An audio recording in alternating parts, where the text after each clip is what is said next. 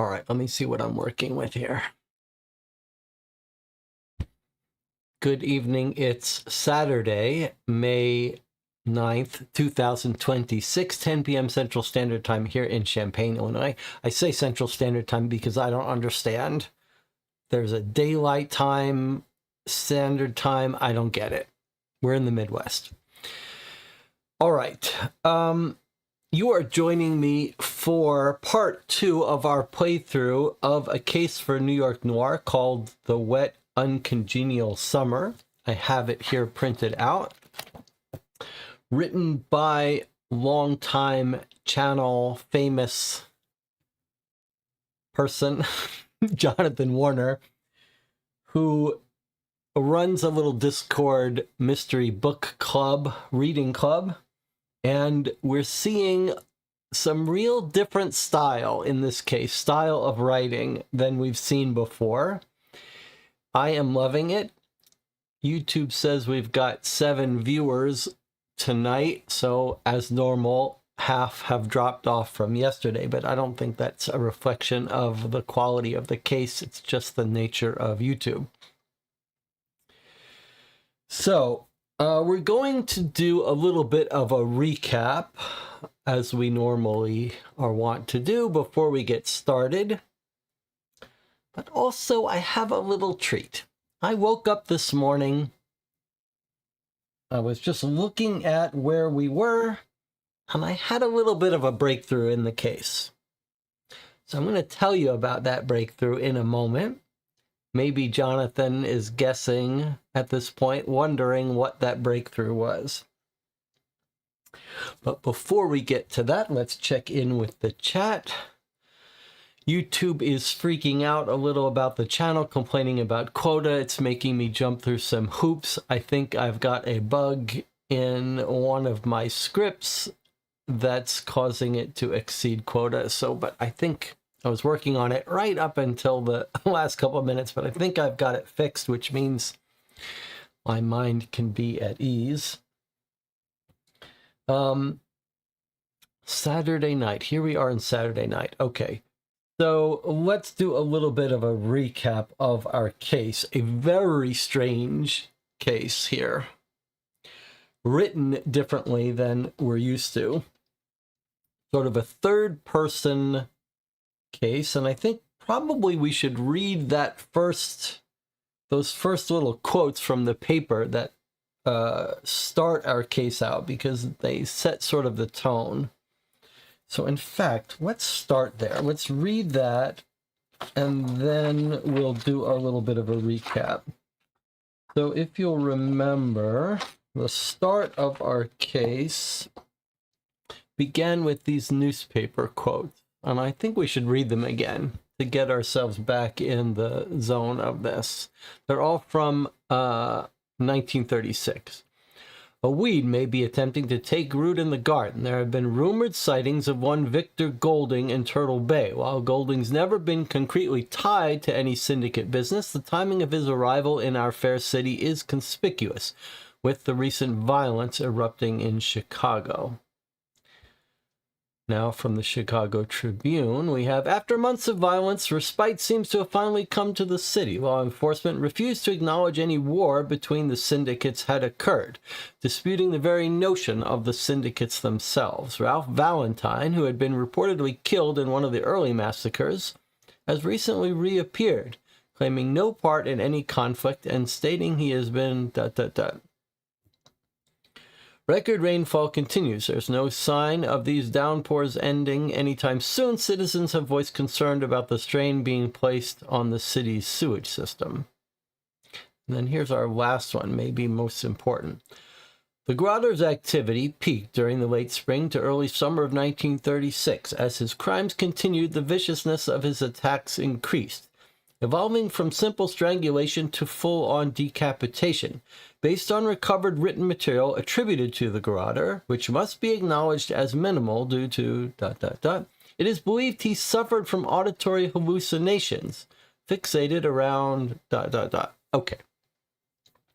Now, The last one about the downpours is just the context, the setting, the environment of our case. It's pretty well written, and everywhere we go, we're hearing about these downpours. It's pretty cool. All right, now, the first one here talks about our boss, Victor Golding, rumored to be involved in the syndicate meaning like mafia types. And then here's a note about Ralph Valentine, who had been reportedly killed. Now, it occurs to me that we might want to look at this. I mean, is this the Valentine's Day Massacre? And is this a setup that would tell us, is this a real person from Chicago, from the Valentine's Day Massacre Mafia mob hit? The only reason this might be significant for us is if this would give us a hint that this is fictional. Like, did this person actually die in this Valentine's Day Massacre? But this story is saying he's alive. I don't know enough about the history, but maybe someone can check on that. Okay, now let's talk about a little recap of our case. The main protagonist that we've been following around is a guy called Mask. Now, that's already a little hint about the style of writing and storytelling that Jonathan is using here. It's not a normal name. It's like a nickname or something, but we're not informed about anything why we're calling this guy Mask. Everyone just calls him Mask. He's a fixer, sort of a generic, general purpose, do anything person who get things done for a boss, maybe sometimes against the law. He's working for a guy, Vic Golding, who maybe is involved in the syndicate mafia business, but is clearly a very important, powerful guy. It starts out, and it seems like maybe we're involved in some mafia syndicate business. We meet up with a drug dealer and get hold of some drugs. And then we go to this gray bar office building in some room and blackmail some guy to give us a small metal box. And we show up and have the big scene of this case, which is a very unexpected scene. And it's a small party at the Grolier Club, which is a club for bibliophiles. And it's a small party of Golding, our boss, us, and 4 guests. And it turns out they're having a little writing appreciation. They're having a little seance mini party to sort of recreate the 1816 historical meeting of Mary Shelley, where she wrote Frankenstein with Lord Byron, who is a poet writer, and maybe where the story of Dracula originally got written. So true story, true history. And these 4 people, 4 plus 2, Golding and the 4 guests and us, are planning to drink absinthe, take drugs, and then go off in different rooms of this famous book club, which they've secured after hours, where there's famous writing and stuff, and they're all going to go into their own separate rooms and different floors and write for the day, and then meet up in the morning. So it's not a criminal activity. It's not some mafia thing. It's people who have some love of Shelley. They call themselves Shelley, and for Mary Shelley, the author of Frankenstein. So really unexpected. And something goes wrong. Our guy Mask, who is the only one who didn't drink the absinthe with drugs mixed, we don't know what drugs, suddenly has a little bit of a hallucination, and it looks like he has been drugged. His job was to walk around and just make sure the place was locked up and make sure nothing happened while the rest of them got drugged out. And so we get this sort of surrealistic description of him under the influence chasing some guy down the stairs who escapes. And then we get our first break from day 1 to day 2. He wakes up in a car in the passenger seat. He doesn't really know what's happened. He walks into the nearby nightclub, and they say, yeah, a guy was in here screaming that ghosts were after him. And we think, okay, so at that point, the channel was hypothesizing that maybe there was a murder at the Grolier Club, and maybe based on the description of the scene, maybe our guy Mask was going to be framed. That's a fairly classic story. Some guy gets drugged, wakes up, and he's being blamed for some murder.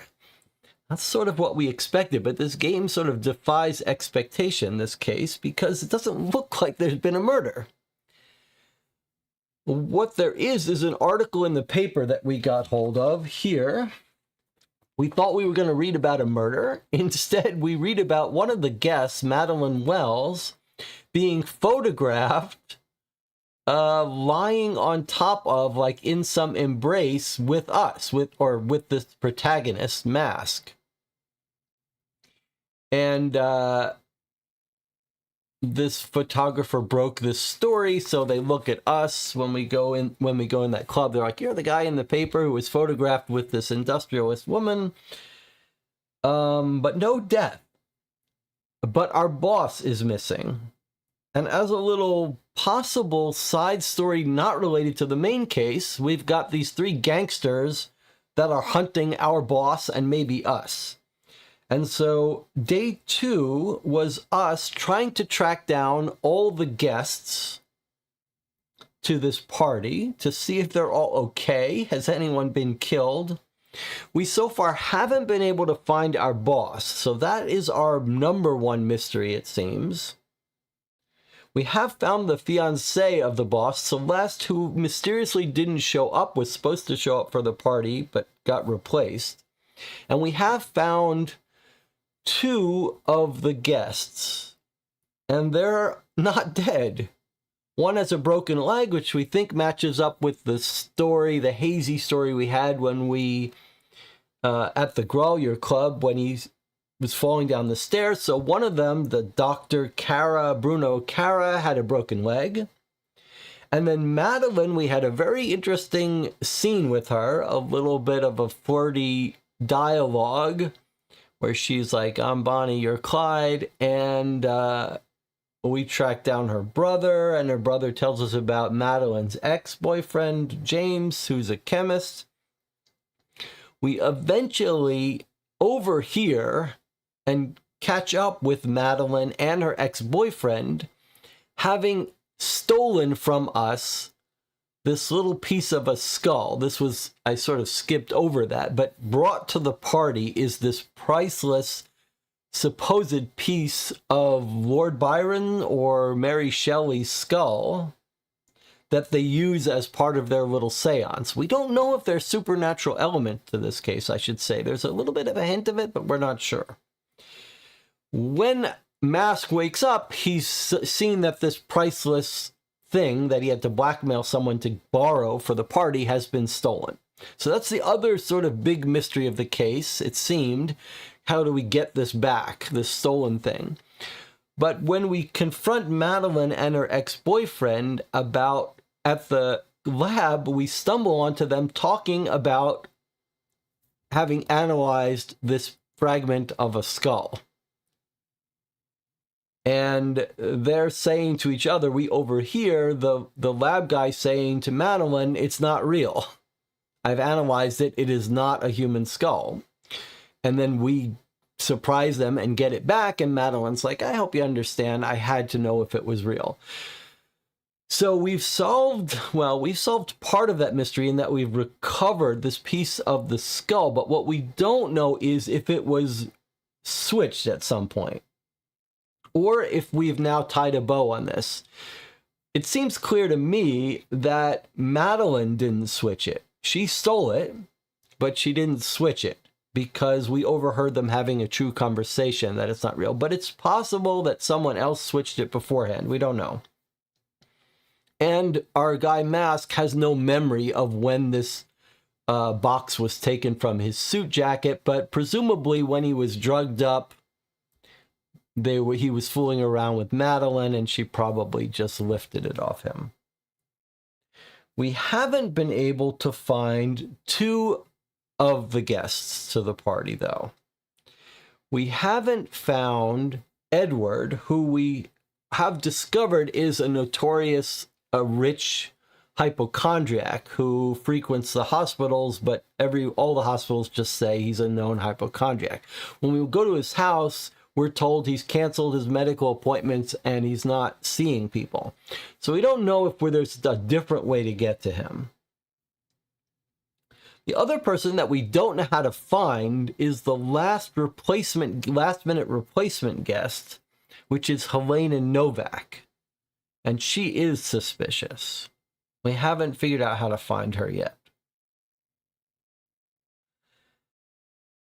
That's where we stand in our mystery. But then we've got some background stuff that we don't fully understand. We had a scene where they're screaming in Washington Square Park, and it looks like people have stumbled onto a hiding cache of the Garroter. We really don't know anything about this Garroter storyline, except that in the city, there's some killer who's cutting off people's heads and strangling them. And there's a little bit of a suggestion that maybe Mask is the Garroter, or possibly even Golding is the Garroter. We don't know. It could be totally unrelated. But something that makes us think that Mask could be the Garroter is this. From this intro, we've got this quote about the Garroter having these auditory hallucinations. And one of the completely unique, weird mechanics in this case that we're playing is every once in a while, Mask seems to have a little bit of a weird train of thought, set little vision or auditory vision. His ears start to ring and click, and then we read some weird stuff. And that makes it seem like maybe Mask is the Garroter. There's also this initial scene where he goes and pretends to choke out the drug dealer or something. So I think there's a good chance that Mask is the Garroter. But we don't know how that ties in with anything. And then the other thing is that while we've been reading leads, we quite often get told... We get described this scene where the ringing is in his ear, and the game tells us, mark that you might want to come back to this lead. So we've seen it 1, 2, 3, 4, 5, 6 times. We've read a lead, and I think it's always these leads. I think it's always the leads where Mask has some weird train of thought stuff, so we don't really know what that means. We've also discovered a bunch of notes, documents. We've discovered 5 of 7, so let me just show these to you. This was the article that we found, that we got given to when we woke up, I think. And then there's people chasing Mask, the 3 Valentine's group people. And when we went to Golding's house, we found 2 notes that seemed to be delivered after the place was ransacked. One says, "What happened? Where are you? Call me Celeste." This is the fiancée. We've already met up with her. She seems in the clear to me, but I still find it very suspicious that she cancels the party. And then this one that we don't understand. "Why didn't you show? Can't keep asset much longer. Facility compromised. Must pick up today. Call first. Al." We have no idea what this is about. None. Is it Al Capone? What is the facility? Who is the asset? Maybe they're talking about the Garroter. We don't know. But this was a note left to our boss Golding. No idea who this is. And then we got two interesting notes. One we think is a poem left at the Brook Club. When we woke up outside the car, we went in. We think this, is that where we found this? I think that's where we found this. Anyway, it's supposedly a poem. Remember, they were all, during the party, going to go off and write something. And our boss freaked out and thought ghosts were chasing him, was looking for Celeste. And he left this note, hunted alone, usurped, no true escape, damn. And then we realized this spells haunted. But we really don't know more than that. And then this one, when they found the severed heads of the garroter in the park, they found this note from the garroter. It's tight. Justice, once innocent Nellie hanged, envied, reviled, I now hear a demand, eternally sung. Very weird, but we noticed again, this spells out something. Justice, once innocent Nellie hanged, envied, reviled, I now hear a demand, eternally sung. And what this says is join her in Hades. We don't know what this or join her in hell, join her in Hades means. So we don't really understand that, or how it connects to our case, or how the garroter connects to our case. Now, we did make a list of things we want to try to resolve today. We have not finished the case. We just took our break. And here are the things we wrote down when we ended last night's stream. Find Helen Novak. That's the last guest at the party we haven't been able to track down. Reread the special leads. Visit Philip Ducker.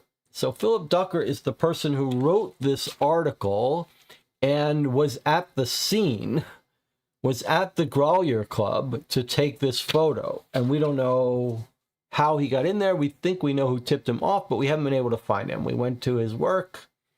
We can't find him. Edward is the other guest that we have tracked down to his house, but we don't know how to get in to see him. I don't know if we're going to be able to talk to him, but that's an open question. We've got two places from day one that we want to revisit. One is the Gray Bar building where we met this guy named Pick, who is where we got the skull from. We blackmailed him. And in fact, we should also add that his name isn't Pfizer, but Pick's boss is called something Fizzer, and he's out of town, but he's coming back. That's why we have to get the skull back to them. And then we could meet up with O'Dwyer again. And it occurs to me, I mean, one of the big mysteries for us is, how did Mask get drugged? He did not drink the liquid that was supposed to make them all drugged out. So for me, a big question is, how did he get drugged? And we're told they've taken this drug before, but it seemed to have a very negative reaction on our boss, Golding. So I kind of think maybe the drug was switched. And so I think it's very important that we go back and talk to the drug dealer that we got these drugs from. And he didn't show up to the original meeting, so that makes me think maybe someone intercepted him, told him to give us these replacement drugs or something. But that even if the drug was swapped out, it doesn't explain how we got drugged. We didn't drink from the same bottle, so did someone get into the club early, put the drug around the glasses, put it in the whiskey? We don't know. We were told that Edward is the person who's got connections that got them access to this club after hours, so maybe he's involved in it.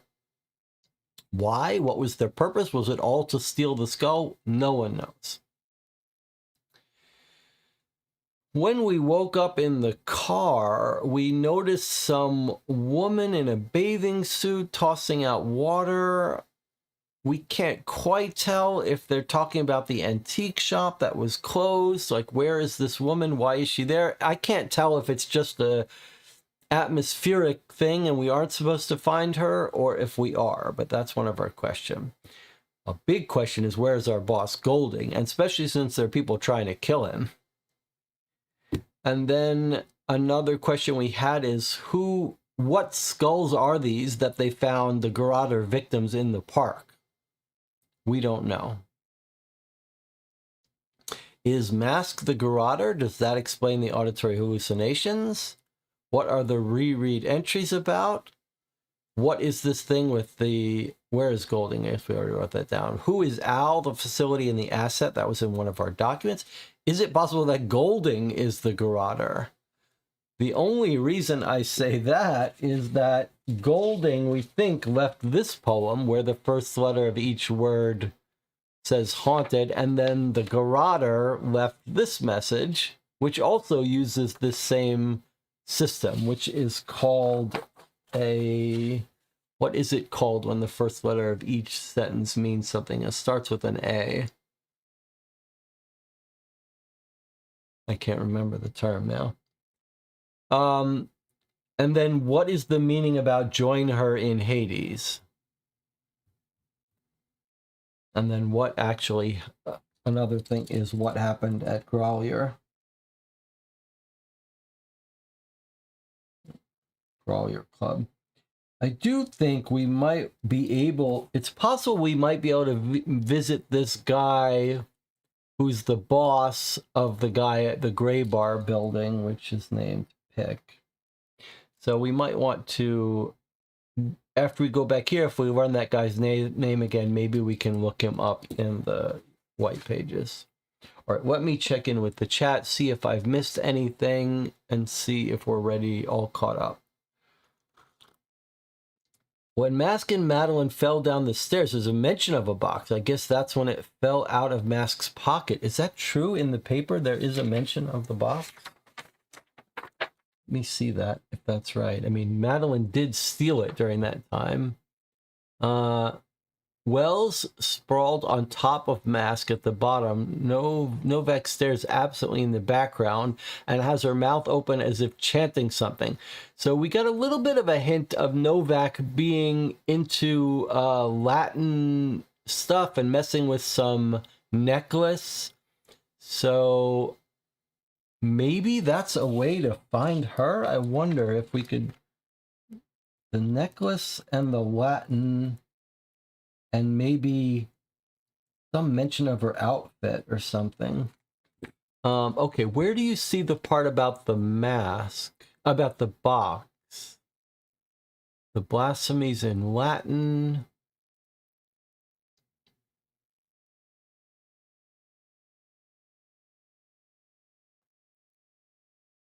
Mask attempted to assail yours truly, so that's the drug hazy scene about him chasing a guy out.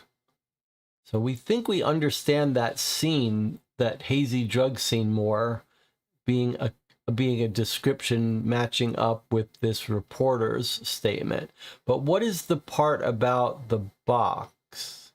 I mean, he knows that they were trying to use the pilfered bones in this seance, but where... Not in the paper, in the memories. I see. Well, we could reread that then. We probably will want to reread the hazy drug scene again. Okay, the swap of boxes. We don't know that there's a swap of boxes. We know she stole the box, but we have no need that no sign that they were swapped. Anna says, always after the lies, ears ringing, a chill come the weird lines, could be memories or something supernatural. Yeah, we don't know if there's supernatural involved. Kate says, I assumed it was the whiskey that was drugged. It does say there was a corkscrew, so it seems like it would be hard to poison that whiskey, but you could syringe something in there. Interesting idea, Anna, that the asset is Valentine. I'm not really sure of that. Edward is very suspicious. He arranged the place. He's the only one we don't know about. The two women were in the photo. Doctor in hospital, boss on the run. What happened to Edward? The uniform of Novak, could she be a nun? Interesting. Or a nurse. Yeah, since he knows the doctor, we're going to reread that scene, that big long scene again, and look for clues about how to find her. There is a mention of her wearing some outfit. I sort of thought that she was a nurse, but maybe the connection to the Latin and the outfit will become clearer. All right, so if there's our recap, I want to show you something. I want to show you my breakthrough. All right, so let us go to the last lead we read before last night. We had gone to Golding's house.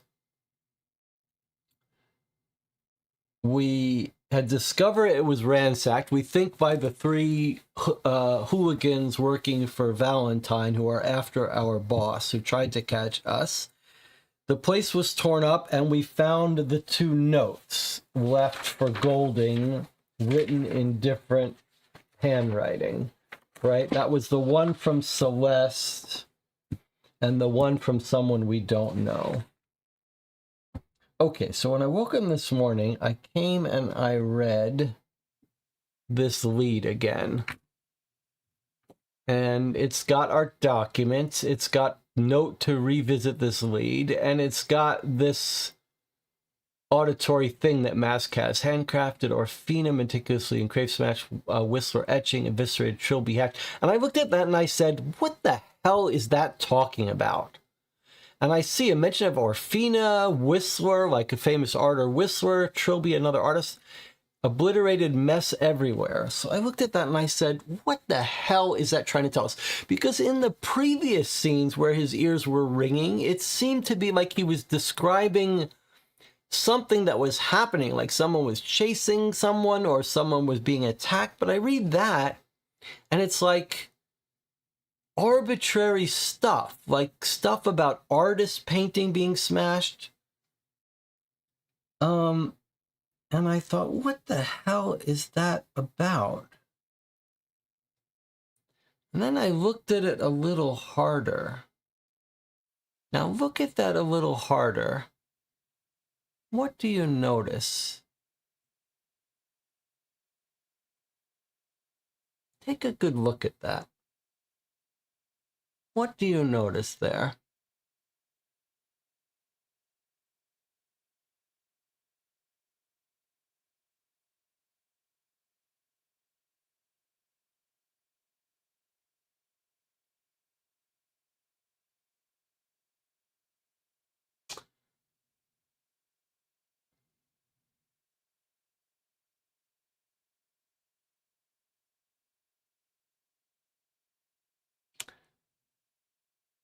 Yes, that's right.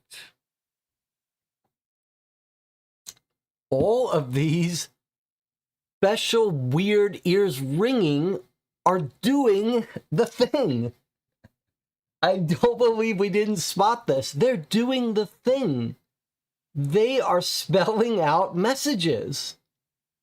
And it's going to turn out, I have not checked, but it's clear that all of these reread these leads are because I think he's having auditory hallucinations, but they're all spelling out messages.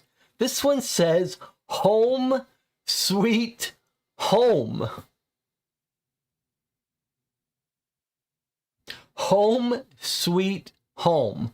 All of these ears ringing leads are using this weird thing that's happening to him. If it's happening to him or happening to us, whatever is happening, they're spelling out things. We're in Golding's home, and we're hearing home, and we're seeing home sweet home.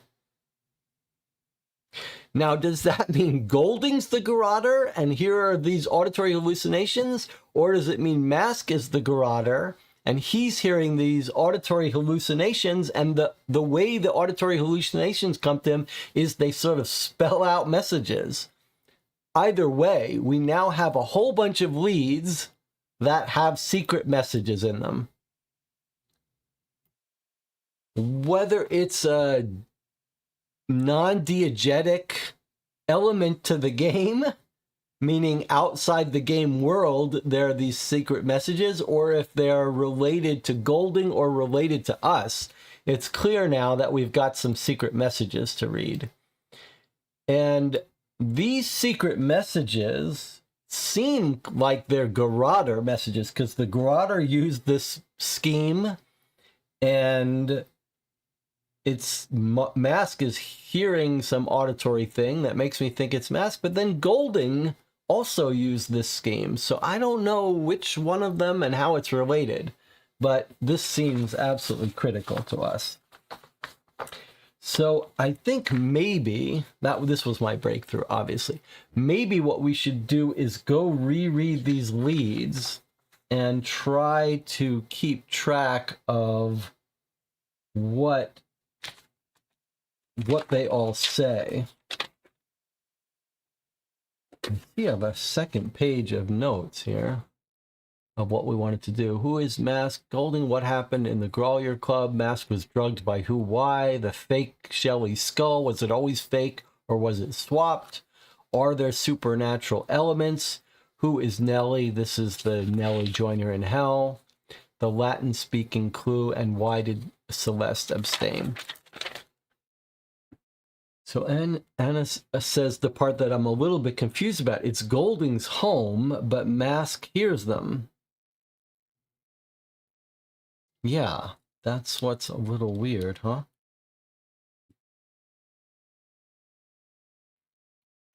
You don't think it's one of these weird cases where Mask is Golding, right? No, because the guests refer to both of them. I just thought maybe it's one of these weird movie things where it's Fight Club to one person being both people, but I don't think so. Okay, so I think what we should do is we should start perhaps by uncovering the secret messages. We'll just call them the ears ringing. And let's get our list and revisit these. Okay, so at Golding Home,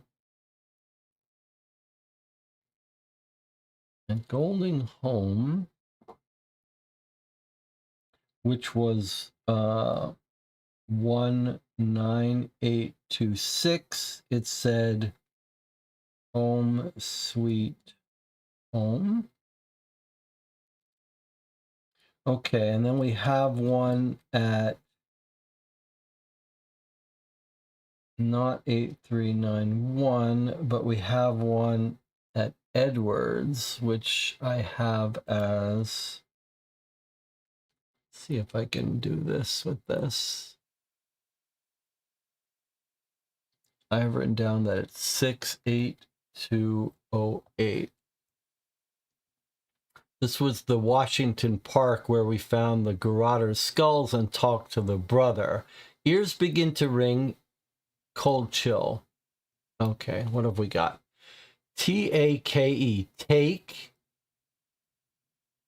A-G-O-O,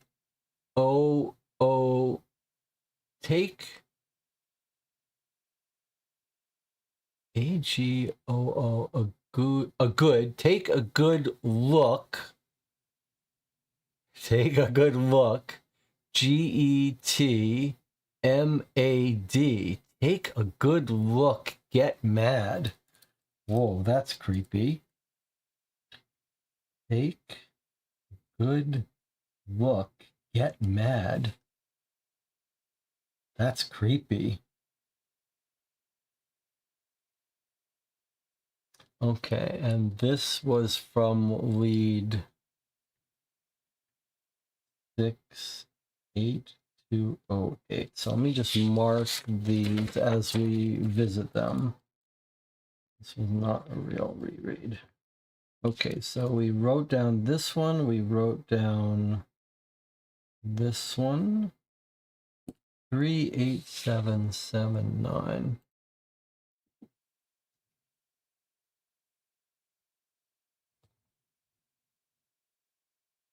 This is Edward's home. Okay, maybe we're gonna figure this out. Ears ring, a cold chill. H-E-W. He will,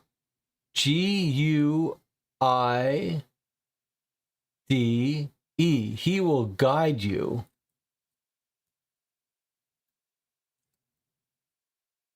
Eight, 7, 7, 9.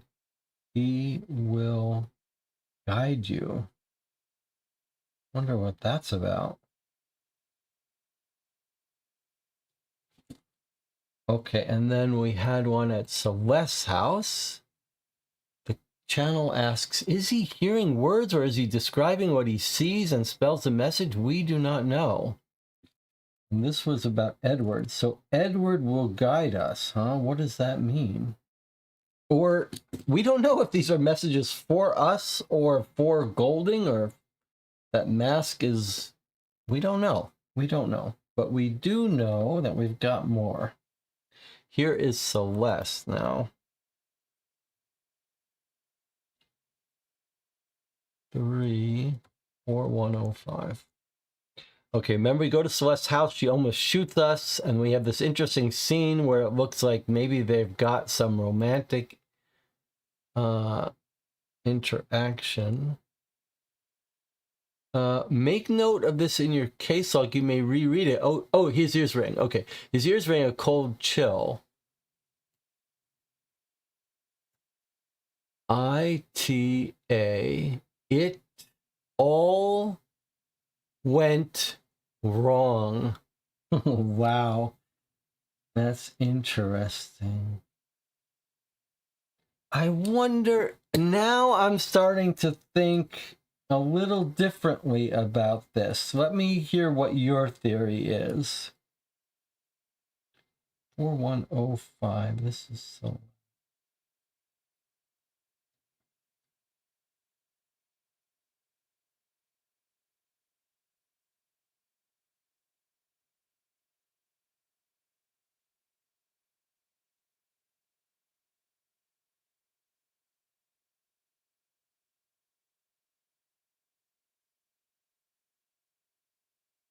Okay, so when I read this,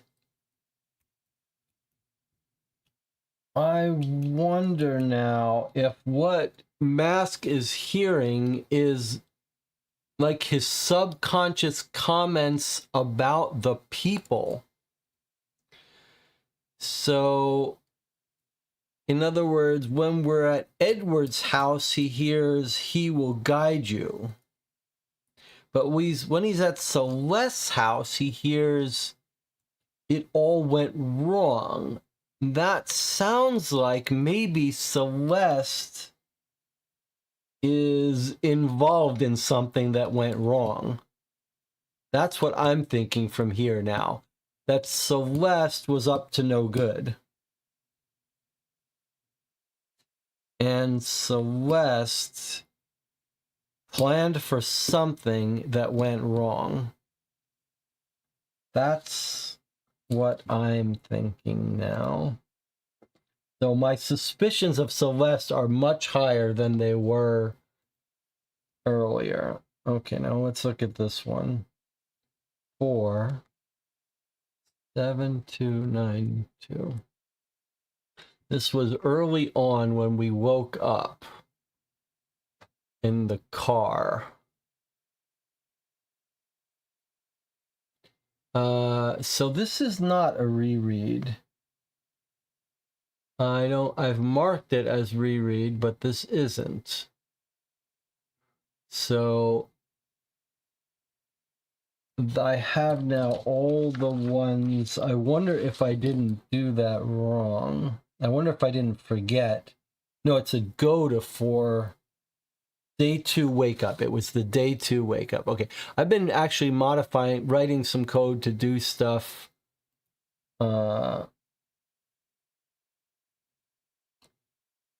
If I do, no, 21 here. Okay.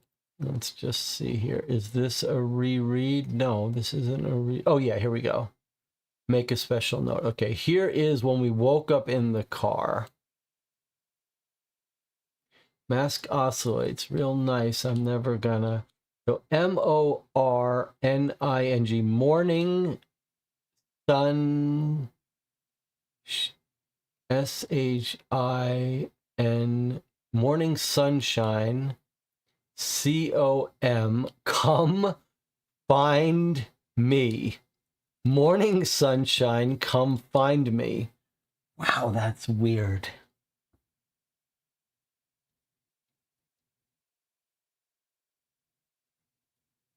Morning Sunshine, come find me.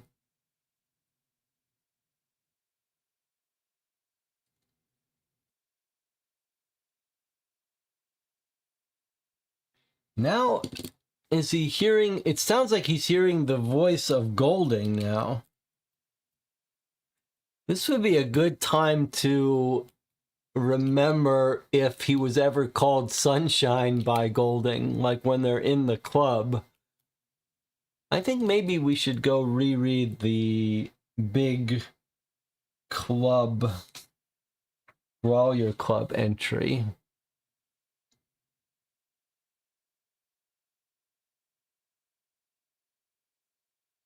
But I think, come find me, he's clearly getting a message from Golding in his ears.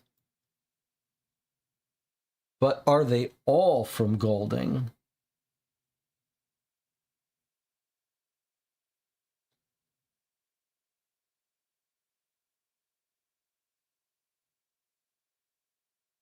That's the question. Are all these messages some message from Golding? Okay, so we went there on day 1. Day 2, they've closed it down. So this was the thing. All right, so we're going to skim through this. What are we looking for? We're looking for maybe that sunshine comment, but we're also looking for clues about how to find Edward and how to find Novak. So this is where we first meet Novak in the first line here. The Growler's closed private party, and she says, I'm invited. He's like, this is the first I've heard of it. One of the other guests taken ill. It's too bad that Novak didn't explain why one of the guests took ill. Now, let me point out, it's Celeste that took ill, but Celeste didn't seem ill when we found her. So I'm more suspicious of Celeste than ever. All right, we open them in.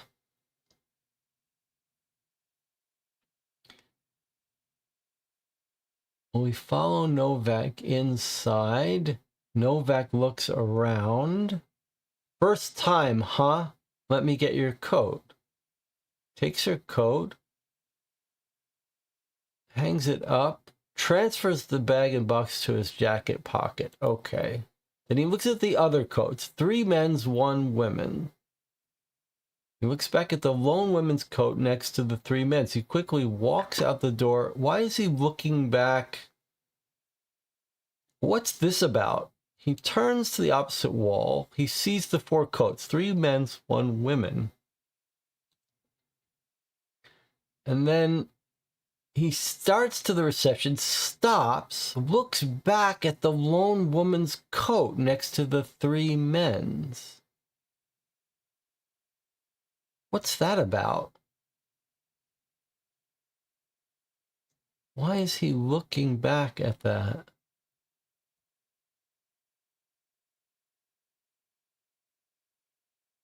Okay, then the doctor says to Helene, it's wonderful to see you in out of uniform. How refreshing. Out of uniform. So we know that Helena normally wears a uniform. That's not what you would say to a nun. Some of this group is saying like she was a nun, but you wouldn't say out of your uniform, I don't think. We do have another clue, though, that we originally missed. I do hope the donation drive. That is a clue. Where is our Helena? I don't know how to use that clue yet, but that is a clue for sure. Right? We know she's running a donation drive. So let's find her note. Okay. Running a donation drive. I wonder if she's like Salvation Army or something. out of uniform. Salvation Army, question mark. Okay. That's very interesting. All right. Let me just point out, Jonathan Warner and I, one of our early experiences here in the channel in 2021 was playing Adventures by Gaslight, the Sherlock Holmes Consulting Detective full expansion, one of my favorite experiences.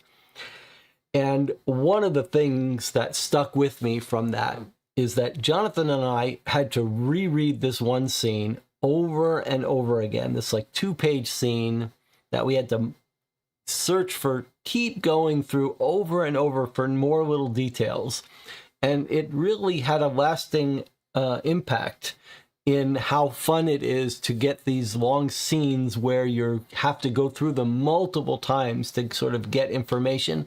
It is one of the highlights of some of the best of these Sherlock Holmes Consulting Detective style cases, that you occasionally get these big scenes that there's no way on your first read through you're going to see everything of significance. And I think we're seeing Jonathan pull some of that experience here into this case. It's pretty impressive. Okay. I wonder if I could add a feature that when you highlight it, it stays highlighted. I think that's a good idea. I'm going to try to do that next. Okay, out of uniform, I hope the donation drive. Okay, and then Victor says, where the hell have you been? And then they get introduced. Elena Novak doesn't know him. She says, what an honor to be here. I'm sorry we couldn't meet under better circumstances. Bruno said your fiancé has been suddenly taken ill. And he says, Celeste? Question mark. And then an apologetic shrug. That's weird. Like, this is the first time he's hearing about it. Bruno, Dr. Karen knows about it. Oh, Mask doesn't know. Sorry, Mask doesn't know, but Golding knows.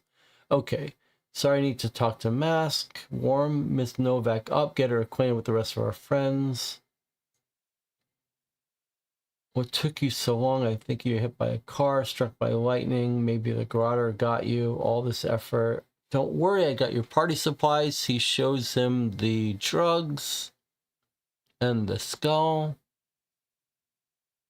Tonight's gonna go off without a hitch, Golden. Without a hitch, what about Celeste? What's wrong with her? He says, well, can't be helped. I'm sure Celeste understands. She'll be fine, just a bad stomach bug. We don't know anything about that. Okay, they're chatting. Okay, now, Kara and Helena chat next to the table. Kara says, I'm sorry you did not find the center more helpful. He's talking to Edward, I think, right? Because Edward's the hypochondriac. He says, oh, I was helpful. They keep getting it backwards. They say the headaches are caused by stress. I'm stressed because of the headaches. That was funny. Puts his hand on his stomach. I've been feeling these pangs. Does anyone know what Celeste came down with? He's the hypochondriac. Okay, then they have this nice talk about Celeste, where she lives. Okay, the lights go out.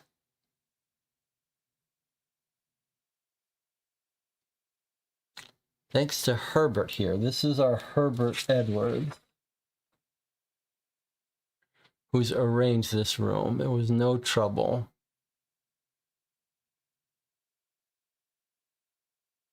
Okay, then we have the talk about them being Shellians and the famous night where Frankenstein was written. They get out the absinthe. All right, let's pay attention to this, because somewhere Mask is getting drugged. So he goes by the drinks cart. He says they used to have all laudanum, the drug that would put them into a haze in the olden days, but he's got his own stuff. He's got absinthe and a secret ingredient, which is the bag of drugs. Okay, turn in your current glasses. A new round's going out. He prepares the absinthe Adds his the own drug mixture. Mask, help me pass these out. Okay. Soon everyone but Mask has a drink. Here, Mask, have a seltzer. He spritzes seltzer and fills a glass. So if the drugs were in the glass, Mask would have gotten drugged. All right. And then Novak says, what is this? Is it safe? And he says, don't worry, we've had this before. Perfectly safe. And Madeline says, you haven't killed us yet. And then she drinks hers. And then he says, hold on. We're going to have to toast. So let me get you a new cup of seltzer. So he gives her some seltzer water just like Mask had. So now if this different drug was in the seltzer, Madeline has had both drugs. All right, then they open the skull. Now note that Mask has seen now what it looked like when he opened it. So he might notice if it looked different when he got it back. They look at it, it just looks like a brown wafer thin, and they say, he's actually got it, and we think it's the skull. He explains. Pulls out the flashlight. He says, oh, this is interesting here. Let's look at this. A fragment of Percy Shelley's skull. Snatched by a devotee from the ambers. They all look at it. Let's raise our glasses. And then he blows out the candles in darkness. Pitch black, the sound of breathing. A minute passes, 2. All right, so this is kind of important here, right? They open the box. They look at the skull.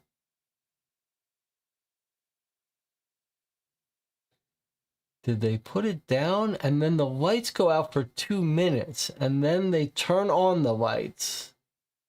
Shine it on the table. So, okay, this is important. The skull has been sitting out in the open for 2 minutes. It's been on a table and they've been in the dark for 2 minutes. That is important, right? Like someone could have swapped it.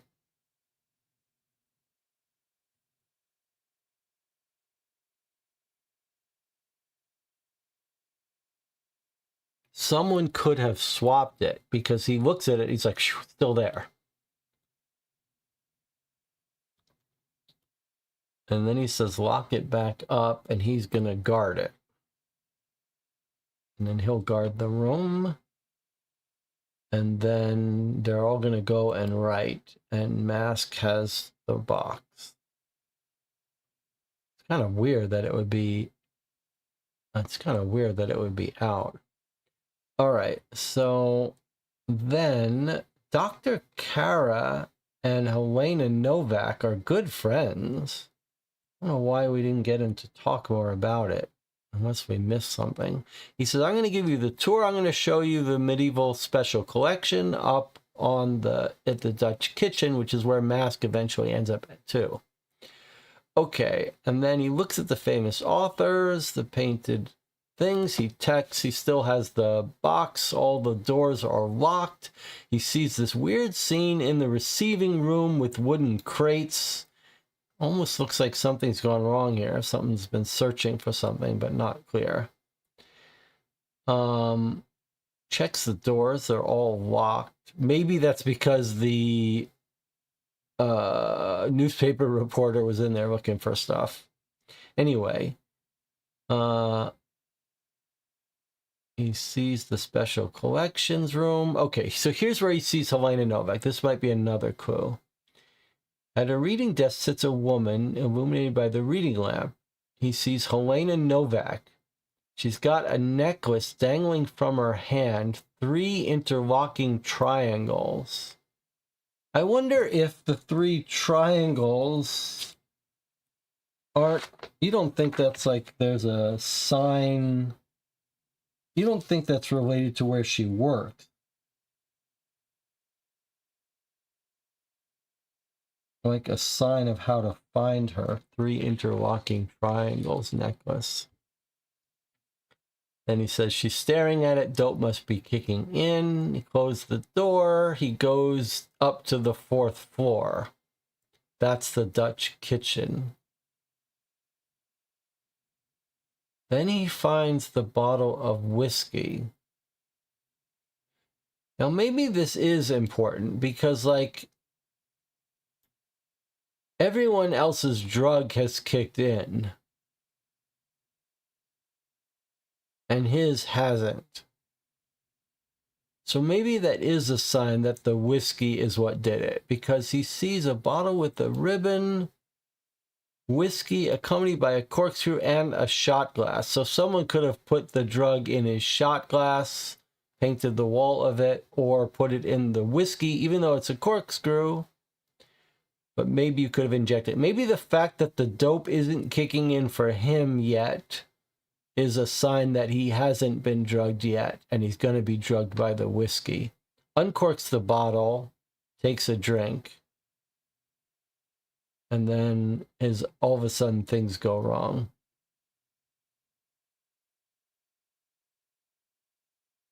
And these are not the ears ringing secret message, so here is his drug-induced thing.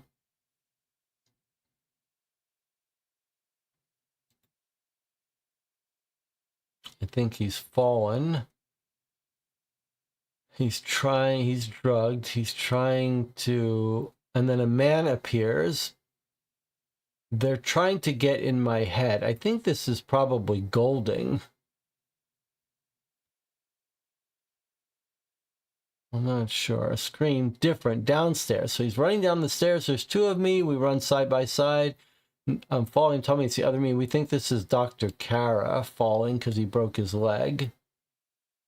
And then someone shining a flashlight at him. Woman pointing at something. We're falling, clanking. Where's the flashlight? A different voice from above. Sounds but not words. We think this might be Novak talking in Latin, which is what the reporter wrote about. So this is probably Novak speaking in Latin. Another burst of light. That's, you know what the bursts of light, right? The bursts of light are the photographs from the reporter.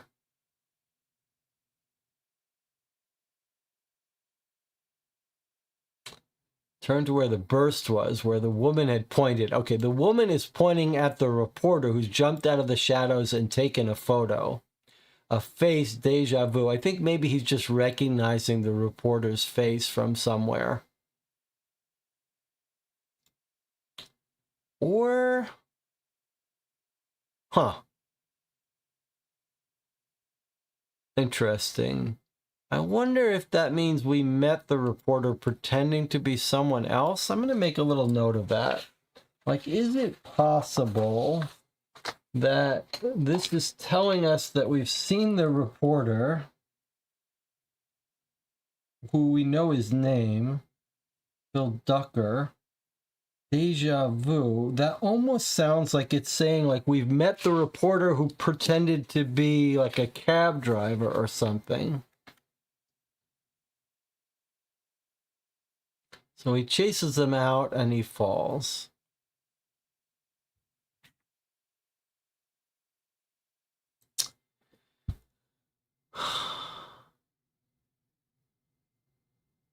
It sounded weird that Mass drank the whiskey. He was supposed to stay sober. He was just he could have one little drink.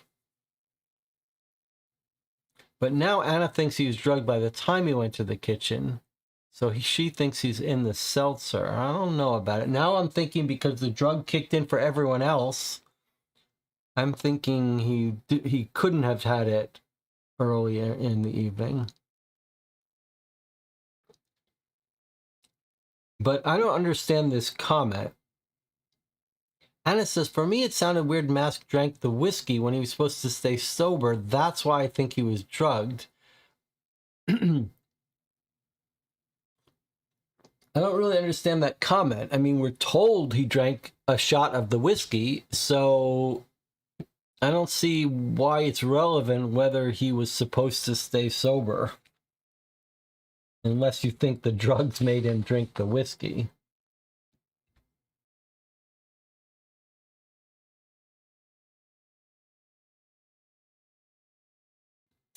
All right, I think let's go add the deja vu thing. I mean, we could think about who did we meet? Was there someone we may have met that gave us deja vu looking at Phil Ducker?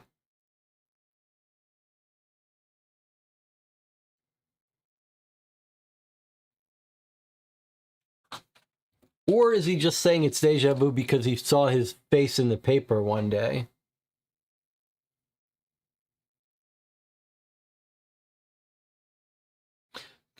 Question.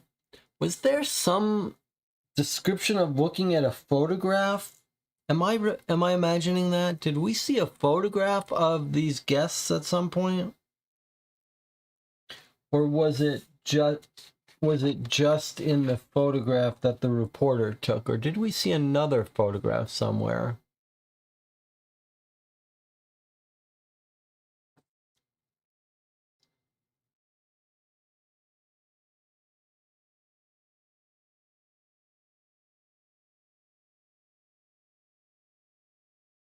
Bear witness to the photographic proof. Well sprawled on top of Mass. They've fallen down the stairs. They've made it look like they're having a romantic thing. Novak is the one chanting. So just the paper, or when we visited Ducker, we saw a photograph. I want to look at that again. So it's going to be in our bookmarks of the evening graphic.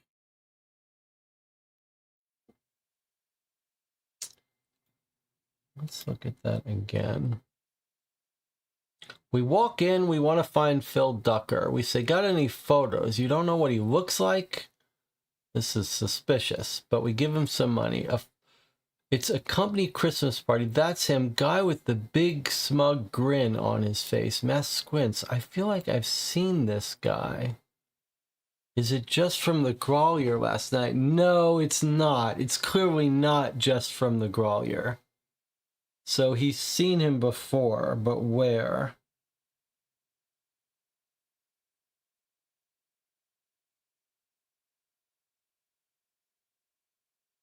It's possible he's seen him in one of our other scenes.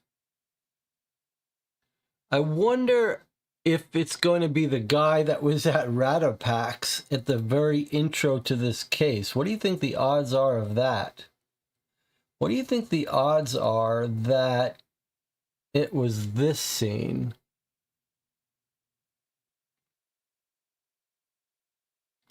No one is going to notice one more man in a jumpsuit, Joey. Come on, I'll make it worth your trouble.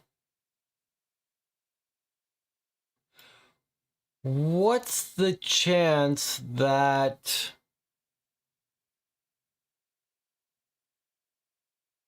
this is the reporter trying to talk to this guy and say, I'm just gonna dress up as a man, as a rat exterminator. No one will notice me. I'm gonna pay you off. That's an interesting idea, huh? In fact, before we forget, let me put in our to-do list. Can we visit Rattlepack? Like, this is a weird case where the game is starting us at this location, but we haven't gone to this lead. I wonder if we could look up Ratapax and go back there. That would be a very sneaky thing if Jonathan did it like that. Let's finish reading this, though. Looks like you got a customer. Come see me when you made up your mind. I'm only a hop, skip, and a jump away. A brief nod toward the stranger. That's why we recognize him. But what does that mean? A hop, skip, and a jump away.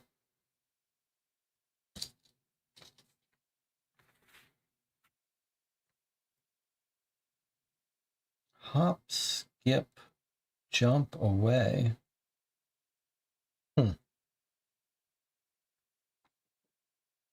And that's when we get sent to this guy.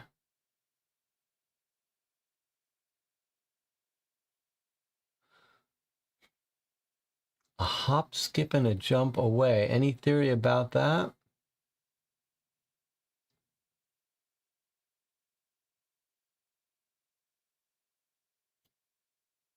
Boy, that's sneaky, but I like this idea.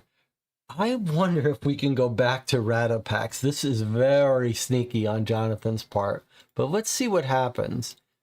However, before we do, we should take a break. All right, I'll see you in 8 minutes.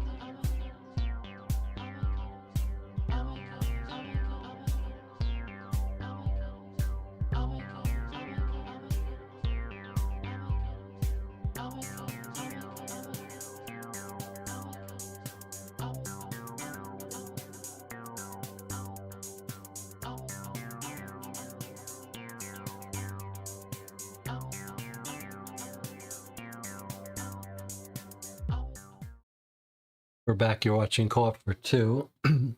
We have spent a good hour sort of rereading, and it has bore some fruit, it seems. Okay, so Anna's got a list of her priorities here. Ratapax, go back to O'Dwyer, try to find Edwards, and Novak. Last two are tricky, although I think important. I think you're right. I think both are important and tricky. I think we've got enough clues that we can find Novak. Let's try Ratapax because I'm very interested in whether we are right that Jonathan has tried to play a little trick on us. Look at that. Look at that. So here is Ratapax, where where is it? Why isn't it?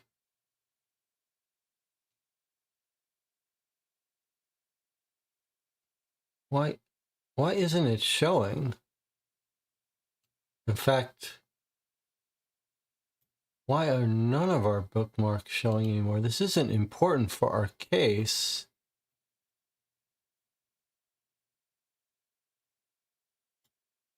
But it's definitely a bug. We should see our marks on the map.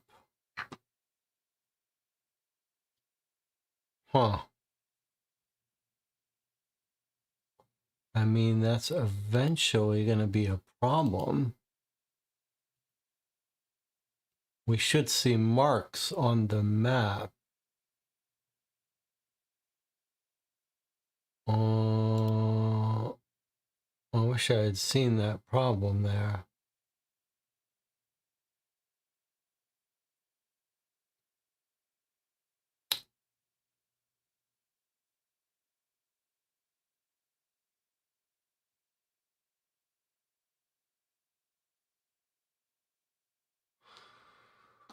Did you turn on some filter last stream? Okay, I don't know what that means.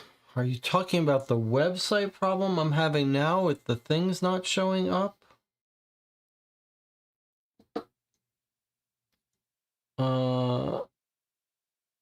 There is no way. You can't filter those out. You can't.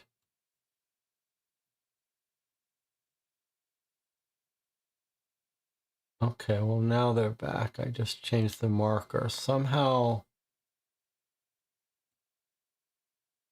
the marker got messed up. Are our markers back now? No, they're still not showing. Now we're just seeing bookmarks. Why am I not seeing the markers? I don't understand that.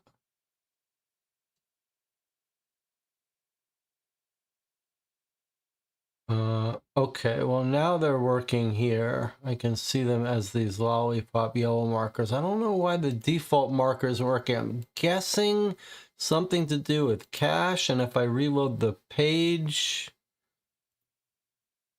it would load up again. For some reason, the default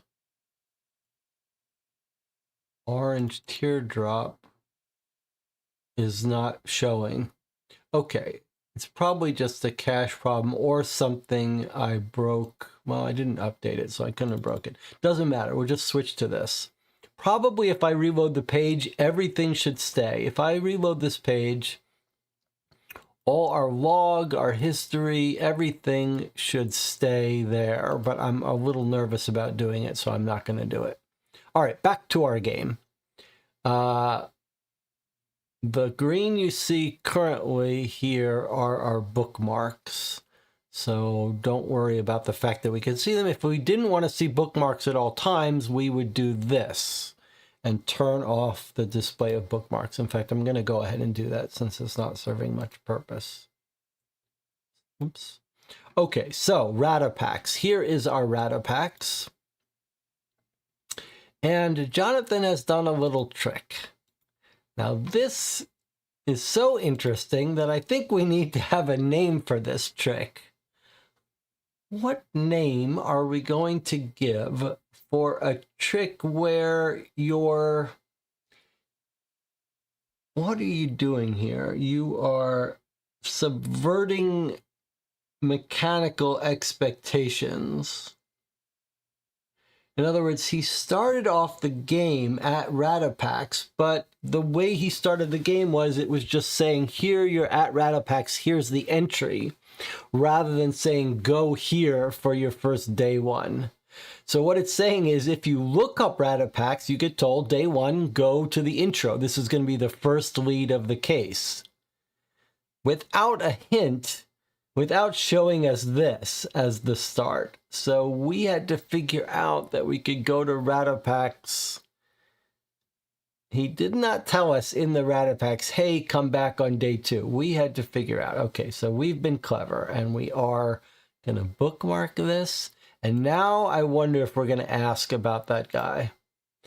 The door to the shop crashes against the front window. Belsky fumbles his paper, looks up to see Mask marching right toward him. I gave the leprechaun your message. He ever get back to work? Back in the depths of the shop, a door can be heard slamming open, footsteps running away. Oh well, I didn't want to talk to him anyway. This time I'm here to talk to you. Where's Ducker?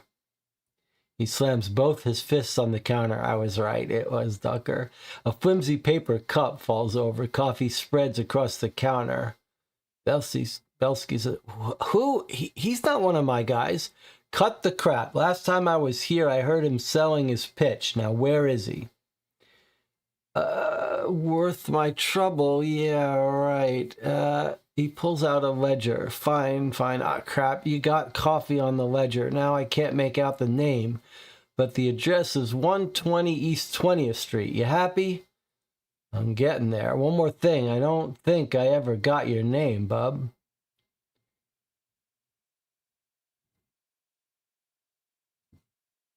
I don't get this part. We're talking to Belsky. I don't think I ever got your name. I don't got that. But we found Ducker. I was right. He was the guy that we found on our very first scene, looking at him being undercover. Boy, was that nicely written. Okay, does anyone know what this is?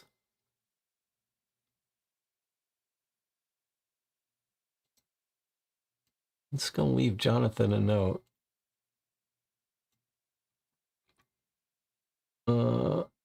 I see. I'm going to have to do this part. Control copy. I don't get this part.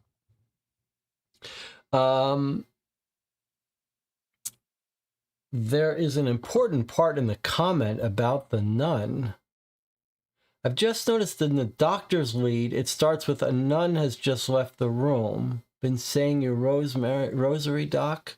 Okay, makes it more likely that Novak being a nun. Well, you're absolutely right. Let's remember to, I'm going to leave a note on our Novak sheet about rereading the doctor. Reread Dr. Nun. But we would have recognized her, wouldn't we? If it was Helena Novak? All right, let's do this. So now we've got an interesting little mechanical thing here. You got coffee on the ledger, can't read the name, but we're told what the address is.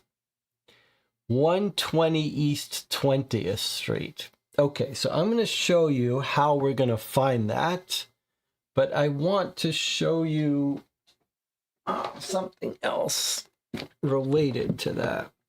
So if we take our physical documents, we would look it up using the reverse directory, which is what we're going to do. But there is another little side document here that's just kind of for fun, but can kind of be useful. It's a street number guide. It's a short little document that will help you find streets given their address. I'll show you what I mean. So we're told it's at 120 East 20th Street. So what we look up here is 20th Street. And what we see is just a short little list of how 20th Street runs through different neighborhoods. So what you'll notice here is that 20th Street runs through two neighborhoods, Gramercy Park and the Gas House District. And this is you don't need this information. I'll show you why you wouldn't strictly need it. But it's basically just saying 20th Street East from 2 to 141 is in Gramercy Park, and then it's going to continue through the Gas House District for the upper numbers.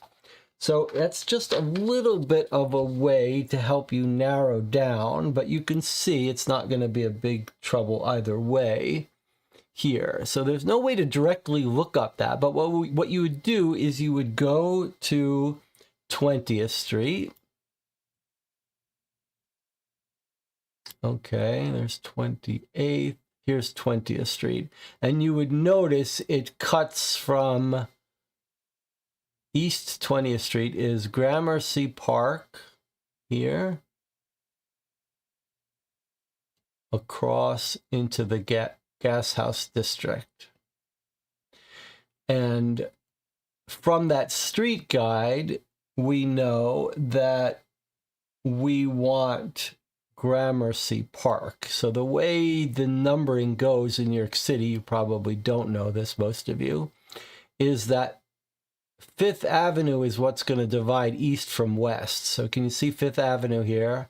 And here's 20th Street. You can see numbers are going to get bigger as you go west of Fifth Avenue and bigger as you go east of Fifth Avenue. So this is going to be like 0, 5 East 20th Street, and this will be 5 West 20th Street.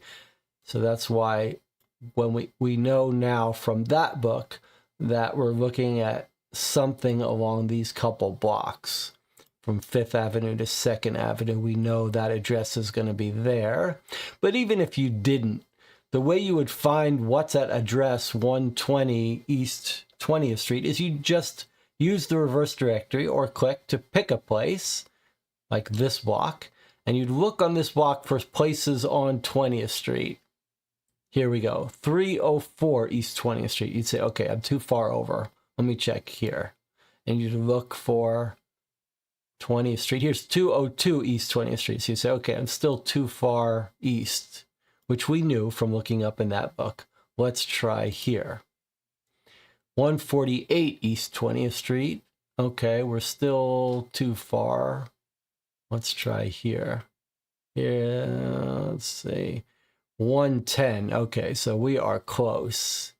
Let's see if we can find a 120 East 20th Street. Here we go. 120 East 20th. Lady Eugene G.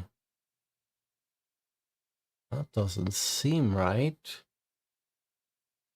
But that is 120 East 20th Street, which is what he said the address was.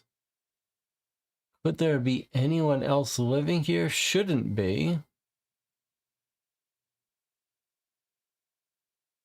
Shouldn't be someone else living there. It's not in an apartment building, and it's not in a duplex. So let's try knocking on that door. Lady Eugene G. Mask says to the maid, can you tell one of the exterminators, Phil, that Belsky wants to see him outside? Oh, this is where they're Ratapak's exterminating. Can you tell one of the exterminators, Phil, that Belsky wants to see him outside? But be discreet. It's a private matter. The maid disappears back inside the house. A few moments later, Phil Ducker appears. Joey, what's the deal? Everything's going... Mask punches Ducker in the face. Ducker reels back. Mask grabs him by his white overalls, swings him, and slams him into the front of the house. Didn't duck that, did you? Ducker coughs and sputters. And now you're going to give me an exclusive. Who blabbed? Ducker croaks. I can't reveal a source. Mask slams him against the house again. Slams him against the house again. Starts to lift him off the ground by his suspenders.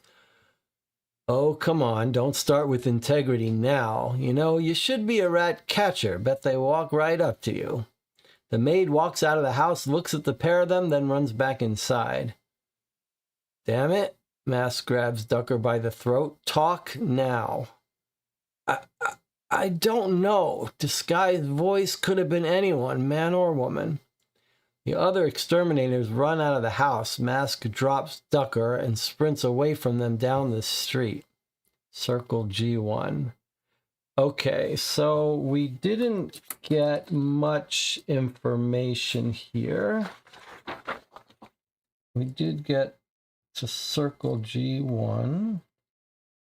And we probably want to make a note that at lead, make a note where we started our session.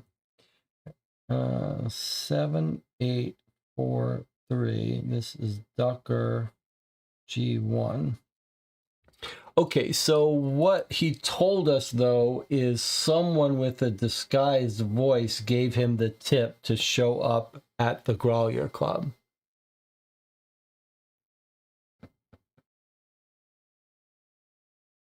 But we have found Ducker, and we have tied up that loose end.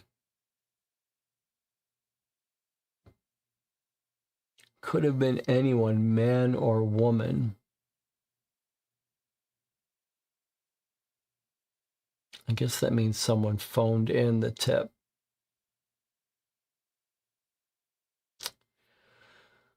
Okay. Let's reread the doctor clue that the channel discovered about the nun.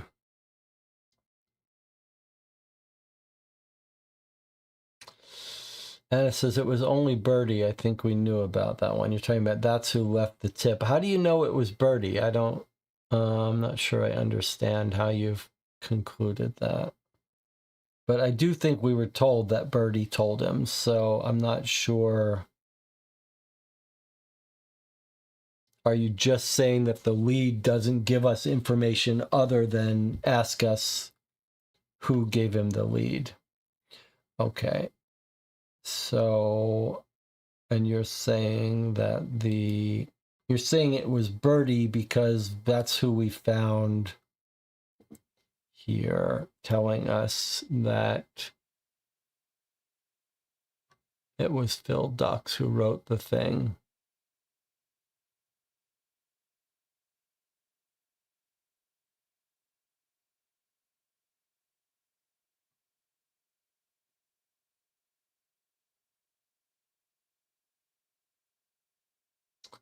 You wouldn't be the one feeding the ducks. What are you going about now, Phil Ducker? And then he says, maybe.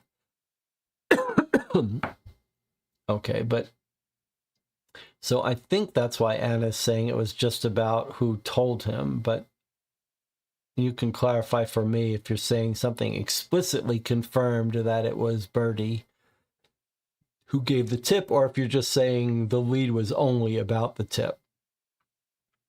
Now, let's go check out the doctor thing about the... All right, so we went to his work. He's not ready to see patients. And then we went to his home, which was here. And you guys say we see a nun here. He's in the hospital. Oh, that was the hospital. Okay, Lenox Hill Hospital. That's where he was. And we were here about Doc. Okay. Doctors and nurses bustling between rooms. He finds his room. A nun has just left the room and is walking away. Okay, so maybe we can't see her face. Been saying your rosary, Doc? Dr. Kara has one leg. Mask, get out. Okay, so maybe we're just seeing her from behind. And I do think you might be right. This might be Helena Novak. Okay. So we know Helena Novak is good friends with the doctor. And we know the doctor is all about... Well, let's think for a second. Our doctor is in Lenox Hill. That's where he is. He's in the hospital in Lenox Hill, but he lives in Lenox Hill Hospital. It is weird that this is Lenox Hill Hospital. I should probably fix that because the Lenox Hill Hospital is on the Upper East Side neighborhood, even though this is the Lenox Hill neighborhood. That's confusing. All right, well, we'll deal with that later. The question is, where is our nun? And is she doing a fundraising drive? So let's go to churches. Now, there's a lot of churches. So what are we looking for?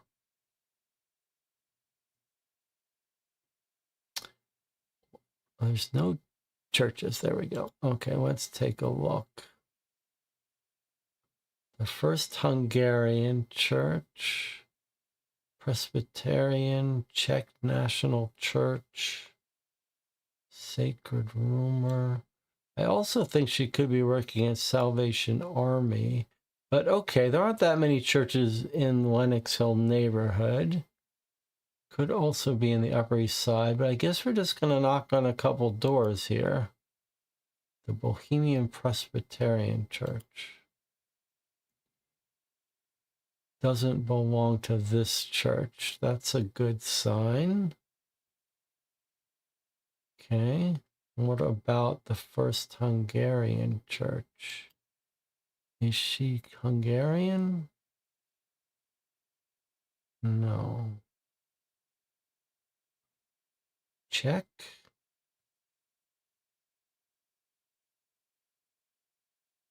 We got her. Elena Novak is wearing her habit. She stares at the small flower bed outside St. John's. Tiny streams of water run down the leaves of the flowers, beads of water on their petals. Mask walks up beside her. Hello, sister. Oh, hello, Mr. Mask. She turns to look at him. Mr. Mask, your face. Well, we all got to pay for our sins. Yeah, I don't know what will become of me after the Reverend Mother says she'll have to see the bishop. I'm sorry to hear that. Let's go inside, she says, someplace warm. Mask's ears ring. The window brings a cold chill. Here's his little special feeling he's getting. It says, I know what C-O-M. I know what comes I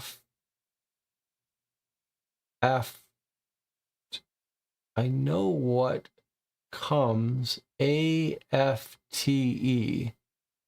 Seems like maybe there should be an R here. I know what comes aft or after.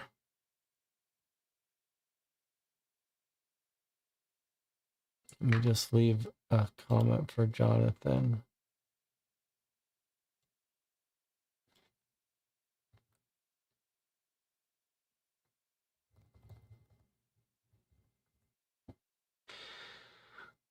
I know what comes after. Oh, maybe warm, quiet, aft.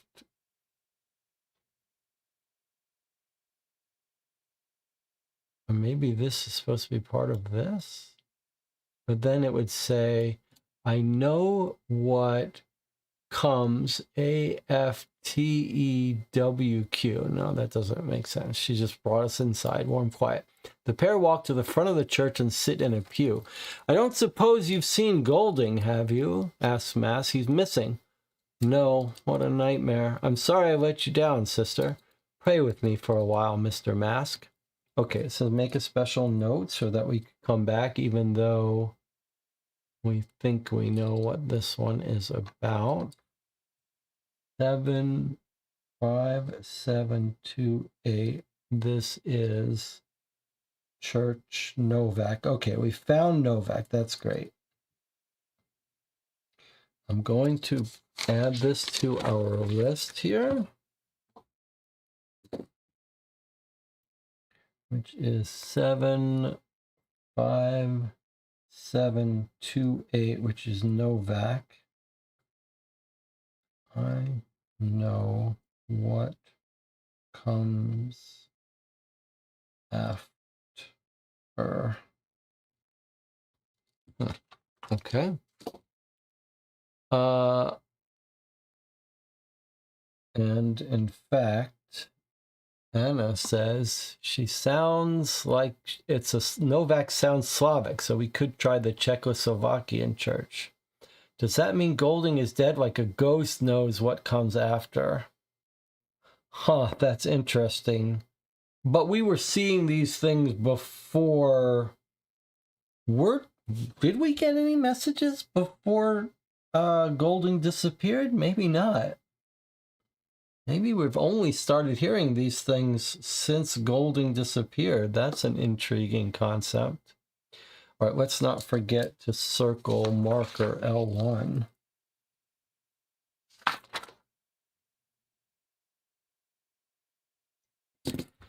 Okay, she doesn't know. So we really didn't seem to get much information here. Pray with me for a while. That's pretty cool, though. Okay, but now she seems pretty innocent. She was actually very high up in my suspicion list, but she's just a serving nun. I don't think she's that suspicious. She seems innocent now, so maybe Edward is our top guy. And we're still listening for Golding. Let us reread the entry about Golding, and maybe we're going to have to follow up with those hospitals about him. Because here's what happened. Let's read this now. So this is when we went to his house. No response to knocks at the front door. Mask walks down an alley to the back of the house, a small courtyard with back door for deliveries. A trash fire burns in a bin like they're burning evidence. The delivery door has been left open. Mask heads toward the door. A maid appears from within. She's carrying a waistband almost overflowing with crumpled pieces of paper toward the fire. Why is he burning everything? And then when he gets his thing and it says, he will guide you.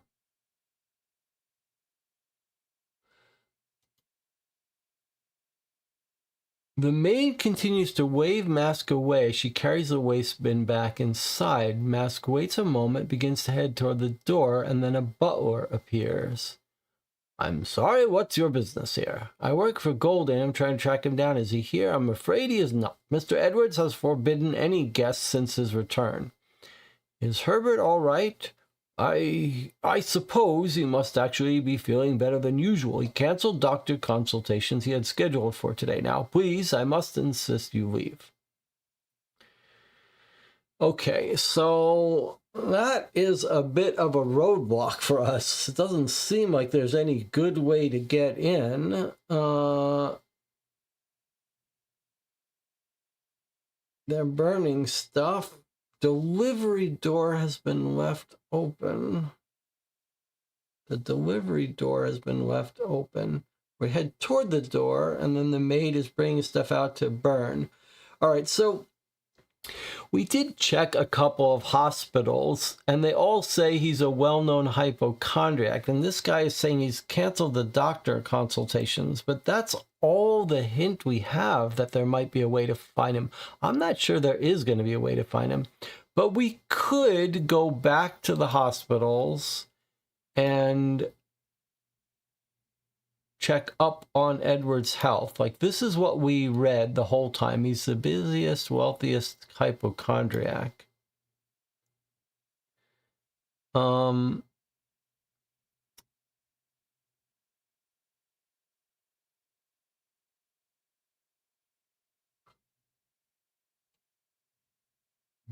But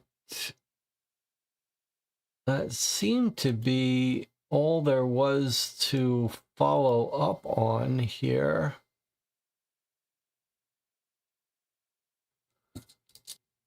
But we could go to the other hospitals. Making a note to myself about Lenox Hill Hospital. how weird that is. We'll have to deal with that later.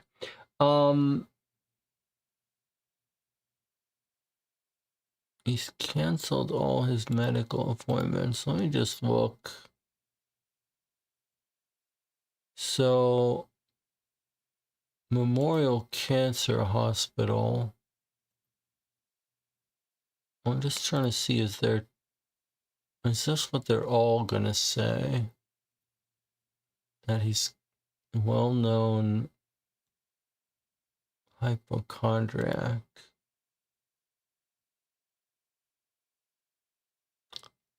I don't know it, but it said he will guide you.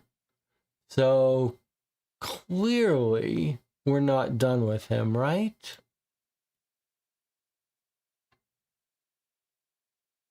Clearly we are not done with Edwards if he will guide us. But how are we gonna get in to see him?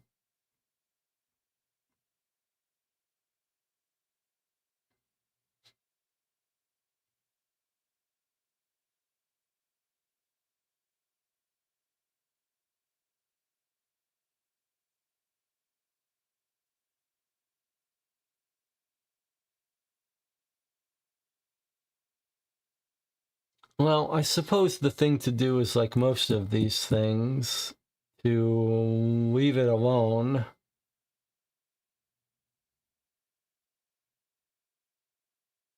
Until we get stuck. What about the swimsuit lady? Can we go back to the day 2 intro?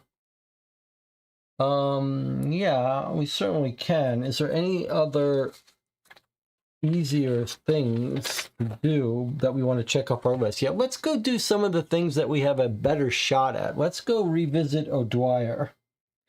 And let's clean up some loose ends that we know how to follow before we start following some of the long shots.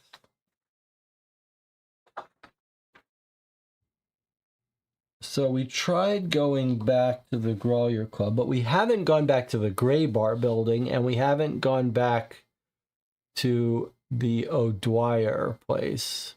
So let's try that first. So the Ginger Man Bar is where we met up with O'Dwyer. O'Dwyer's not here today. Okay, that's that. And did we ever try finding him directly at home?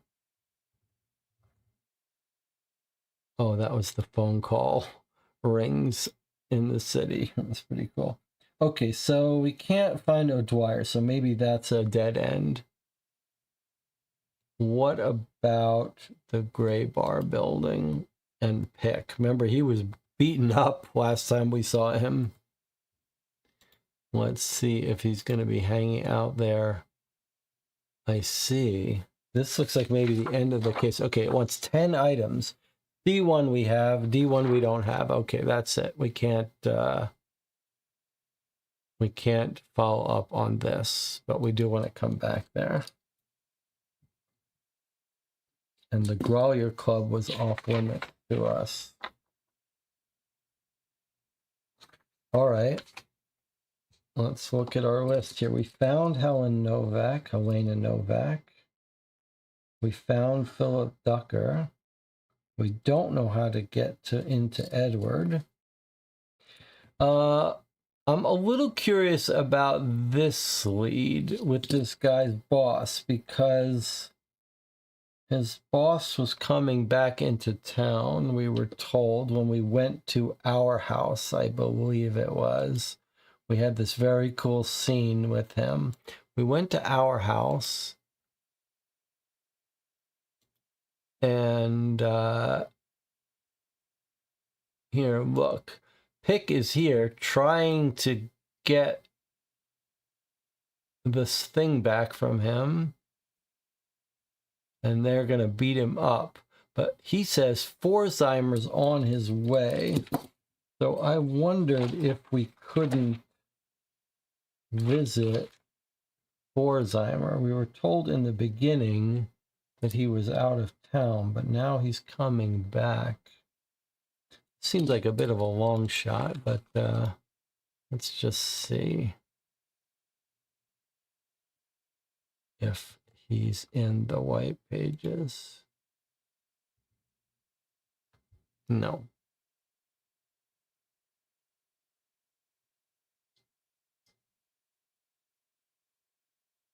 Okay.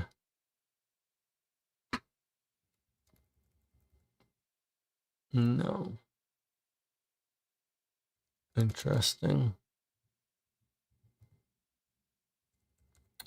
All right. Let's see what else we got.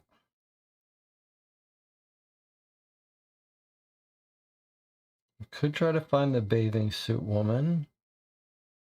Facility.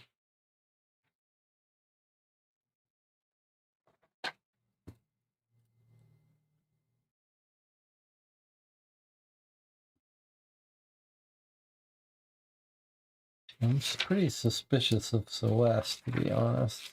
Wow, okay, those are all of our, do we have an entry for Pick's name? I don't think we know his last name.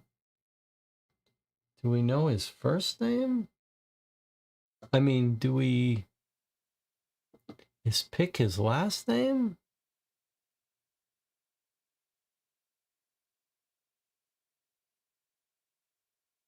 Harlem Hell's Kitchen, Turtle Bay.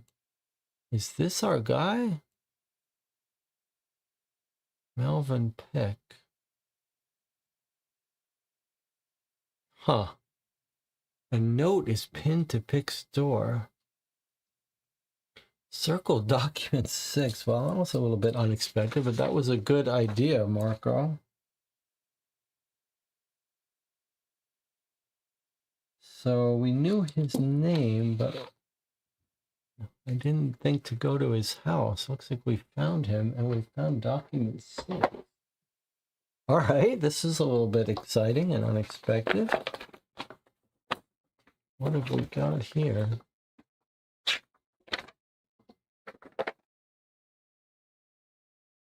If attempting to deliver a package, please bring it straight to the office. Must be hand-delivered. Any damage to the package is unacceptable and will result in negative repercussions to all parties. Now, I suppose we could try to match handwriting on any of these. No, these are all different. If attempting to deliver package, bring it straight to the office. Must be hand-delivered. Any damage to the package is unacceptable. Will result in negative repercussions to all parties.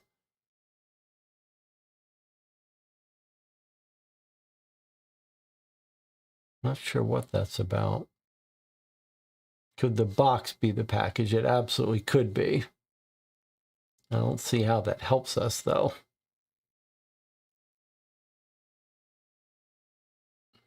And clearly, this guy has no incentive to have stolen the box from us. He just wants it back.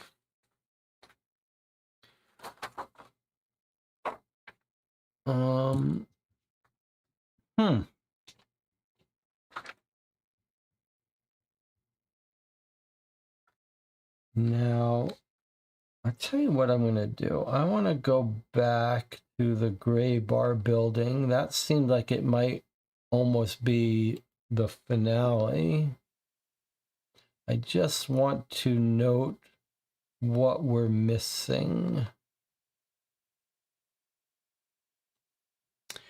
So D1, E1, F1, G1, H1, K1, L1, M1, and N1. The only one we're missing is D1, actually. So we are missing D1. Now, is there any possibility we have forgotten to mark down?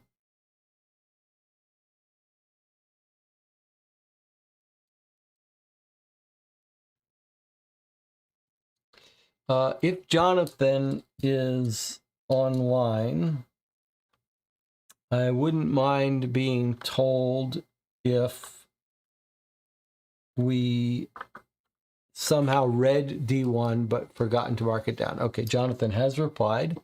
You haven't forgotten to mark it down. That's good. So we still have to find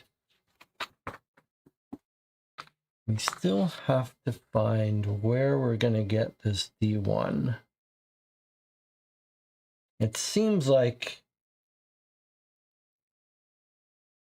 it could be related to Pick and Valentine. You don't think, I mean, Valentine, who we think is running these people who have captured Pick, he's from Chicago. There's not going to be an entry for him here, right? What about a relative of Pick? No. Okay. Here was Melvin Pick. Day one. It's not day one. Okay. So you don't think Valentine has an entry? I'm not related to that thug, says Henry Valentine. Okay, neat.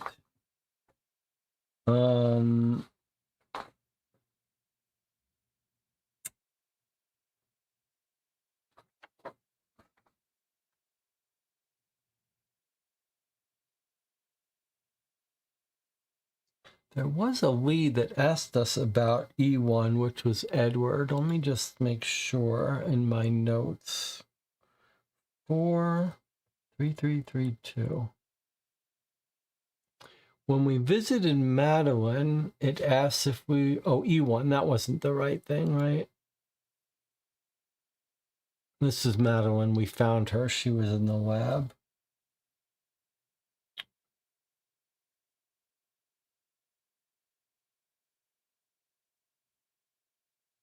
We know he's a contract. We know he helped get access to the Grolier Club. Anna says that we should be taking a break, but we've only been playing for 42 minutes. Unless my clock here is wrong, but okay, we can take a little bit of a break. All right, taking an early break. I'll see you in 8 minutes.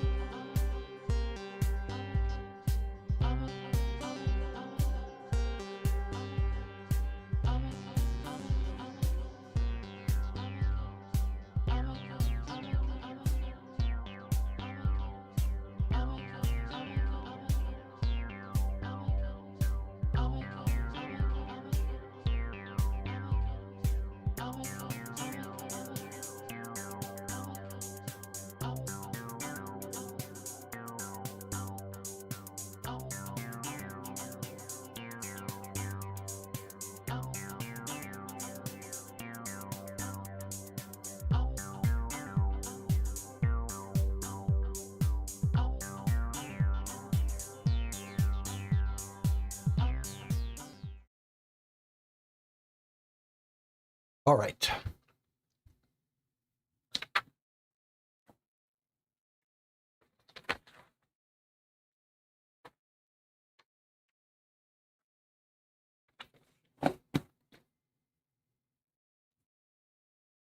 Where shall we go? How shall we try to What is left? Okay, so last comment looked like Marco says, what about visit one of the helpers in the research guide?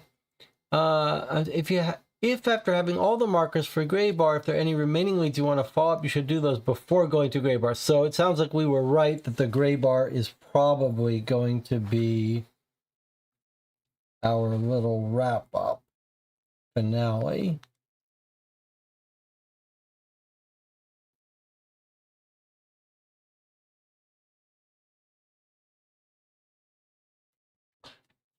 Here's a thought. Back to the alley. The alley's not a bad idea. Okay, let's do that. Let me, something else just occurred to me, suggested by the pick thing. What about this? Is there any chance that Nellie is a last name?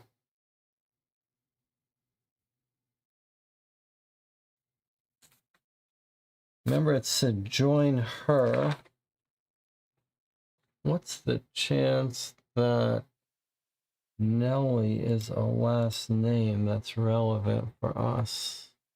No.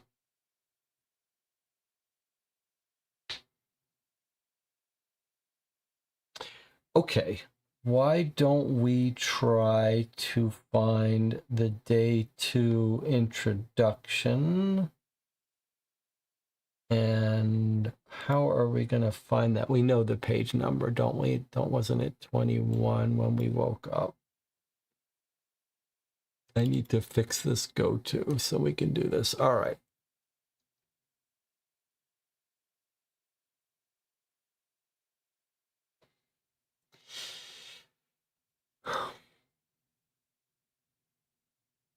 All right, so the car is parked by an antique shop, which says closed until further notice.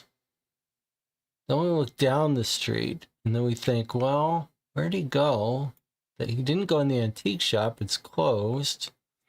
We go down, we look down the street, we see the brook. As we head toward the club, we glance down an alley next to the antique shop.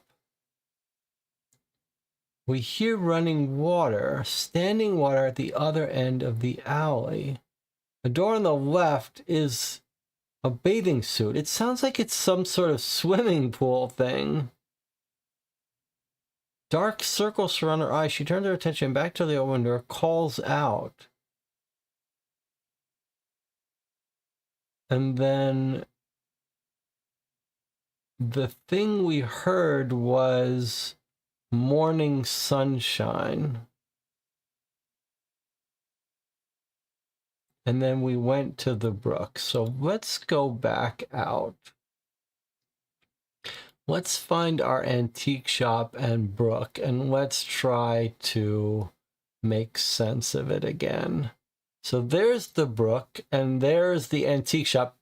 But it's dangerous to think of these two as being the specific locations where these pointers are, because that's not 100% accurate. But I wonder if we're not looking through the... I mean, the YMCA is like swimming, but all right, let's look at these blocks. Let's see what... Let's remind ourselves. When we went to the antique shop, what did we see? Sign in the window that says for lease. Mostly empty space, dust. Sheets cover a few pieces of furniture and the sales counter. Sheets cover... Oh, it's almost like they're ratapaxing this place. But all right, let's see. That's at 127, on our way to 111. So you might think on 54th Street.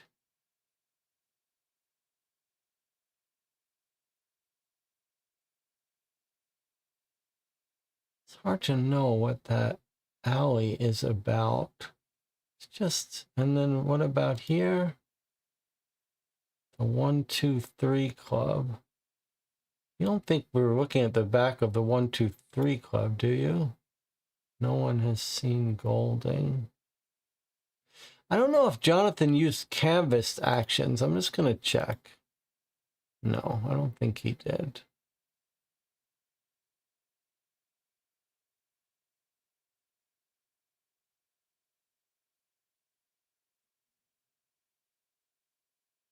Undertaker? Toy store? I mean, toy store would be on the way. Shop wasn't open during the night. Unless Pinocchio was running around in here, no one saw anything. It seems like maybe we're on the right trail, though. What about the Undertaker? What would be open at night? Just these people, right? Maybe these people on Lexington? I guess there aren't too many places on this block. Let's just check them out. Oh! We found her. 55th Street is flooded in front of Biddle and Yagadayev Undertaker. Water's flowing out from the storm drains into the street. Mask looks up at the still drizzling sky, then enters the Undertaker's building. Well-upholstered couches, coffee table with a variety of magazines and catalogs, classical landscapes hanging on the walls, vases of flowers sitting on different tables and pedestals, a reception counter. The guest parlor. An older man dressed in a suit, Yagadayev, stands behind the counter. Mask enters, and Yagadayev jumps slightly. Oh my, you're not with the Johnsons family, are you? Or the Maguires? Please, you have to understand, something like this is never... As he speaks, he comes around the counter, revealing that he's barefooted. His dress pants are rolled up to his thighs. No, I'm here to ask. Oh, thank heavens. The old man relaxes. His shoulders slouch and his back takes on a more hunched appearance. I'm sorry, we're quite busy at the moment. Unforeseen circumstances leave us unable to offer as much assistance as we would wish to at this time. I'm not bereaved. I'm just here to ask... You're not from the health department, are you? I mean, I never imagined this could happen. It's really beyond my control. No, I'm just... A side door behind the reception counter opens. The young woman in the one-piece bathing suit enters. She turns and starts heading into the back of the building. Yagadayev turns and calls out, Beanie, have you gotten through to Korolev yet?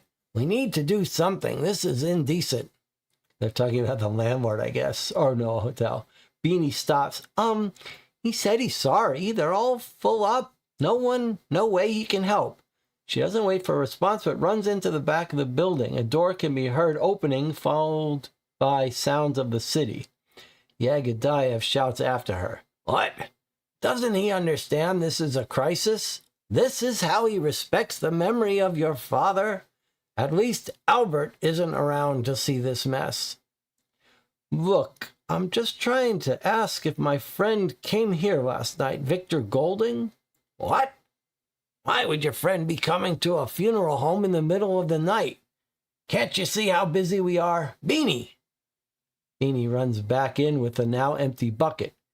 You were here all night. Any schmuck named Golding come by? She takes a moment to look Mask up and down. Disheveled, bruised, scraped up, she frowns. No, just me and my bucket. Then she heads back through the side door behind the reception counter. Footsteps can be heard, going down steps, then splashes. Ah, there you go, snaps Yagadayev. So unless you have the power to part the Red Sea, please leave. Circle marker D1. Oh, here's our D1. Now, that is hard to see how that's relevant for us, except for one thing I noticed. I mean, we did get D1. That's huge. So we might be ready to go to the finale, it sounds like. Let's circle our D1. That's a big, long entry for a lead that didn't seem to be relevant to us. 5, 7, 7, 8, 8 is the Undertaker bathing suit woman that got us D1. So the important thing to note is we can now go to the Gray Bar office building. But let me see if the chat noticed what I noticed. Did you notice anything else about that lead that struck you as possibly slightly interesting?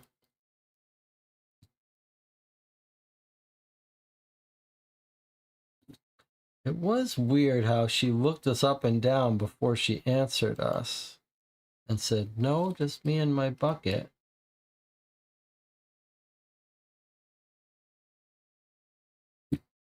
I just noticed one small thing there.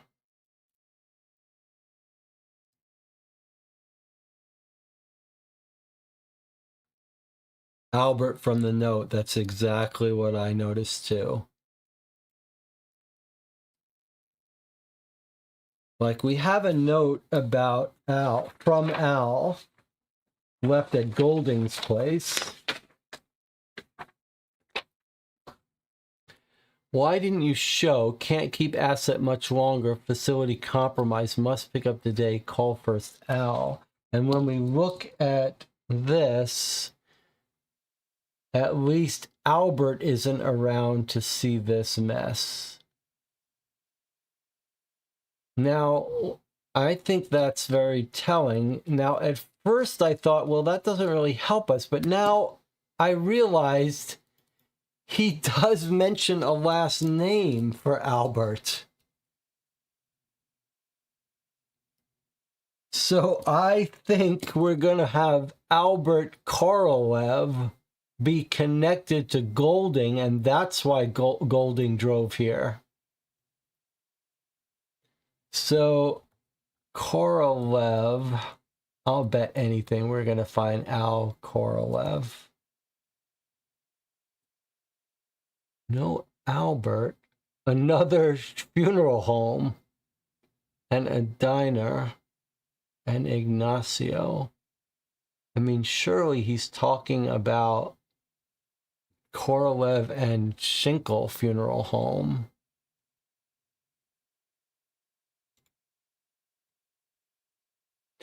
I'm sorry, says an employee. We're a bit busy at the moment. There was a schedule change, and now the family insists we have the service today. We're still getting everything ready. I don't know anything about any phone calls from Yagidayev's. Maybe the call went straight to Mr. Korolev's office. He popped out to grab a quick bite with his wife at home. Okay. Down in the Bowery, is his wife got an apartment? Ekaterina? No.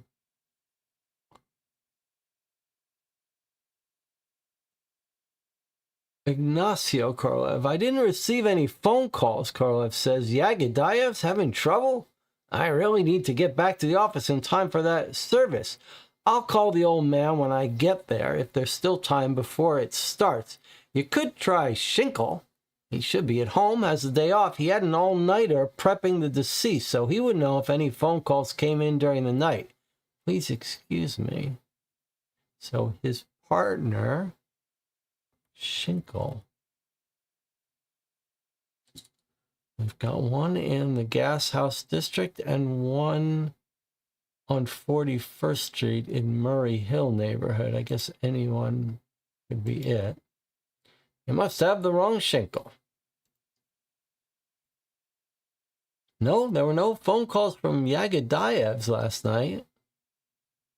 Boy, that's weird. I thought for sure we were onto something. What has happened here?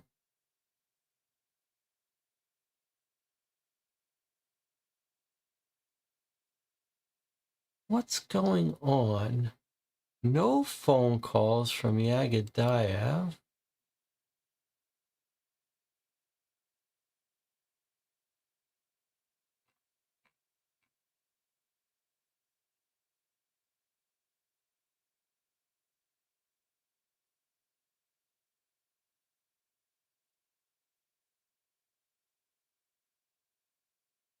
Is it a different Korolev? Korolev seems confused by Matt's question. He thinks Matt must have mixed up with somebody else. We go to Ekaterina, there's no entry. We go to the funeral home, we're told we're a bit busy. I don't know anything about phone calls from Yagadayev. He went out to grab a quick bite with his wife at home. So then we go to Ignacio Korolev, which we don't understand why it's not Albert. Didn't receive any phone calls. I need to get back to the office. But he does know who we're talking about at Yagadayev.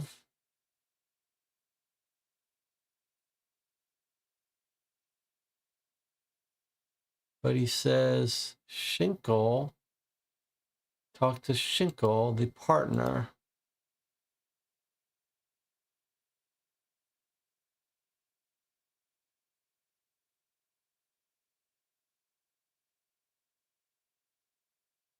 And then when we tried to find Schinkel, he said no calls from Yagadayev. So let's look at that Yagadayev funeral home again. What about Biddle, the other partner? Let's read this again. He says, you're not from the health department. Have you gotten through to Korolev? We need to do something. They're full up. Now you at least Albert isn't around to see this. Oh, he's talking about his partner, Albert Biddle. That's sneaky. Are we going to find an Albert Biddle? Not in our history. He's talking about his partner. Surely.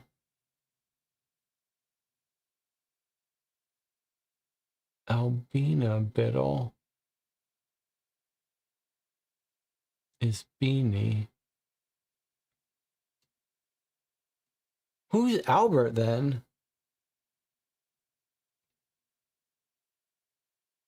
Have you gone through to Korolev? We need to something. So they're talking about something suspicious with Beanie. She's the one who's supposed to be calling, and she's not calling. That's what we found out. Beanie is the one who's calling Korolev, but we've discovered she hasn't been calling Korolev. She stutters. He said he's sorry they're full up, which is a lie. Beanie is lying. Why? Her name is Biddle. Maybe she's the partner here.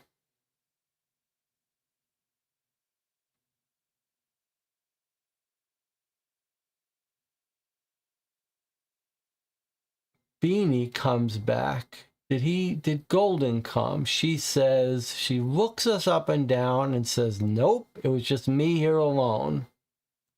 Then she heads back through the side door. Unless you have the power to part the Red Sea. Okay, so this Beanie is... But Beanie can't be Al. She says, at least Albert isn't around to see this mess.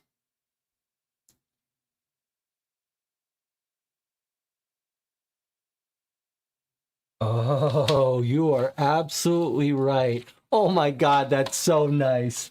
Okay, look at what the chat says. Al is Albina, not Albert. Albert is dead. She wrote the note about the asset. That is brilliant. Okay, at least Albert isn't around to see this mess. I think you're absolutely right. This is just an old guy talking about his partner who's dead, Albert, who has a daughter, Albina. And he's saying, just the way you would say, at least my old partner, Albert, isn't around to see this mess. And now what the channel is saying, but Albina is lying. She's lying. That's what we learned. And now we see that it's going to be Albina that left this note. And she's saying, why didn't you show up at the facility, at the Undertaker's building? And facility compromised, that's the waterlogging of the that is the water damage in the Undertaker's office.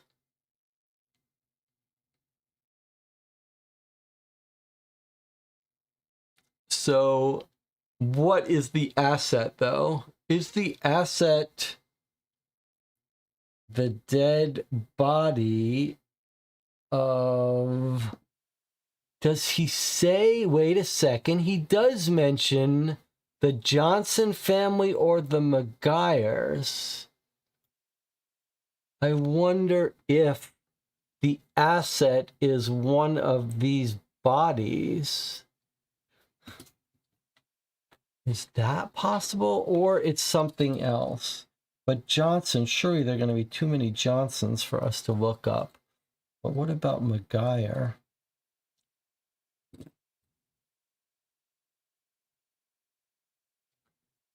Doesn't seem like their bodies would be the assets, but it could be. It's worth a try. So let's see. If... Okay, no Maguire. No Maguire. That's a clue that it's surely not going to be that we have to look up Johnson. Just as a little tip here, like the game New York Noir, you should never make a case that would require us to look up all the Johnsons. But we are in Turtle Bay, Undertaker. So you might say, okay, let's just see if there's a Johnson that lives in Turtle Bay. And if so, we might knock on their door, but there isn't. So I would say this is a dead lead. That Johnson and Maguire is not related. But we don't know what this asset is that Beanie is hiding. And when we went to her house, we didn't get anything, right?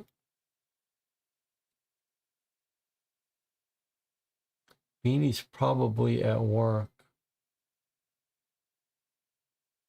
Where is Beanie? Where does Beanie live?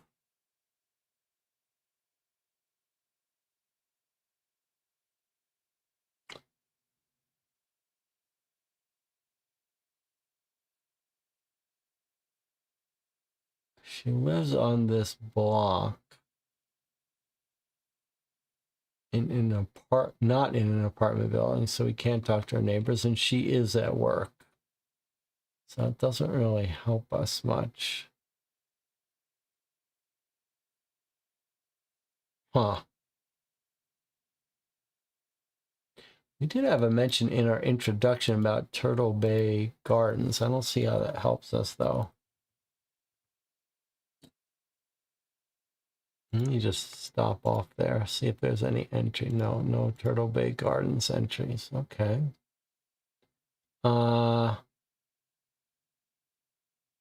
Could he have taken a taxi after he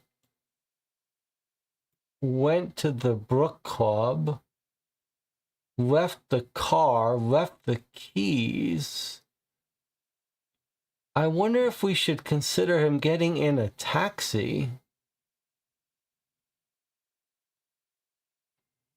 I'm going to check with the chat in a second, but let me just quickly visit the taxi cab company in Turtle Bay.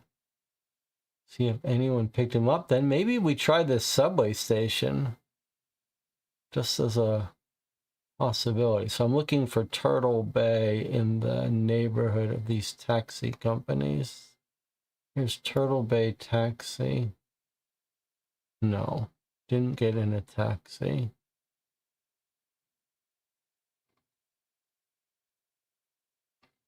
I mean, he lives in Turtle Bay, we think, right? So probably you wouldn't need to get in a subway. Let me just check this subway anyway. No. Car lives down there. We tried that. What is in this Undertaker where Beanie is? What is she hiding?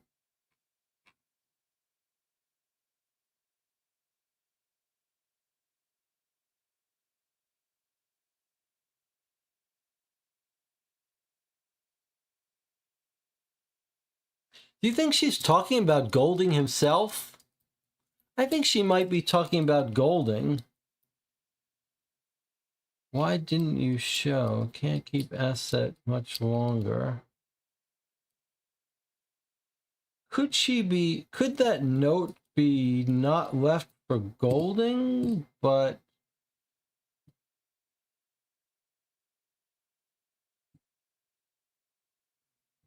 do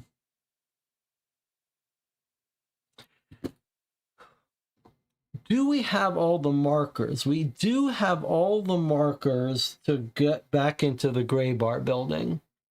But Jonathan has warned us that if we have any leads we want to check before we go to this Gray Bar building, we should.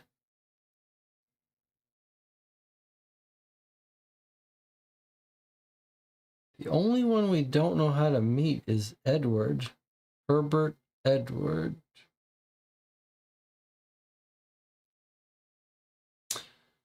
The hypochondriac. Let me just see where he is again.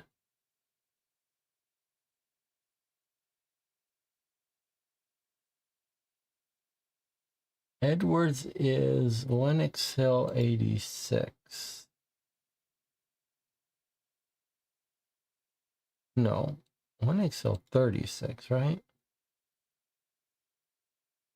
Lenox Hill 36. Boy, that is not the ideal font. That looks a lot like an 8 to me.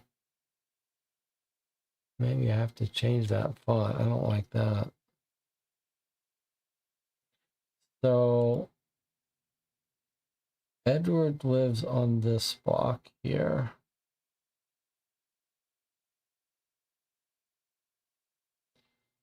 What if we look for doctors? Not hospitals, but doctors? What doctor would he go to? That's Kara. Any other doctors he's going to? No.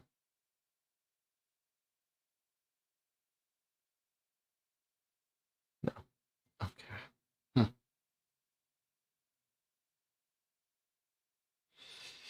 Okay, Anna says, let's go to Gray Bar. We have the markers. Should we trust the system? The system says that if there's important markers, we'll get them. Okay, let's go to that marker then. Where did we just get that marker?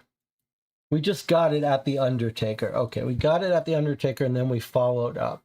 All right, let's go to the Gray Bar. Let's do it. Let's do it. Let's do it. So we're going to go to our bookmarks. We're going to go to the Gray Bar building. All right, we have all of these markers, I believe. Let me just double check. C1, D1, E1, F, G, H, and then we've got K, L, M, and N. So yes, we have them all. We're missing I1 if it exists. We have everything else, but I1 is not checked for, so we don't need it. Okay, here we go.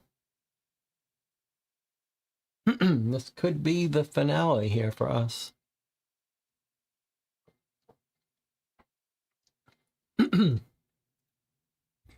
Pressed against the outside wall of Forzheimer's secret library, Mask listens. "Pick, where are you?" Forzheimer yells. "Pick! If you don't show yourself, you're fired." "Great, he's gone to ground. When I find him..." If you want to find out what happened to Pick and you didn't visit Mask's apartment, you can visit and then continue this reading. Okay, we already did that. That's neat. Footsteps heading deeper into the library. Mask peeks around the corner of the open door. Forzheimer's nowhere to be seen. He slowly moves towards Pick's desk. He hears Forzheimer's muffled voice in the distance.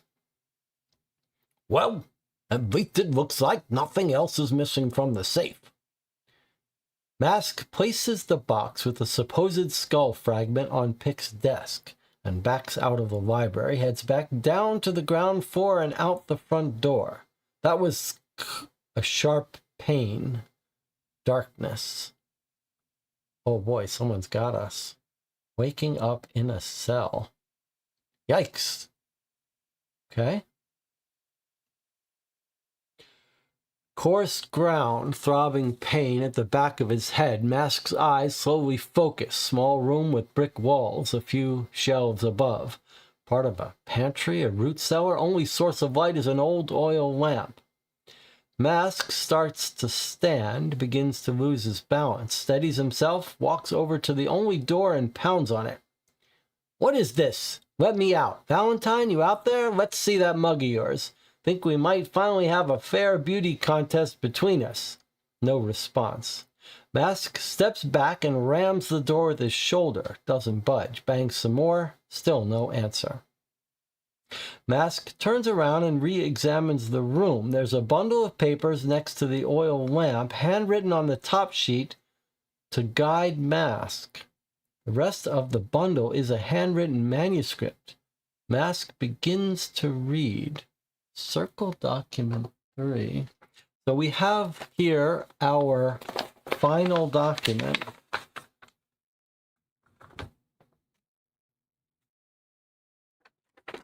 And it's a 2-page long thing. Let's see what it is.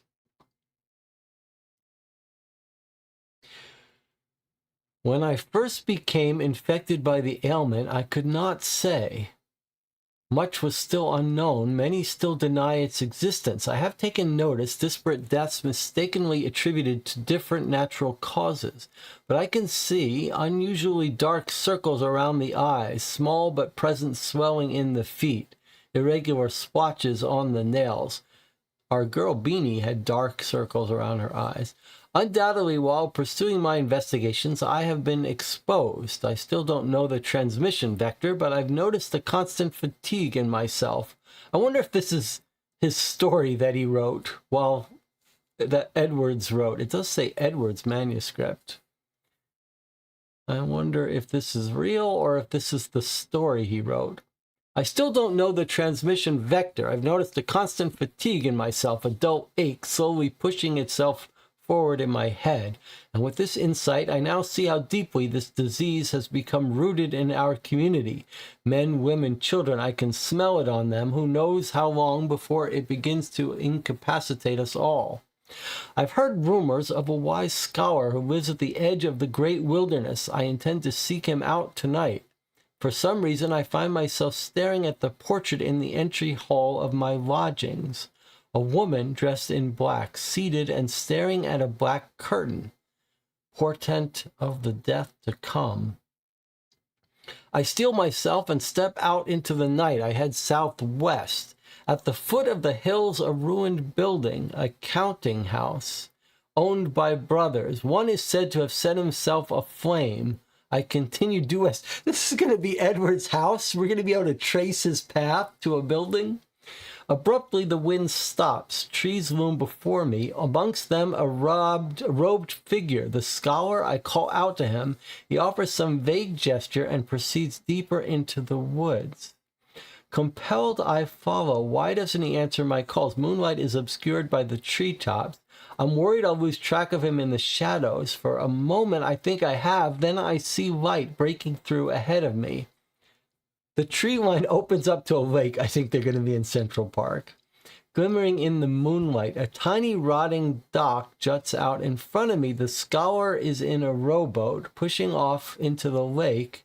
Abandoning me? I'm sure I see him wave, a sign to come join him. I run down the dock. Boards moan and crack beneath my feet. With a small leap, I make it onto the boat. Or he's talking about one of the docks. It rocks, and I strain to keep balance. Just when equilibrium seems to have returned, the scholar stands. I see him now clearly. Wild hair, large deposits of crusted sleep in the corner of his eyes, mucus reflecting the moonlight under the bridge of his nose. This man cannot help me. This man is diseased. He begins to clutch at me with long, dirty nails. We grapple at one another. The boat sways out of control. It flips, plunging us into the water, into darkness. Each of my breaths is labored. I do not know where the scholar is. I've managed to claw my way back onto land. Now I am lost. Aimlessly, I wander the woods, uncertain of what I'm even looking for. Then a torch amongst the trees. Fear seizes me. I hide. A constable. Why do I fear him? I wait, and he returns, passing in the opposite direction. On patrol, but what is there to patrol out here in the middle of the forest? A secret? I pursue him, hidden by the trees. He comes to a clearing. A lone house resides there. As he leaves, I approach the house, which happens to be in decay. Sagging windows, flaked paint, a warped porch. What's inside? I enter. This is so crazy. This is so crazy and cool. And Anna says, here's our guide. Here is Edward guiding us. Okay. What's inside? I enter. It reeks of dampness and rot. One of the rooms is filled with small beds. Children? Was this some kind of orphanage? Why have it hidden deep in the woods? Quarantine. Could they have been isolated because of some sickness, some evil? Has the death that has come to our community been born here, grown and festered? I must leave before it taints me further. I must get back. I run out of this cursed place, back into the woods. Trees eventually give way to hills. But are these hills I know? Something seems off. I can't seem to find any landmarks I recognize. Bleeding in the distance. Maybe a shepherd, someone I can get directions from.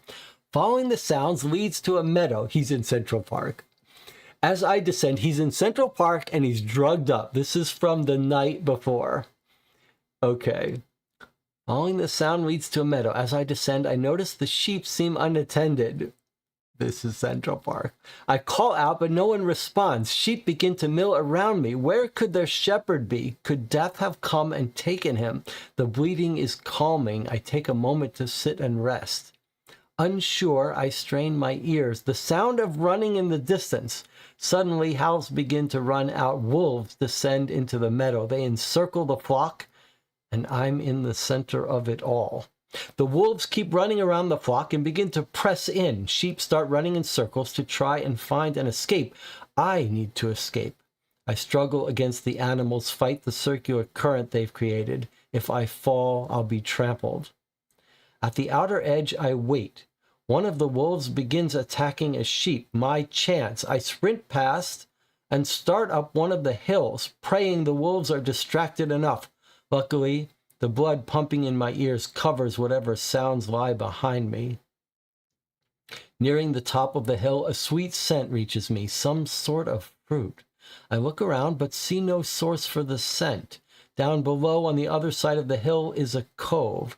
There's an oddly ornate-looking stone bridge that stretches out across a lake. On the other side in the distance, I can see what looks like a town, cottages, a pavilion, salvation. Now by the bridge, I notice that statues line its railings, gargoyles. They leave me feeling cold and ominous. My steps echo. A figure appears on the other end of the bridge. I know him. He is Death, and he is coming for me. I turn to run, but he is upon me. I strain against him, but he has unnatural strength. He grabs my head and smashes it into a gargoyle. Everything is black now. Consciousness has returned, but there is no light.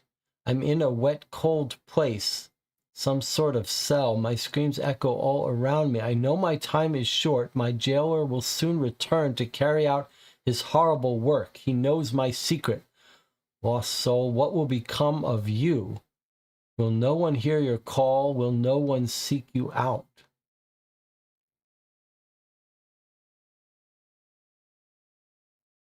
I mean, how cool is this? And what are we to make of it?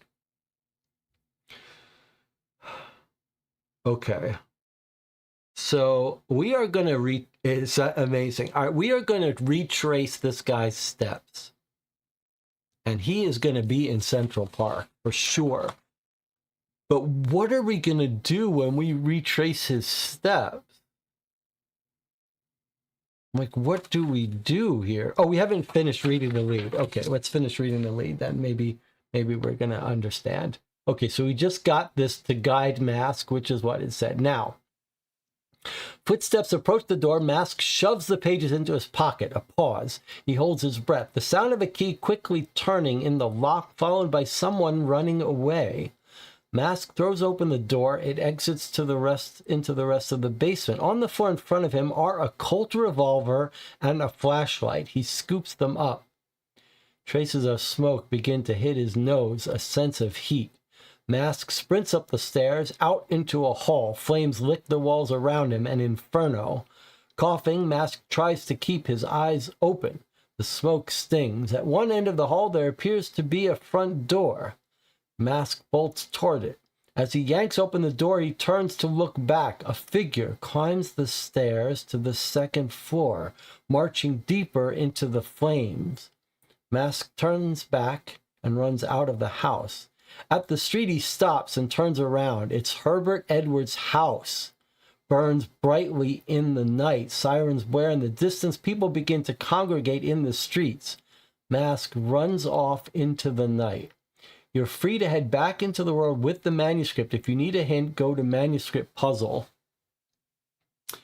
So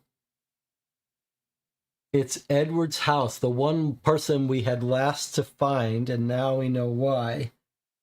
Looks like Edwards is burning down his house, maybe because he's ended up killing something. Okay, so there's a manuscript puzzle hint, which is very neat, but I don't think we're going to need that right now. Okay, so it's Edward's house. So we are going to remember waking up in a cell. Let me just write down what page this is. I mean, how crazy and cool is this? Page 23. Okay, so we can come back and read this, but most of it is in the document. This is a wonderful use of a document. This is exactly what this is for. Like, we can now keep this in hand while we explore. Okay, let's go to our map now. And let's go to Edward's house. Where is Edward's house?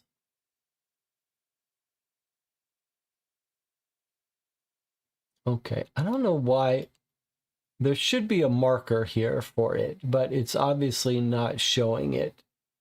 That's okay, though. Let me see if I can... Oh, did I custom do it? Something broke about these...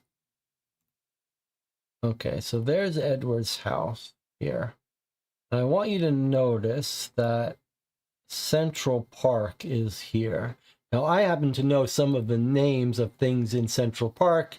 There's a Sheep's Head Meadow, there's bridges, there's lakes, there's no other water in Manhattan except over at the east and west side of the rivers. But it sounds like he made his way to Central Park. But let's see if we can't retrace it. Here's his starting point. Now let's see what we've got here.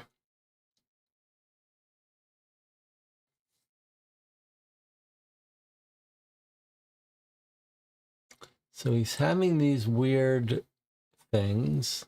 I've heard rumors of a wise scholar who lives at the edge of the great wilderness. I intend to seek him out. Okay, I happen to know what that is now. Okay, but he's starting out at his house. I find myself staring at the portrait in the entry hall of my lodgings. I step out into the night. I head southwest. At the foot of the hills, a ruined building, a counting house. Probably that means a bank owned by brothers. One is said to have set himself aflame. I continue due west. Okay, so let's look at our map. This is pretty amazing. All right, so here's his house, and he's gone southwest. So I'm guessing that means that he's ended up here or here. Probably a bank owned by brothers is what we're looking for. A counting house owned by brothers. Or here. Southwest, huh? And here's his house. So could he be here? Let me see if I can just bring up. Counting house sounds like. Is it banks? Is a counting house what he's thinking of when he says?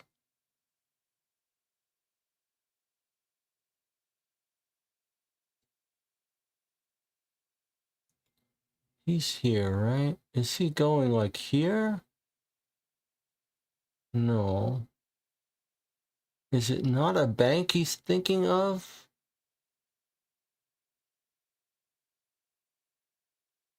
Southwest. I don't know if it's saying you went to the corner here. Brothers. We would be looking for brothers. Is it counting house something? Accountants. That's an interesting alternative. Accountants.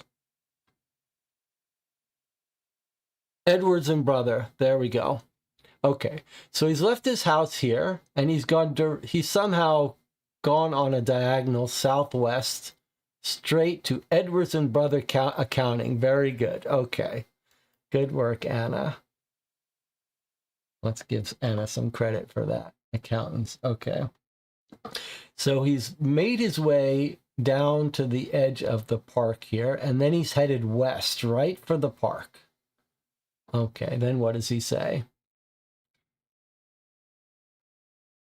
Counting house owned by brothers. One is said to have set himself aflame. I think he might be talking about himself setting himself aflame. I continue due west. Abruptly, the wind stopped. Trees loom before me. Amongst them, a robed figure, the scholar. I call out to him. Okay, so now let me show you something. This is so amazing. Finale, Jonathan. Okay, so he's going to hit the edge of the park. He's going to have hit the edge of the park. Now, let me show you something about Central Park. Central Park is this huge park, a huge, iconic park in Manhattan. And you can see in New York Noir, we treat it differently in terms of maps. There's just all these numbers representing various areas in the park. But here's a case where the actual printed directories do it more justice than the digital directories do. But what you should know about Central Park, which we're going to see when we start clicking, is that I don't know exactly the history of it, but everywhere there's a little entrance in Central Park, it's a named gate. So like over here is what? Women's Gate. And if you go over here, you're going to notice the Hunter's Gate. So every one of these little entrances is a named gate for a certain profession or something. There's the Mariner's Gate. I wonder what the history is. Gate of All Saints. Here we have the Boys' Gate. Then there's the Women's Gate. So what we're going to find is he went all the way southwest till he got to the accountants, and then he went west, and what we're going to find here is that he's going to hit the Scholar's Gate. And there it is, the Scholar's Gate. Now let's see, is there going to be a, let's back up. When he went southwest and we found the Edwards brothers, I'm curious if there is going to be a entry here for this. Mr. Edwards is at home. Okay, so that's our guy. Edwards is probably our guy, and he went to his work. And then he headed to the Scholar's Gate. Okay, now we could just, probably this lead is not important. We're just going to follow his whole path. But let's see if there's an entry in the Scholar's Gate. Amongst them, a robed figure, the scholar, question mark. Okay, that's so sweet. All right, so we found his Scholar's Gate, which we're going to bookmark. All right, let's go back now. He found the scholar's gate. I call out to him. He offers some vague gesture and proceeds deeper into the woods. I follow him. Why doesn't he answer my calls? Moonlight is obscured by the treetops. I'm worried I'll lose track of him in the shadows. For a moment I think I have. Then I see light breaking through ahead of me. The tree line opens to a lake, glimmering in the moonlight. A tiny rotting dock juts out in front of me. The scholar is in a rowboat, pushing it off into the lake. Okay, well, we have a pond here. This is one of the rare areas where we have visual stuff. So he's following the scholar, but where? We have a lake. We have a pond. He goes out into the lake. Let's see if we can read this lead. Tree line opens to a lake glimmering in the moonlight. Okay, so that is a clue that we are on the right path. So he follows this hallucinated scholarship. It's this hallucinated scholar who gets in a boat, goes onto the lake. And then what? I run down the dock. The boards crack, moan and crack. With a small leap, I make it out into the boat. It rocks. I strain to keep balance. Equilibrium returns. The scholar stands. I see him clearly. Wild hair, large deposits of crusted sleep in the corners of his eyes, mucus reflecting the moonlight under the bridge of his nose. He begins to clutch at me with long, dirty nails. We grapple with one another. The boat sways out of control. It flips, plunging us into the water. He claws his way back onto land, but now he's lost. He wanders the woods, uncertain of what he's looking for. Then a torch amongst the trees. A constable. Why do I fear him? He returns, passing in the opposite direction. So we're seeing a cop on a patrol. What is there to patrol? Okay, so this cop could be anywhere in Central Park, except there is a police station in Central Park, but where is it? It should be marked. Well, I can't see it on the map, but there's an easier way to do it. Let's just go to police precinct. I think it's called a precinct.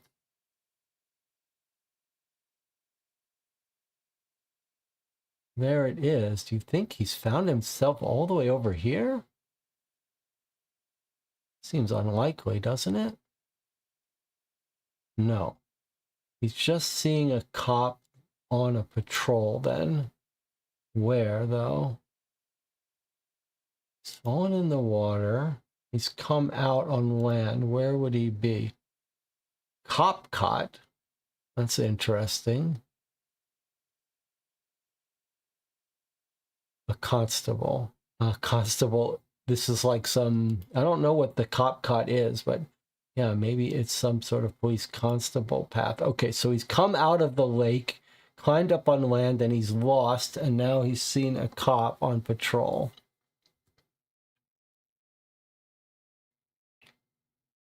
What is there to patrol? He says, maybe there's a secret. I pursue him. He comes to a clearing. A lone house resides there.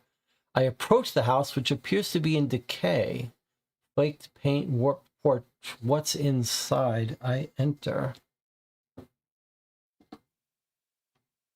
Is this the house here? But there's no entry for that.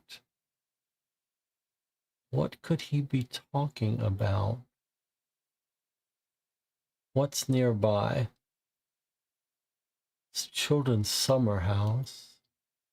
A rink. I wonder if that is the house he's talking about. The children's summer house. Maybe it's talking about this thing here.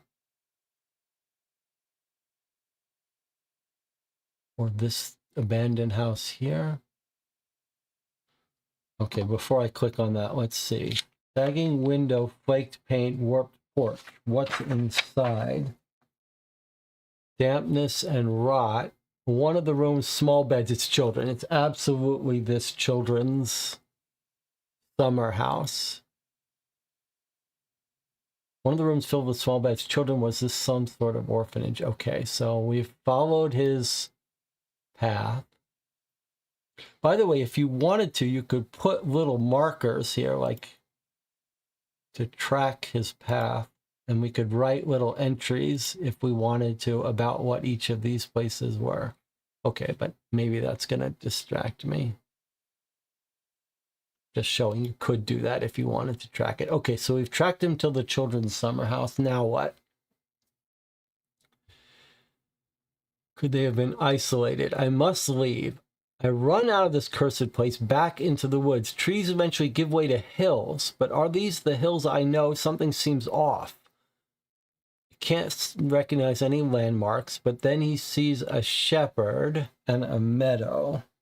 So he's made himself to one of the sheep's meadows in Central Park. I think Sheep Meadow East, Sheep Meadow North. Yeah, this is what we're looking for here. Is there more Sheep Meadow? Sheep Meadow South.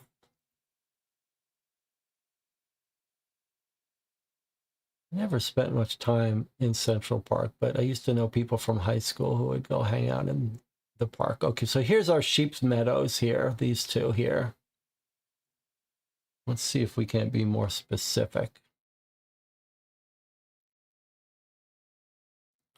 He says he's in sheep. He spends some time looking around. He sits and rests. Then there's wolves in the meadow. Keep running around. The flock begins to press in. Sheep start running in circles, try to find an escape. I need an escape. At the outer edge, I wait. Then a wolf begins attacking a sheep. He sprints past and starts up one of the hills. Nearing the top of the hill, a sweet scent reaches me, some sort of fruit. Down below, on the other side of the hill, is a cove and a stone bridge. So let's see, what has he found? Some fruit here. So let's look around these sheep's meadow, which are here, but here probably is what he was talking about. Sheep meadow, carousel, mineral springs. A bust. Tavern on the Green, that's a restaurant. Cherry Hill Cove, that's going to be it. Cherry like fruit. Some sort of fruit. I look around, see no source for the scent. Down below on the other side of the hill is a cove. So he's found himself up here, and I guess this is a cove, right? This is what we would call a cove. Bow Bridge, Cherry Hill. Like this is a cove. I don't even know what a cove is, but it seems like a cove is like an alcove, a little cubby area, protected. And there's a fountain and a terrace. Okay, so we found him at Cherry Hill. Let's see if we can do the rest of this. He sees a cove, an oddly ornate-looking stone bridge that stretches out across a lake. On the other side, I can see what looks like a town, cottages, pavilion, and salvation. So he's got a cove. He just hasn't gone to the cove. He just looks down below on the other side of the hill, a cove, and then he sees a stone bridge. A stone bridge. Is this the stone bridge? The bow bridge?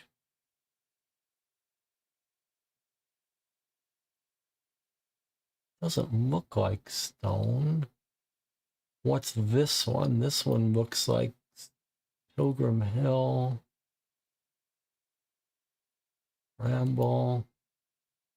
I wonder if this isn't our bridge. Let's try it. Let's see if we recognize anything. Oddly ornate looking stone bridge that stretches out across the lake. Okay, so there's our bridge. Now he's going across the bridge and he's seeing this town area over here. Bramble area.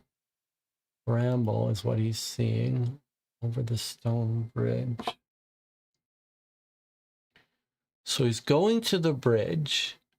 I notice the statues line its railings, gargoyles. They leave me feeling cold. A figure appears on the other end of the bridge. I know him. He's death. He's coming for me. I turn to run, but he's upon me. I strain against him. He is unnatural in strength. He grabs my head and smashes it into a gargoyle.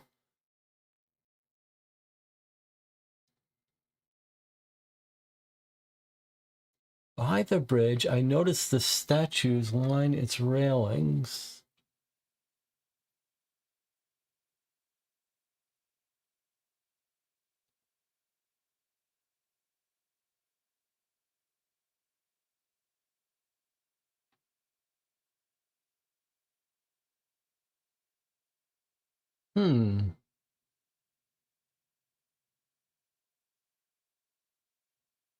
What do you suppose we're supposed to do? We seem to have tracked him to the edge, to the bow bridge.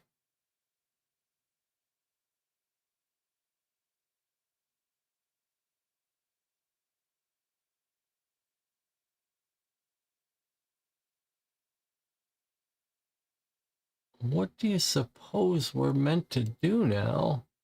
What if we go to the bramble area? No. I mean, maybe this is all we're supposed to do. What's over here? The lake?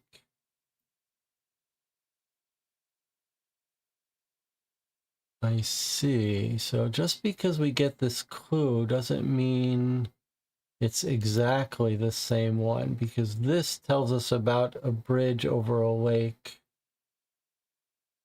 So does this lake. So maybe...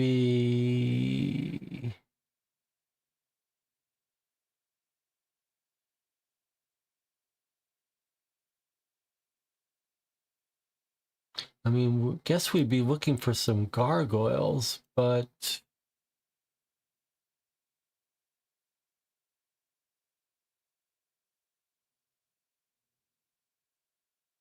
let's just make sure we're not misunderstanding something. It's a bridge over a lake. That's surely our bridge over a lake, right? We went to the Sheep's Head.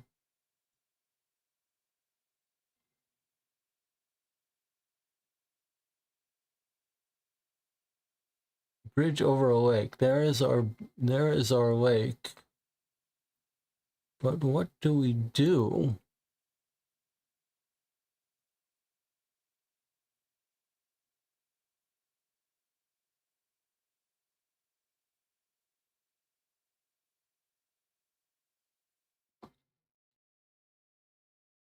He sees a town, a pavilion, salvation. And then he says, by the bridge, the statues that line its railings, gargoyles. There's a figure. It's death. He grabs my head, smashes it into a gargoyle, and then everything goes black.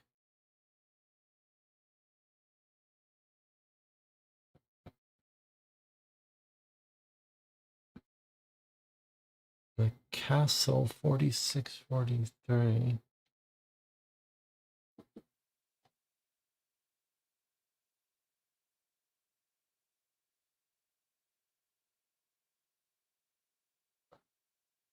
Why would we get to 43? I mean, castle, gargoyles, it makes sense, but how did he get from here to here? It's a little confusing to me. You think it's the castle? Mask was very close. I'm not thrilled how we got from here.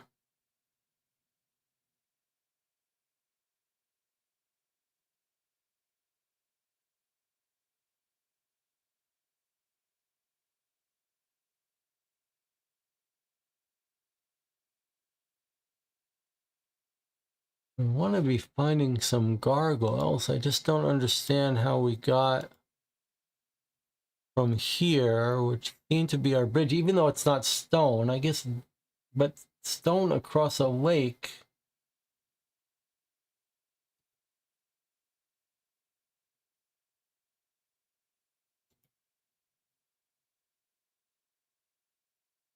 It's true, it's not stone, but there is a bridge across a lake, and this doesn't look like it's across a lake. Oh, it could be. Cottages. I can see what looks like a town. Cottages, a pavilion. Okay, let's see if we can't find our pavilion then. But I'm not...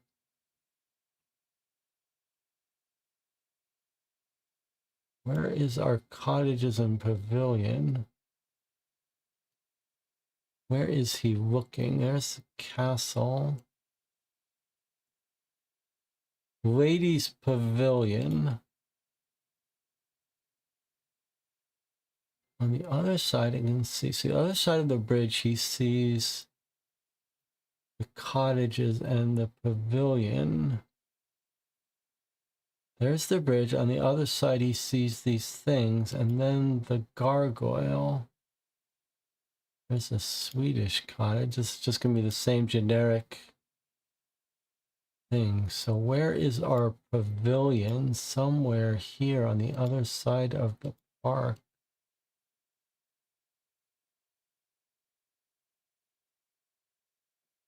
And when we went to the castle, we're close.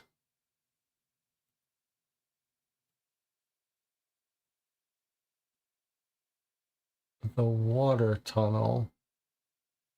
Okay, the water tunnel is where we're supposed to go, but I'm a little confused about this last step. So we found the bridge, we see the town, and then all of a sudden there's talk about his head being smashed into a gargoyle. I don't quite understand how we got to the water tunnel.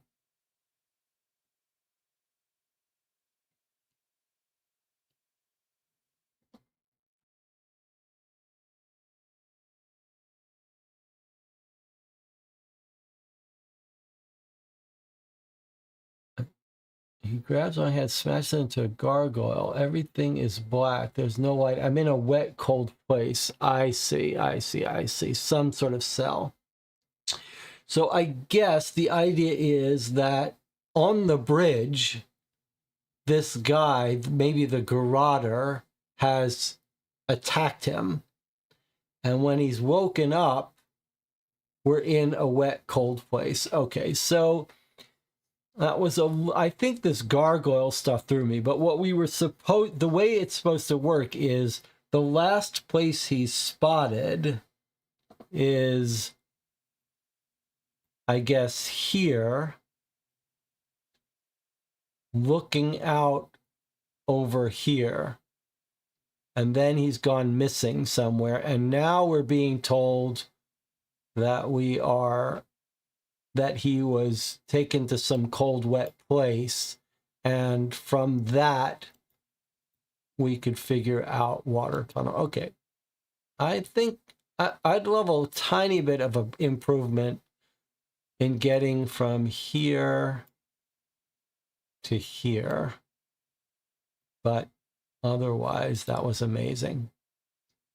Okay, author's note. I would recommend theorizing about the whole case up till now and trying to answer the following questions.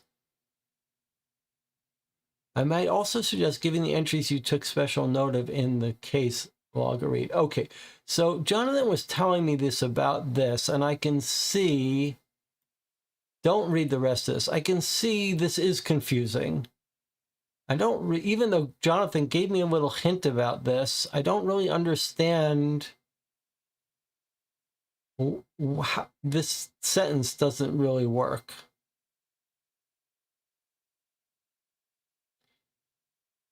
I would recommend theorizing about the whole case and trying to answer the following questions. And then it says go to questions. So,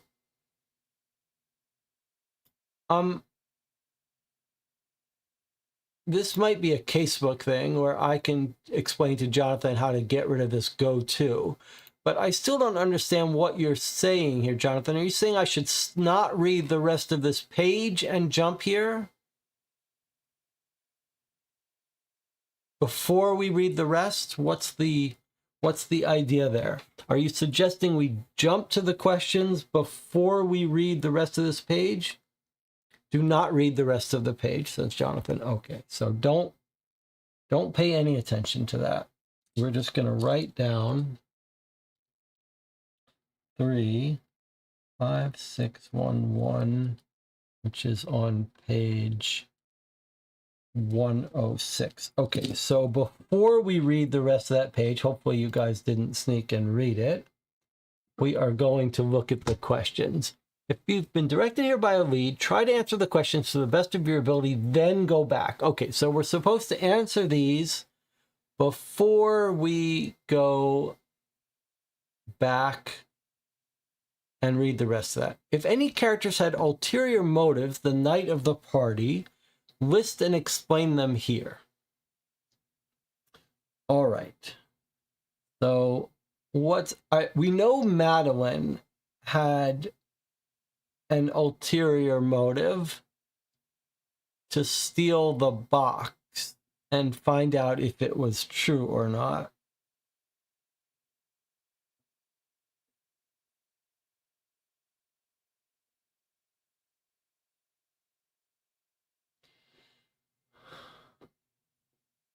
Celeste is a different story. I don't think the doctor and Helena Novak, the nun,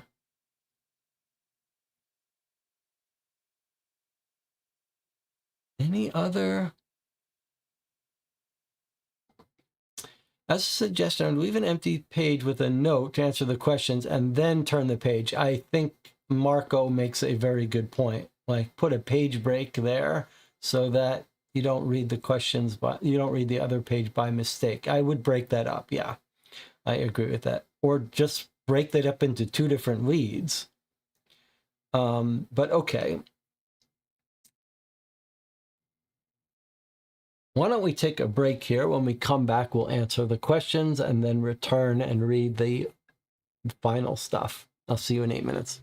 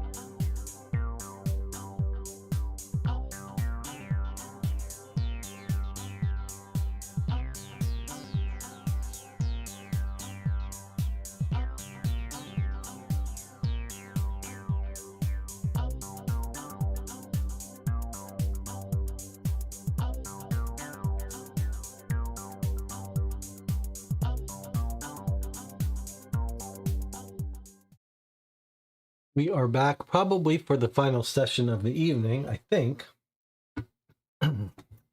Almost ready to answer questions, but not quite.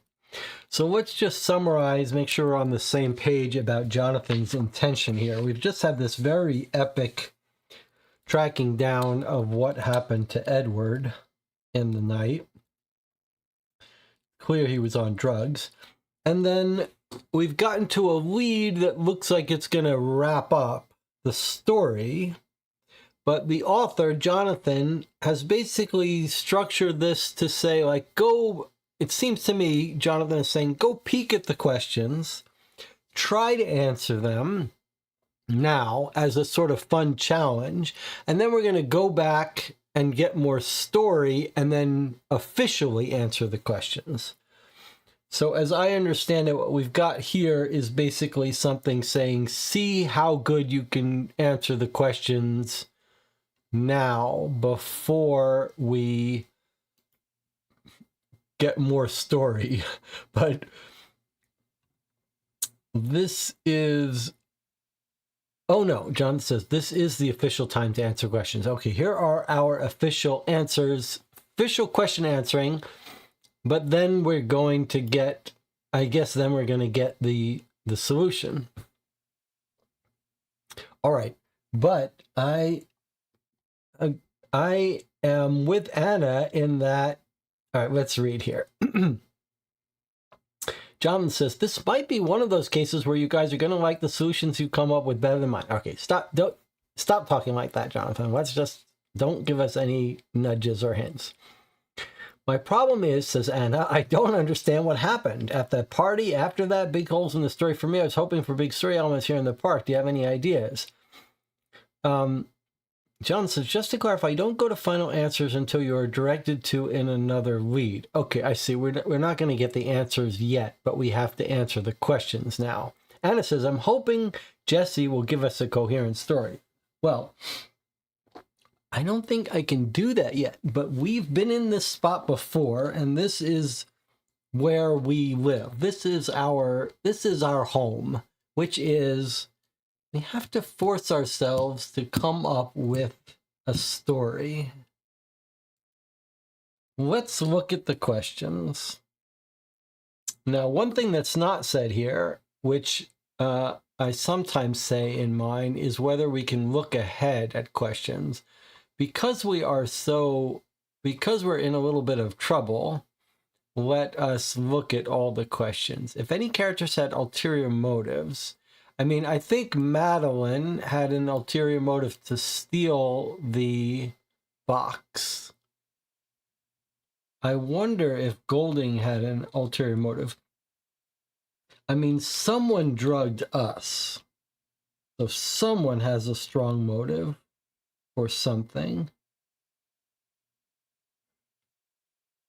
I mean, someone is up to no good. But one of the ways that I'm thinking about how to figure out who is doing something fishy is who got drugged. I mean, Edwards clearly got drugged. He wrote a whole story. And Helena Novak, the nun, seems all up on the up and up.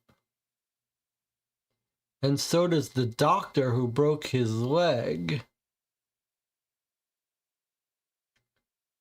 Now, Golding did freak out.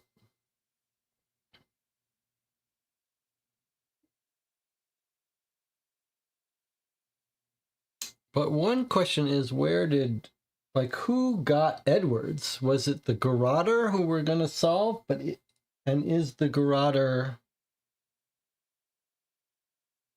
Golding?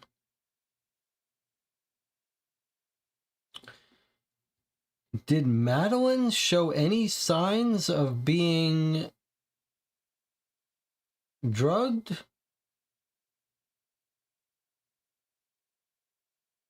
Is it suspicious she drank hers before everyone else? No, not really. She wouldn't have access to the whiskey or anything.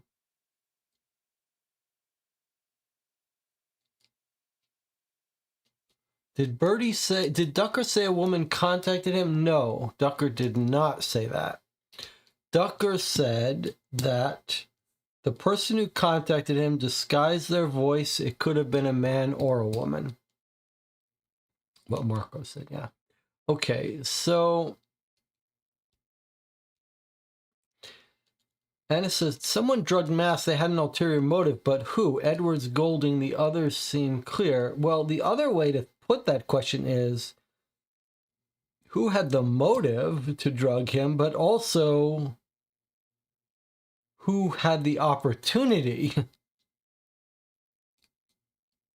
Who had the opportunity to drug him?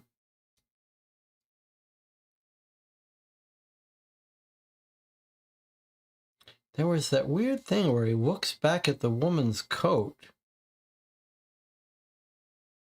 Like, what was that about? Like, could she have brought the whiskey? Is that a clue that the people up at the Dutch kitchen, whoever went there first, could have planted the whiskey?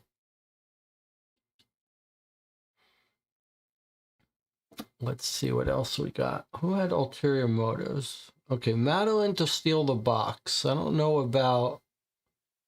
Did Celeste have an ulterior motive to not show up?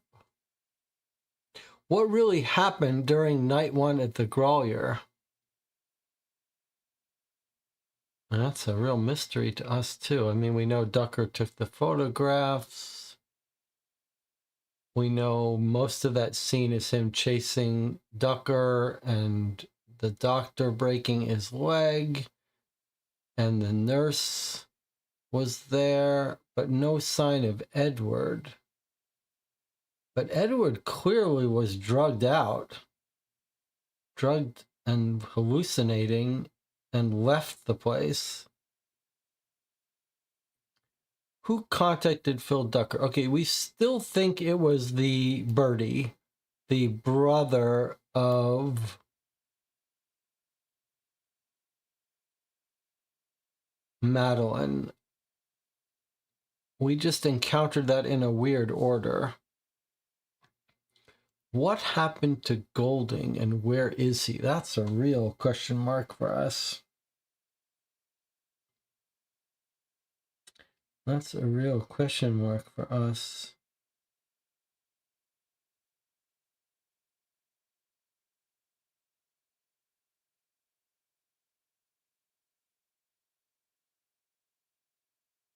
He's hallucinating. He drives Mask down right in front of the Undertaker place.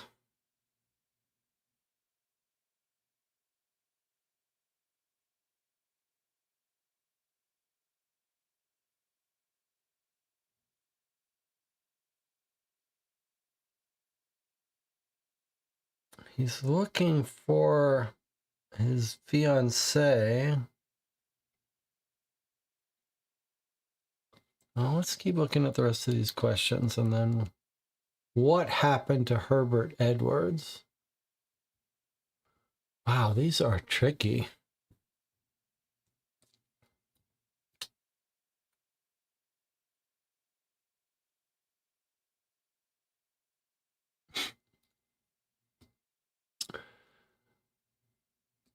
You know what we're suffering from? We're suffering from not having Jonathan to talk to about this stuff because Jonathan's pretty good at talking about these things. Okay, so our mission is to come up with a story. Whether it's the correct story or not, our mission is to come up with a story. Okay, so question 3, who contacted? I gotta make a note that this font is no good because the 3s look like 8s to me. Let me make a note to myself.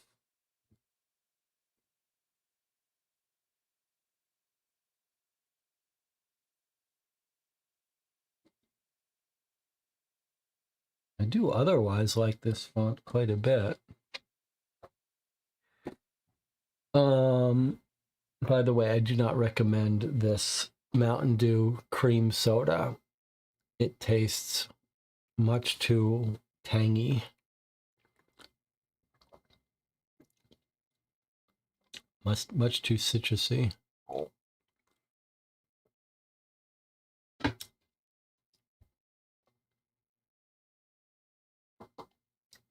I think everyone in the party were drugged but Golding. He was able to drive the car to the Brook Club.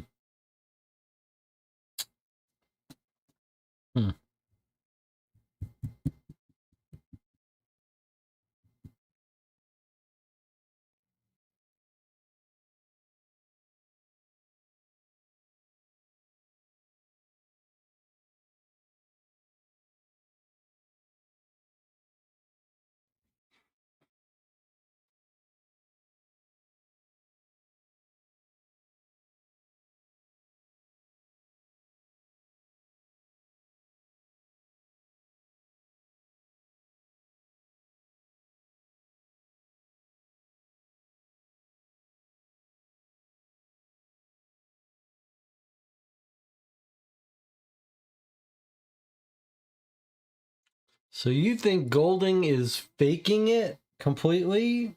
Remember, he showed up at the Brook Club restaurant going crazy, asking for Celeste, talking about ghosts attacking him.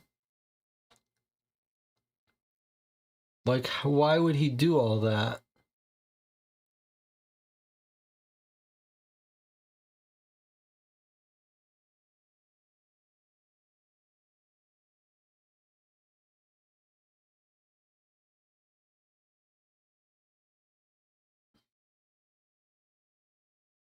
So let's think about some questions. One question is, did everyone get drugged?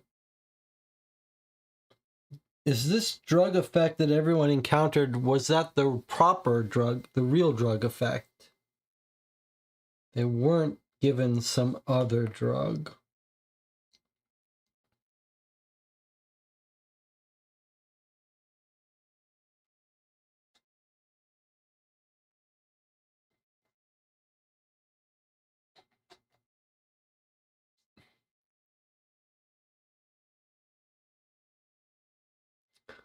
Valentine get Golding. Why are his men tailing?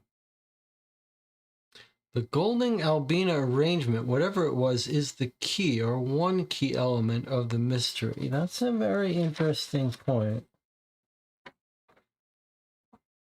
And we know this from Albina. Facility compromise can't keep asset much longer.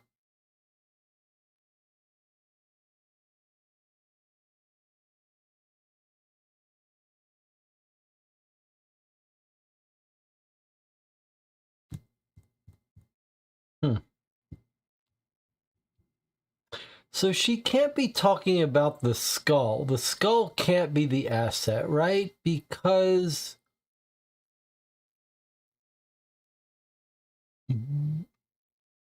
Or could it? Like, could he have dropped... Let's say Golding drops off the... Let's say Golding on that night drops the skull with her. And then the next day, she leaves this note. And she says, why didn't you show today, day 2? I can't keep it any longer because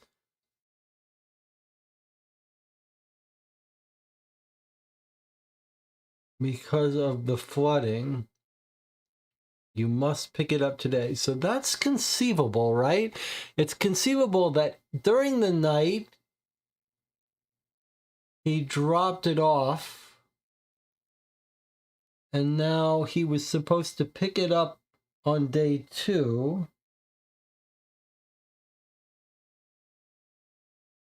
When we showed up, she had left this note.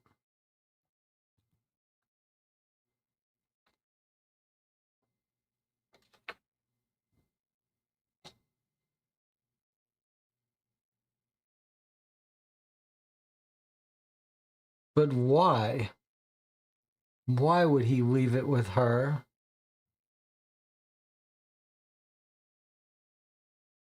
Why would he drive us to leave it with her?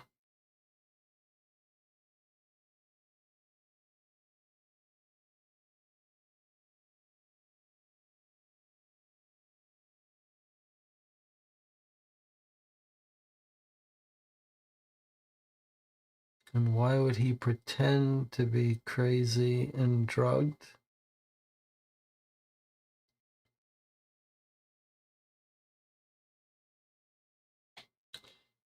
Anna points out maybe there's a weird comment about pick.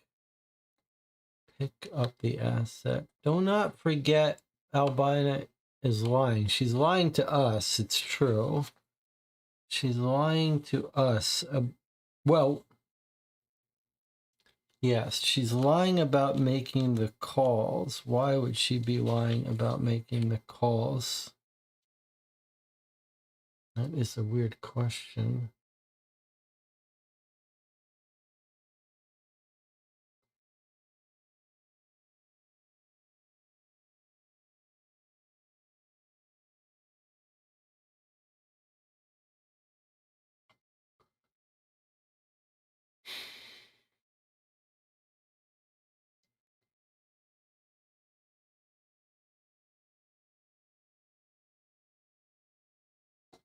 Well, let's try to think about the options here. So, if Golding wants to keep this skull, which we don't even understand if it was switched, if it was real, that is definitely an extra confusing permutation here. Is it possible that Golding has set this whole thing up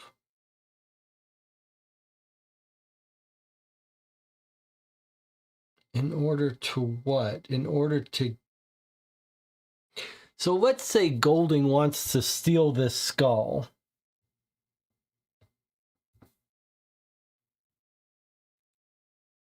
And he's going to frame Mask. So he set up this whole evening so that everyone goes a bit crazy. And then he goes and he gives the skull for safekeeping at this Undertaker's, which he leaves Mask right in front of. But his plan is to frame Mask, and that's why he drugged Mask? That does not make any sense. That doesn't make any sense at all. If he was going to try to steal it and replace it with a fake one when the lights went out, he would do that and then just go about his business. Let the returned fake one get returned and never be discovered. There would be no reason to do all this. So it can't be that Golding was doing this to steal the skull. Cannot be. Makes no sense. If Golding had a fake piece made to replace it, then that's what he would do. He would replace it and then never mention it again, let everything go fine, and give it back. So it can't be that.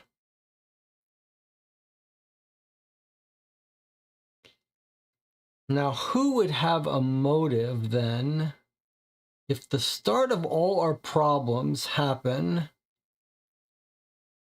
when Mask gets drugged? Who has the motive and opportunity to drug Mask?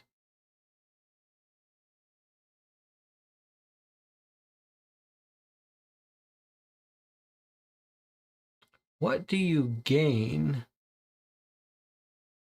What do you gain from drugging Mask?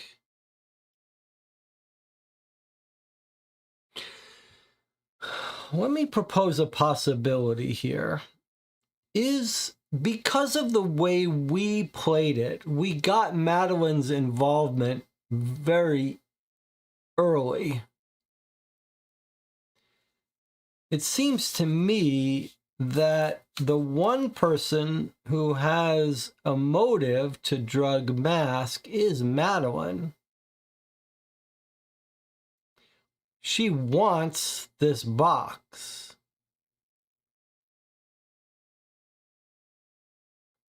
She wants the skull, and she knows Mask is going to protect it. I guess she knows Mask is going to protect it.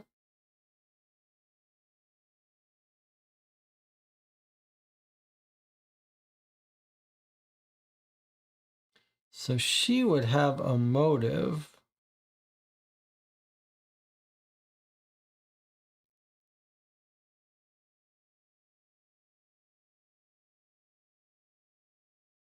Is it possible she is carrying the brings the whiskey in?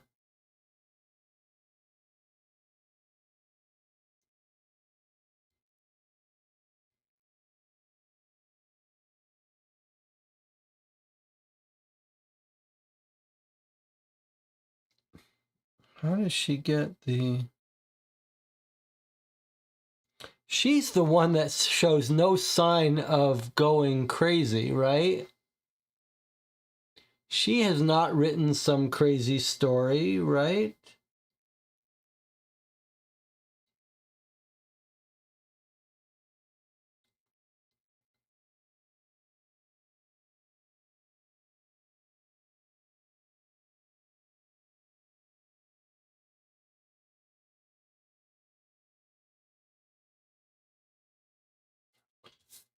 She's the daughter of the rich industrialist. Like, she is the one. Is there any... Do we hear anything about where Madeline goes?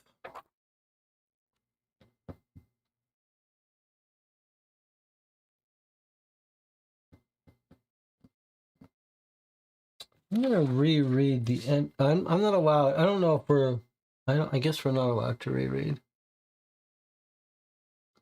What do you think about Mask's hallucinations, the initials, the messages? Are they real? Is Golding dead or is Mask crazy and he's the grotto? I don't even know if those messages are diegetic. I don't even know if they're supposed to be from a story, from within the story. I assume they are.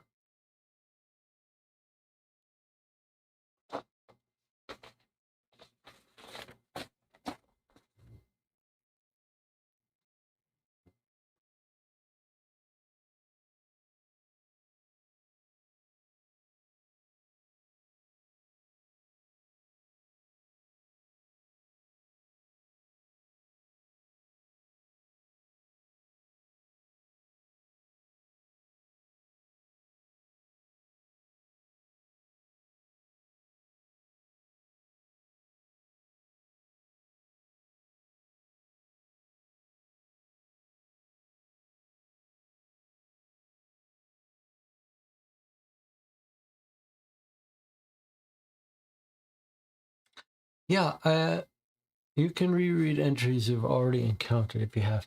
What do you think about mass hallucinations, the initials of messages? Are they real from Golding, so he's dead, or is Mask crazy and he's the garroter?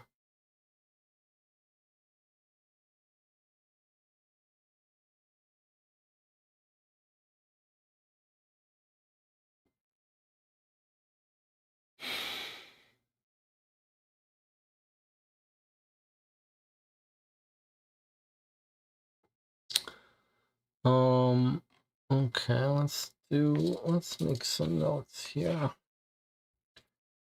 Questions are on page 305.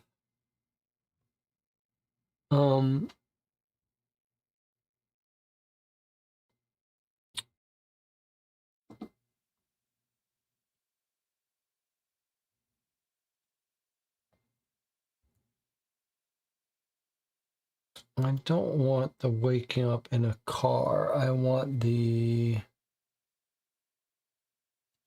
Growl Your Club entry.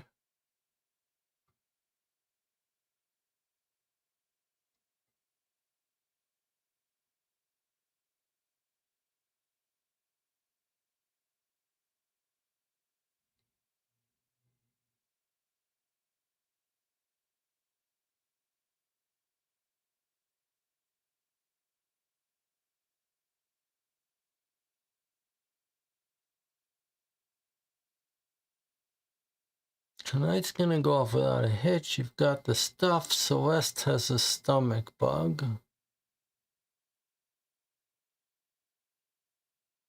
I want to see what Madeline Wells does here. There's this weird thing, too, about her coat. I don't understand what that's about. He turns and looks at the opposite wall. 4 other coats have already been hung. 3 men's, 1 woman's. He starts back toward the door, stops, looks back at the lone woman's coat next to the 3 men's.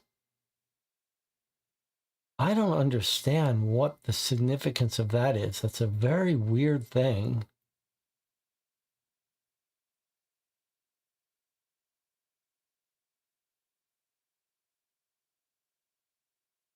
I don't understand that. That feels important, but I don't understand how it could be.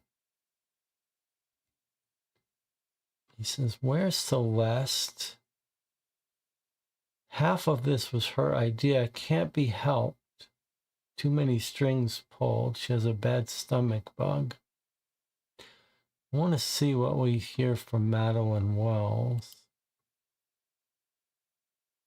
What does Celeste come down with? A stomach bug.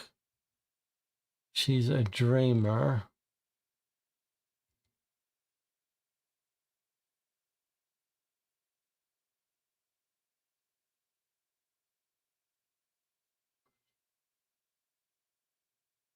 Vic Golding always gets what he's after.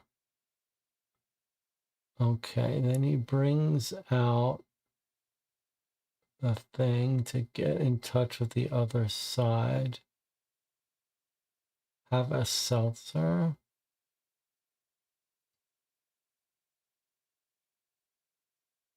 And then Wells gulps down her drink.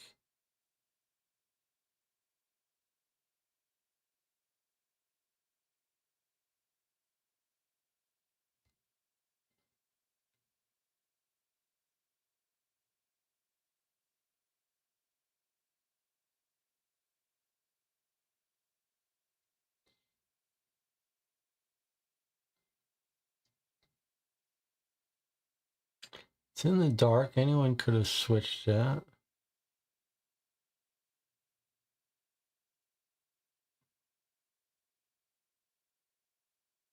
If you seek mask out and can compose yourself, you'll be allowed to bask in it.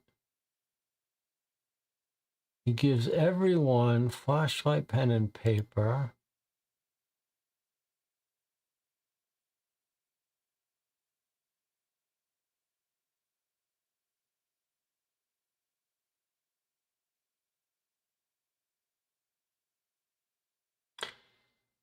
Karis says, "Let's go to the Dutch kitchen. Let me give you the tour."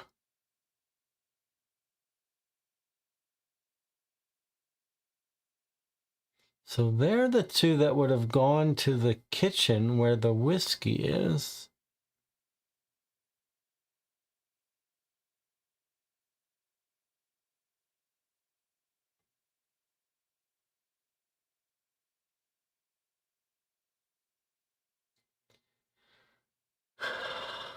He sees Helena Novak reading and on drugs.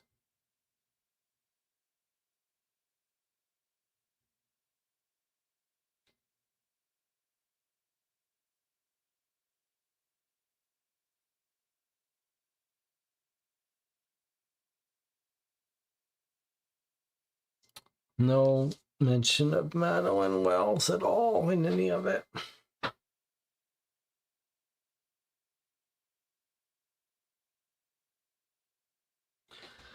Oh, that's really a little confusing. Let me see what Celeste's was again.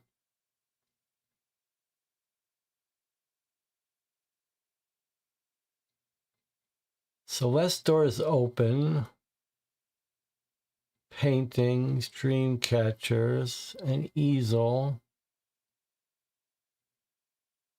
She shoots at us. "You come here to kill me, Mask? Send me off with Vic?" What's that about? Why does she think Mask is trying to kill? Why does she think we... What are you talking about? I didn't off Vic. I'm looking for him so you can kill him. And then she says, you really didn't hurt him? No, I didn't hurt him.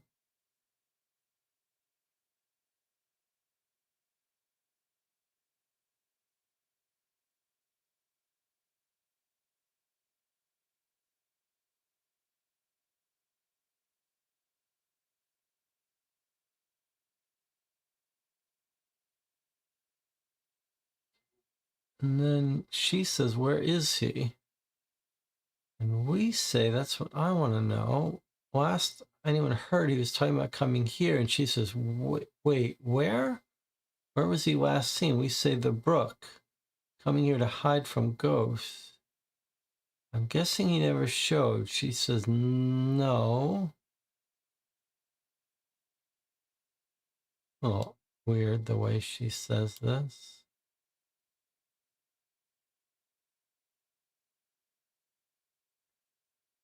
I have a feeling something bad's coming. I'll find Vic. We'll meet up in Pawnee. You're a good friend, she says.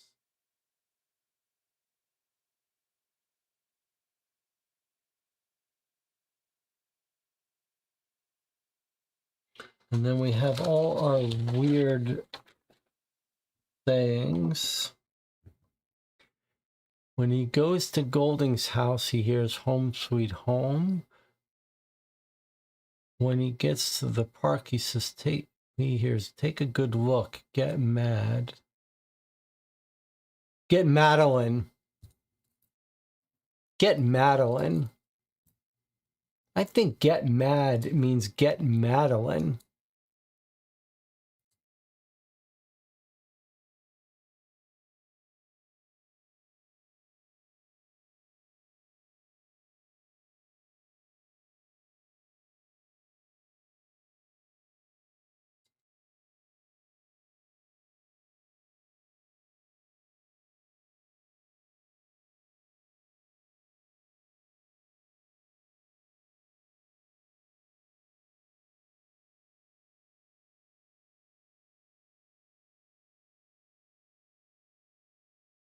Let's read Madeline's entry again.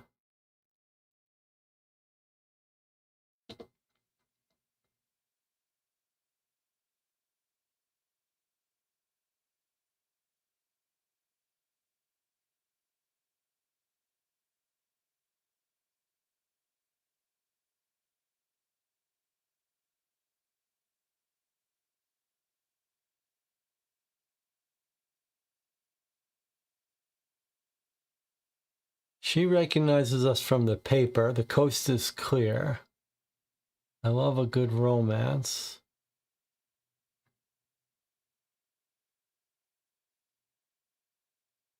Art history books, first editions, woman's suffragette.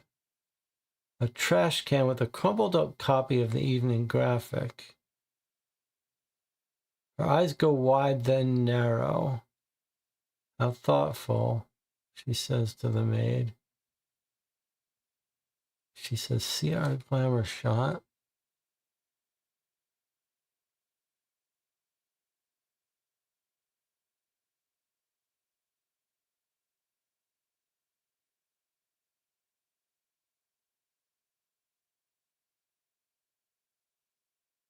Missing two things, my boss and a priceless skull. Hope that's not an accusation. One's reputation can only take so many assaults in one day. I haven't seen Golding. I have no idea what he is. You know what? I think it's time for Bonnie to be frank. From where I'm standing, it looks like he really screwed the pooch. If I recall correctly, you were on chaperone duty. I'm not sure you know. The doc got pretty banged up. She says, Mask, it took us a while to regain our senses, you know? Saw some scary stuff. She turns back towards Mask. Mask, you don't, I mean, it was just the dope, right? I'm not even sure the skull looked real. If it was fake, that means the whole thing was fake.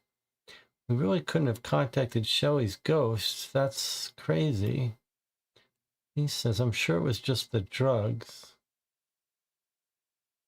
And he says, who contacted the thing? I might have a lead for you, my brother Bertie. I might have accidentally mentioned our party during one of our lively debates.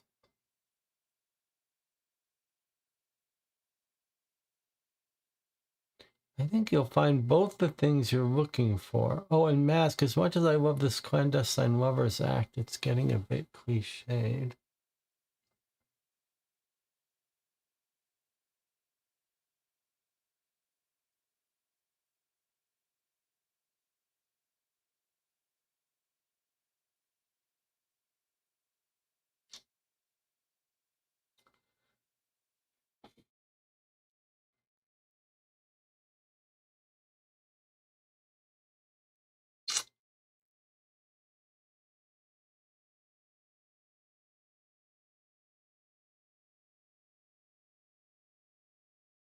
Hmm.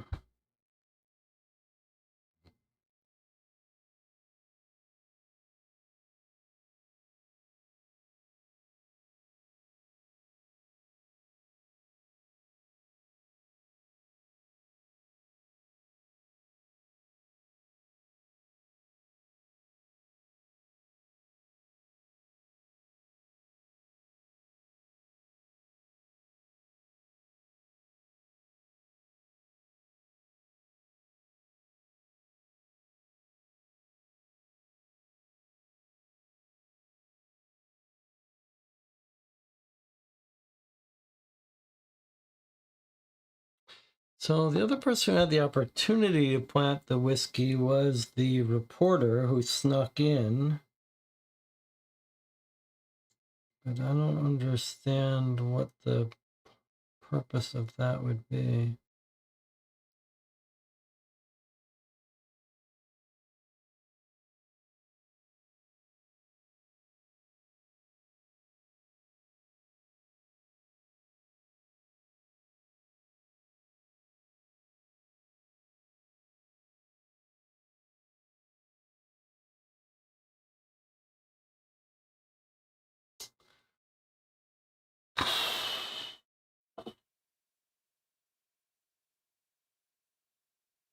Book club. We say we're looking for Golding.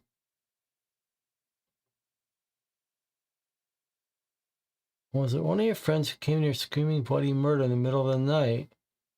It was Jimmy Ryder, lives around here. And then we talked to Jamie Ryder.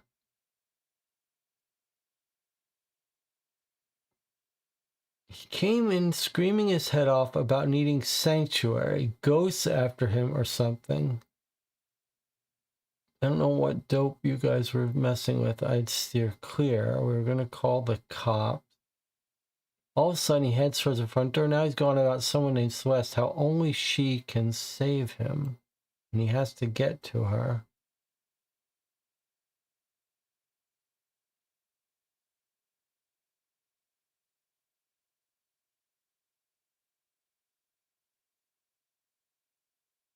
And then we see his note.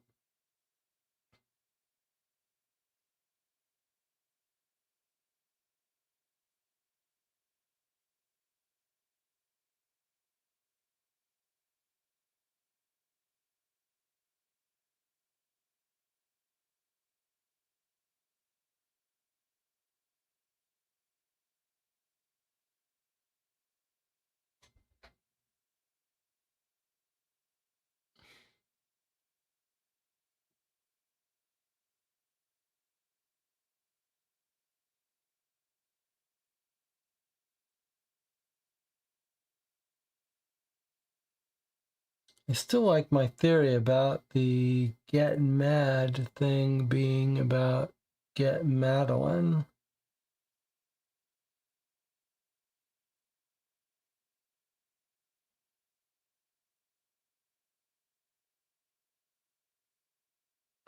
Madeline seemed pretty convincing, though.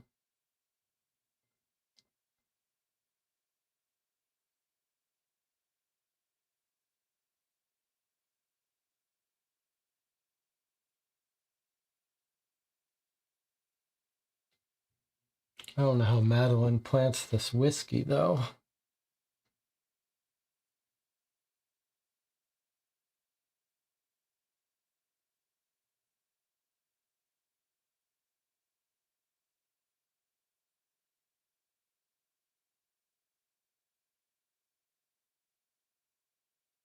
I don't know where Golden goes.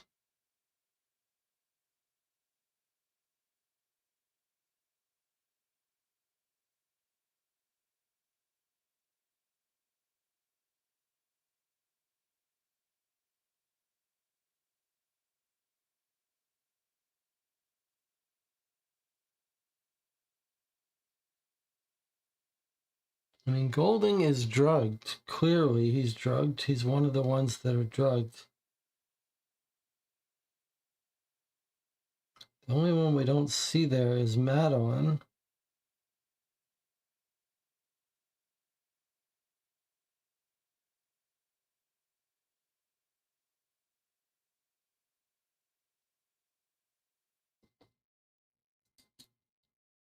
Maybe Golding wanted to kill Mast and exchange his body with that cadaver. That just seems crazy to me. It seems insane that this would all be done. It doesn't make any sense. It doesn't really make sense.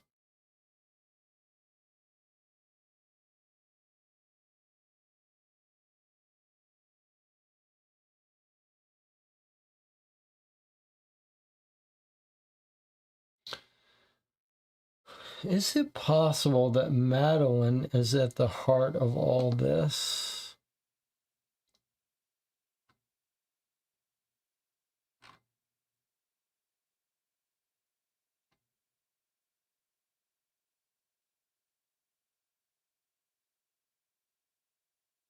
When we go to the park and find the brother, he says, you didn't happen to tell Madeline says she told her brother about it, and we think her brother told Phil Ducks.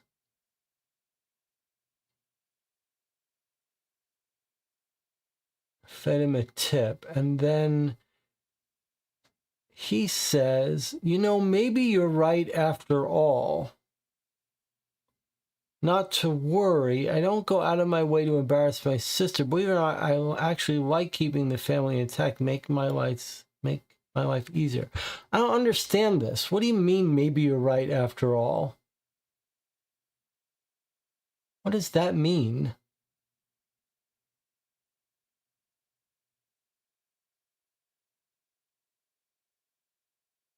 We're trying to ask him if he told the newspaper reporter. And we say, you wouldn't have me telling the newspaper reporter. And he says, what are you talking about? He says, you know, Phil Ducker, maybe you fed him a tip. And then he says, kind of get that phrase, that sarcasm kind of got away from you, didn't it? And we say, maybe. And then he goes, you know, maybe you're all right. Oh, maybe you're all right after all. Not to worry. I don't go out of my way. Okay. I think this is him telling us that he did not tell the newspaper guy. And I think it means Madeline told the newspaper guy, trying to blame her brother as for accidentally telling us. And I think this thing, take a good look, GETMAD, get mad. I could be inventing craziness to me, but it sounds to me like the brother didn't tell the reporter. And I think Madeline did.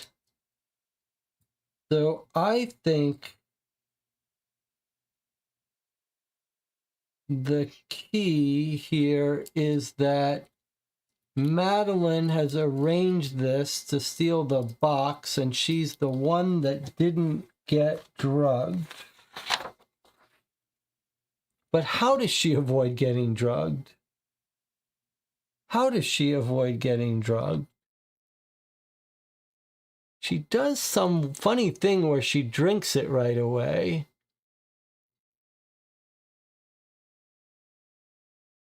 Madeline may think herself Mary Shelley, championing the cause of women's independence.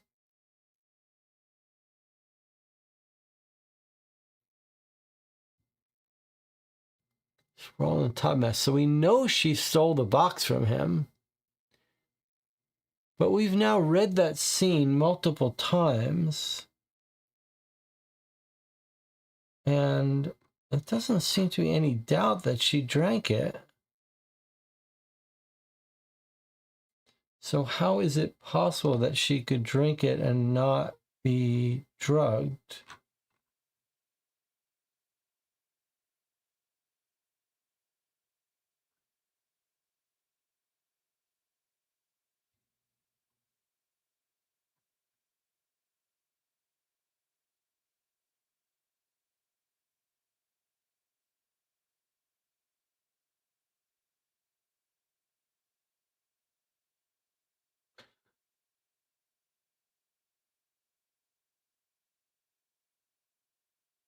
He takes out the bag, he pours the powder into glassware, he mixes it. Everyone turn in any glasses you have.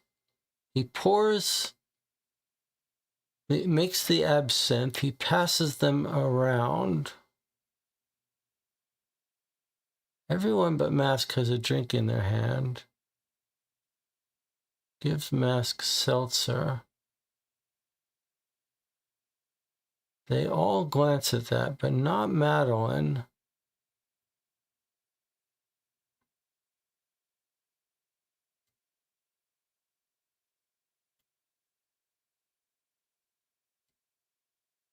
Perfectly safe, right, Madeline? You haven't killed us yet. Wells gulps down her drink. Hmm.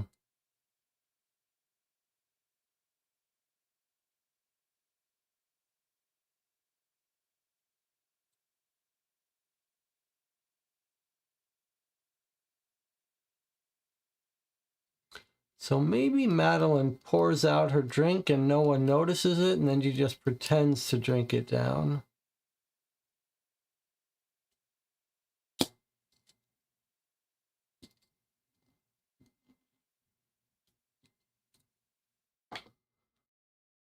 Anna says, why would she invite a reporter there? It doesn't make sense. If you want to steal something, you don't invite the press. Oh, that's fair enough. Yeah, it's fair enough.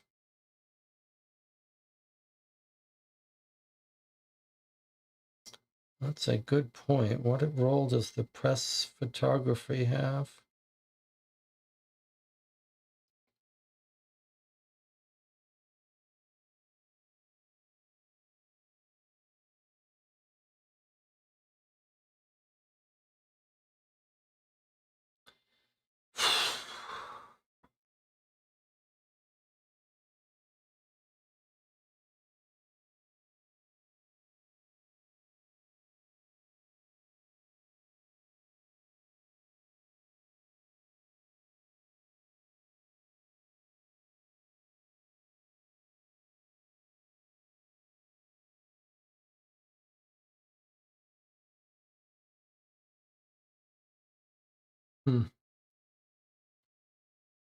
Boy, that's confusing.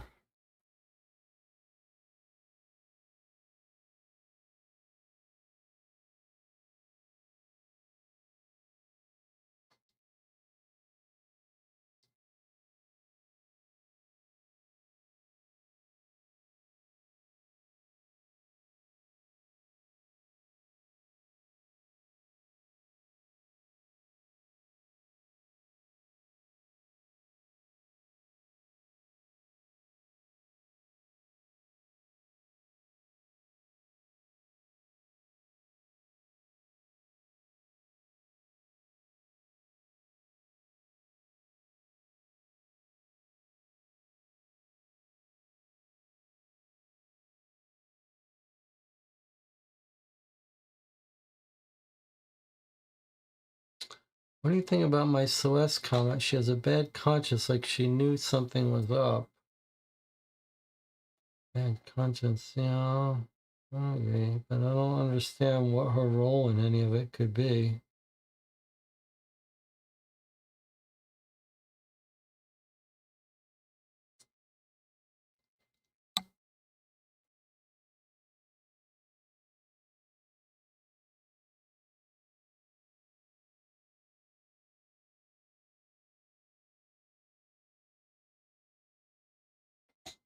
I mean, Celeste has helped plan this whole evening.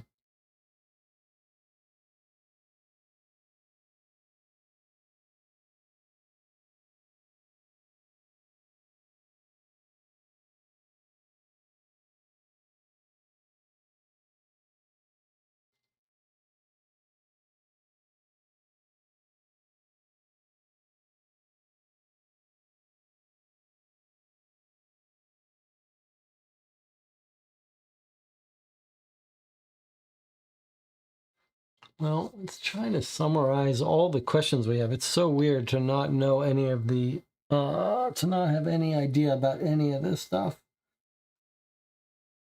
There's this whole Garroter storyline, and we have no idea what that's about.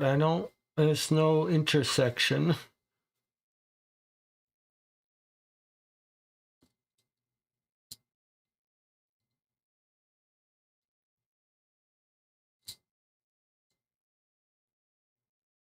And then these words that he's hearing seem like they're supposed to be central to us solving the case. And they don't. Like, Edward will guide you.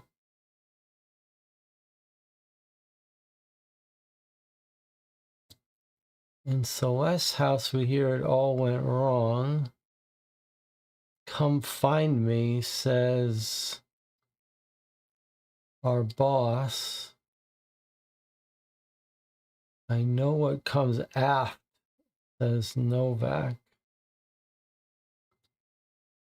Home sweet home when we get to his house. It's almost like each place he is giving him a little message about the place, about the person who lives there or something.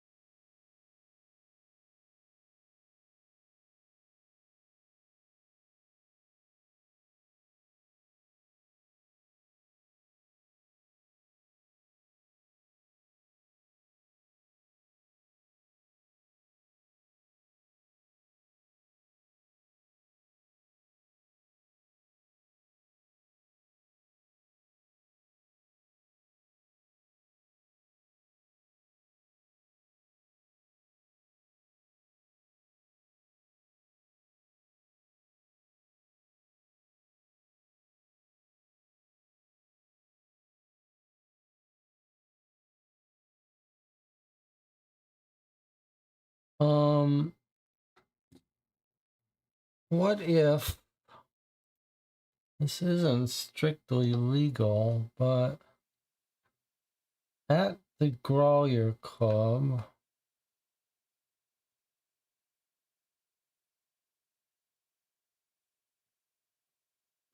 Would it have been possible for us to find a liquor store that sold the whiskey?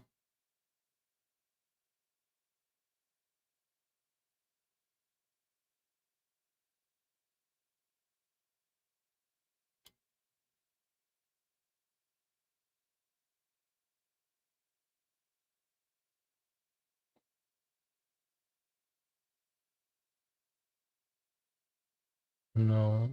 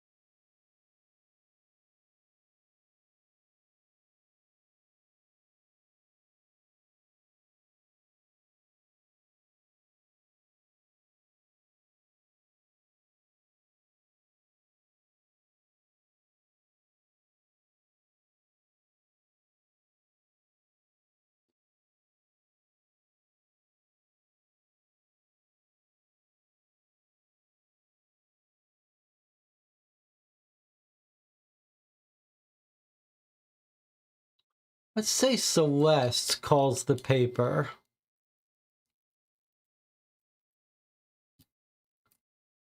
And her intention is just to get some money, and that's why she decided not to go.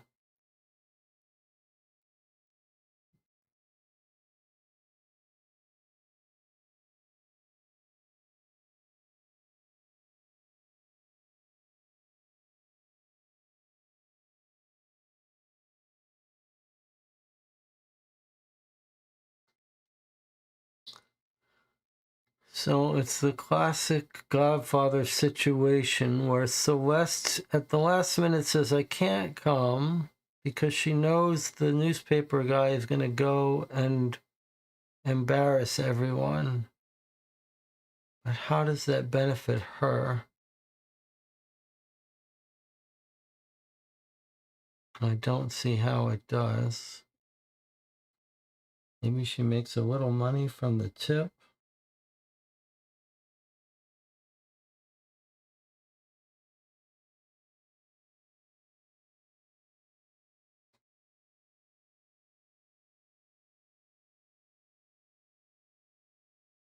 Madeline steals the box.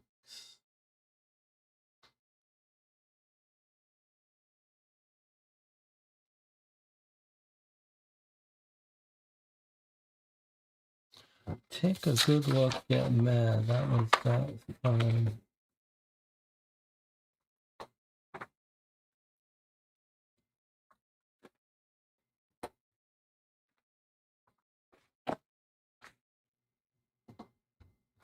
I don't know. How do we make sense of this?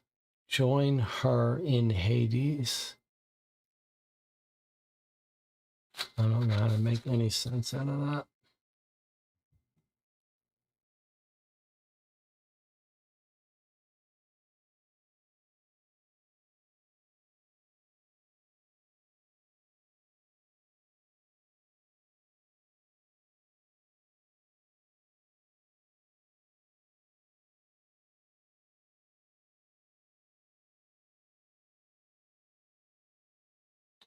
All right, let's take a break. We'll come back in 8 minutes.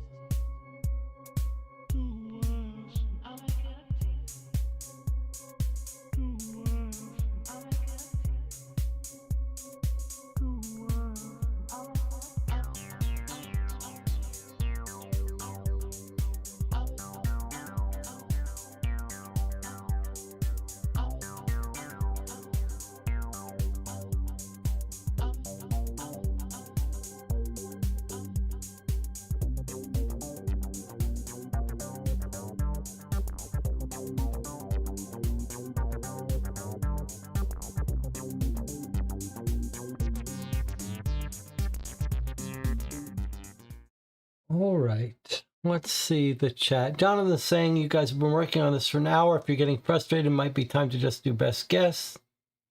I still think some help can come from the detective research guide to find out about Nellie or smuggling.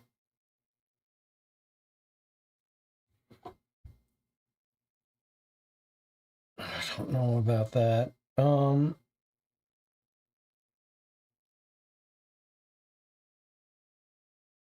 It is interesting to think about. I haven't paid any attention to the research guide for this case.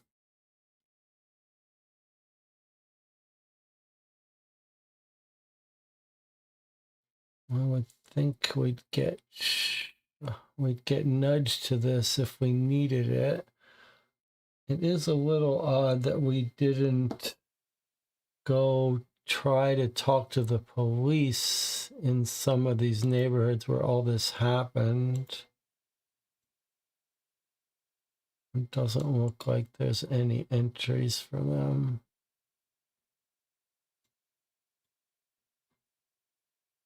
So perhaps not.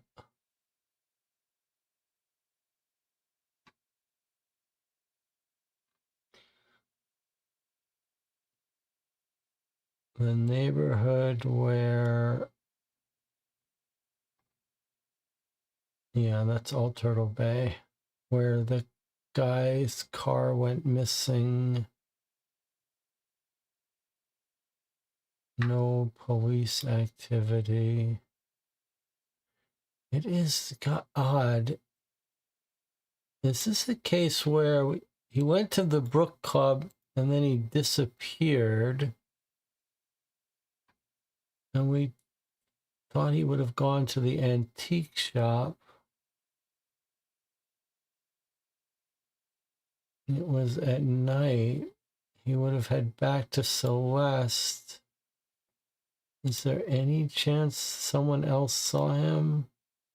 No one has seen Golding. Restaurant.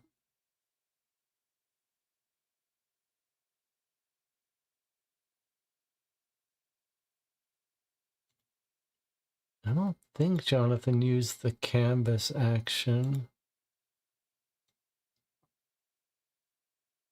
He did put an entry, but there's nothing to see.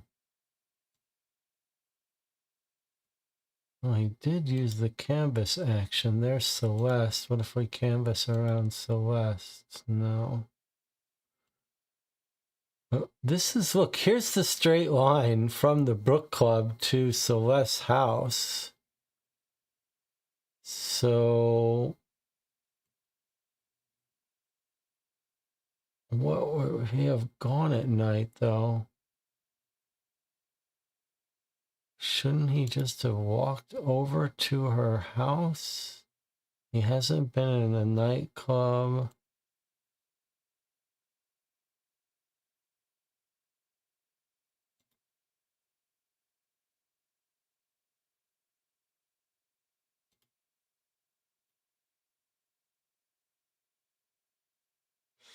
No. All right. I think we might just have to try to guess. But boy, this is one of these cases where it's easier said than done to guess. It's easier to said than done to just say, okay, make some guesses, because I think we are just completely lost. We don't have the slightest idea how to answer any of these questions. Feels like we did such a good job of finding places, and yet here we are with no idea how to answer any of these questions. What really happened? Who contacted the reporter? Who had ulterior motives?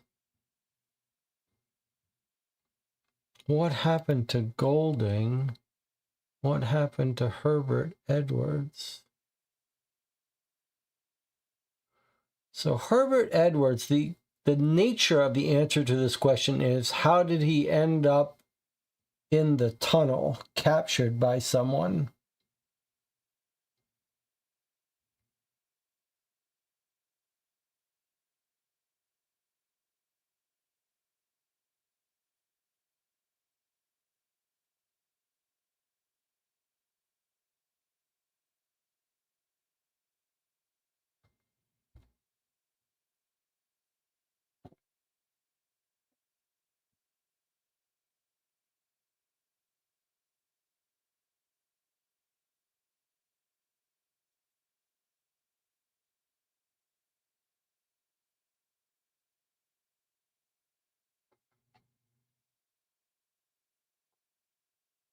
What about Roosevelt Island? I mean, there is an entry for Roosevelt Island. I don't see how. If you go into the yellow pages at the end, you will see islands. Here's Blackwell's Island. No entry for it.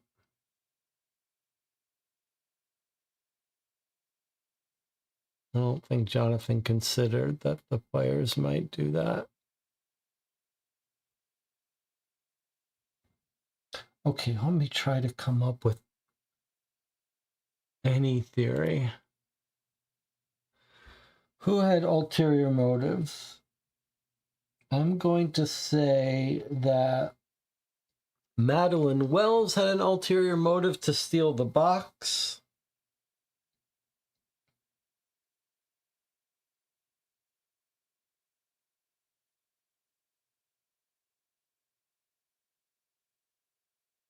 It feels like Celeste was the one who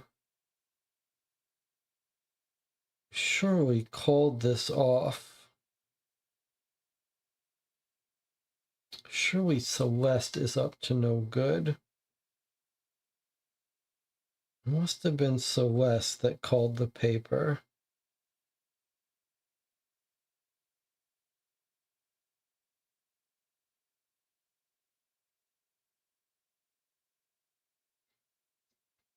I've also been thinking about the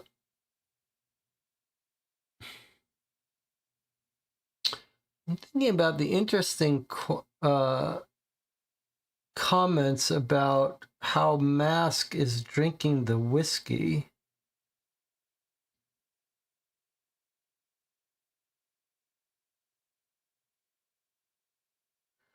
Like, if he was supposed to stay sober, as the channel was pointing out, what is he doing? And he's poured a seltzer. What is he doing drinking the whiskey?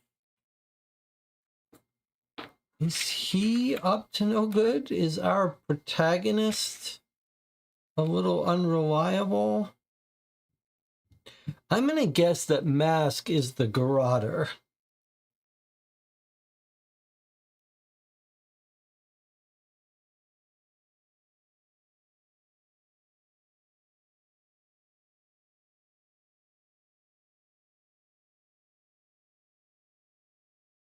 I'm going to guess that Mask is the garroter. What if he has planned to commune with the ghosts of Mary Shelley and he's a bit psychotic? And he knows he's drinking the whiskey and has drugged himself.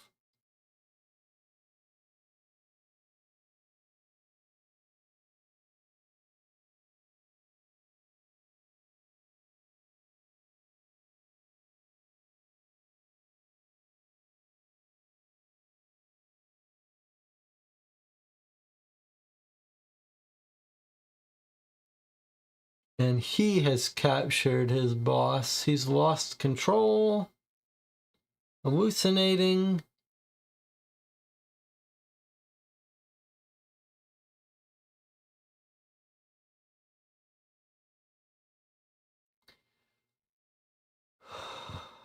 Okay, Anna seems like she's guessing with me here too.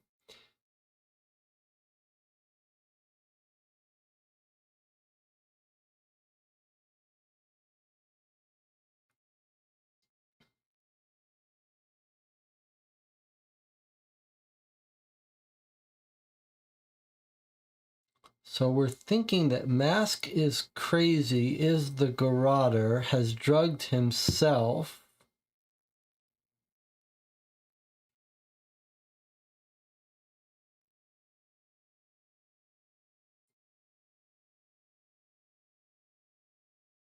Madeline stole the box. Who called the newspaper? And did Mask drug himself? That's my...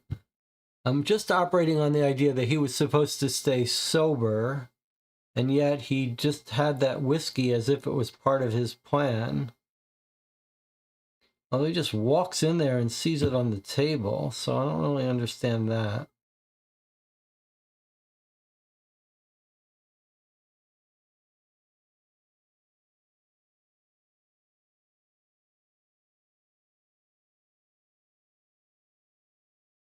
All right, but we have to force ourselves to answer. We have to force ourselves to answer. That's the nature of it.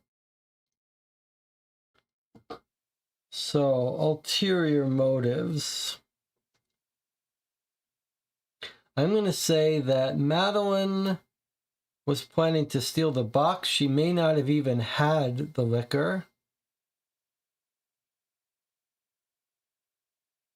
Celeste, I'm going to say, called the newspaper person and faked being sick, and the reason was to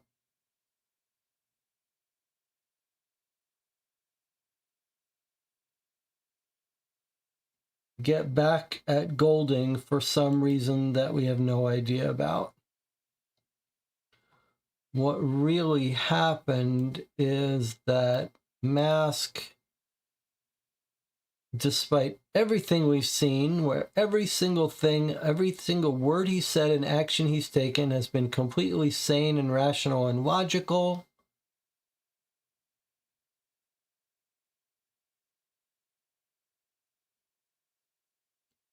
we're going to hypothesize that he is a psychotic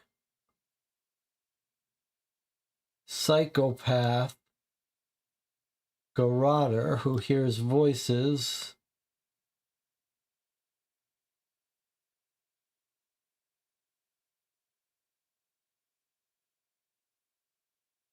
and he purposefully drugged himself and somehow brought this whiskey in even though we weren't shown him bringing any whiskey in, because otherwise why would he drink the whiskey? And then when he did, the psychosis got hold of him.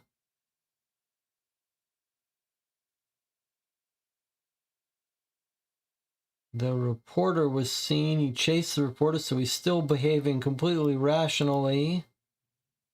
But then when he fell down, he passed out and turned into his alter ego and chased after his boss, but that doesn't make sense because his boss had to have driven him. So he's just blacked out. We're going to imagine that he went with his boss to the antique shop intending to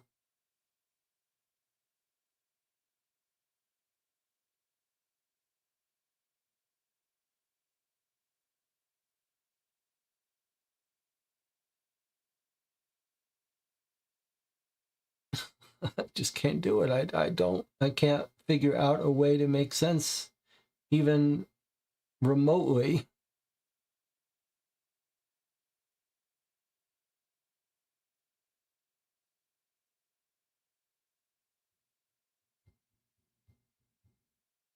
I mean, the more logical thing with Golding is that Valentine's people got him.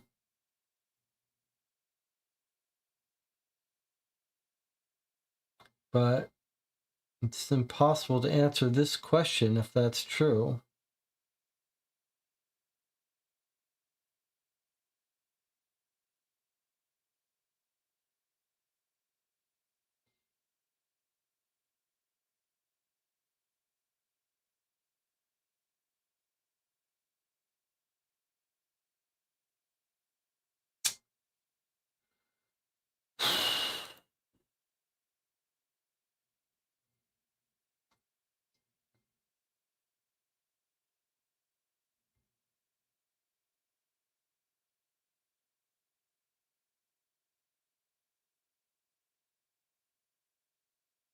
Okay, Anna says just go ahead and try to guess.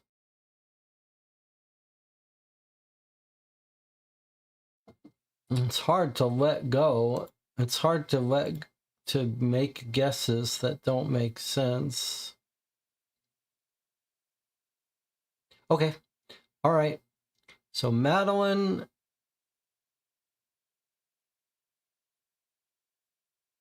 he hears voices that tell him to kill people and he listens to them.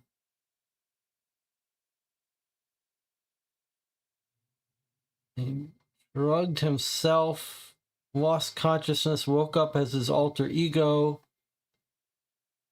followed his boss and put his boss down in the tunnel along with Edward. And I'm going to say that Celeste contacted Phil Ducker to get back at Golding and told him about their special night. And Madeline stole the box and didn't get drunk at all. And Mask gave himself drugs with whiskey. And I'm going to say Golding is under the tunnel, which is going to be the Garroter's secret hideout, which is going to be Mask's secret hideout.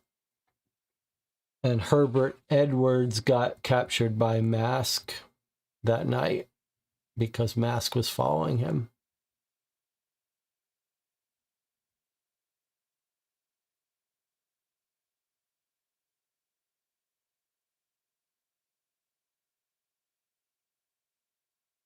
Okay.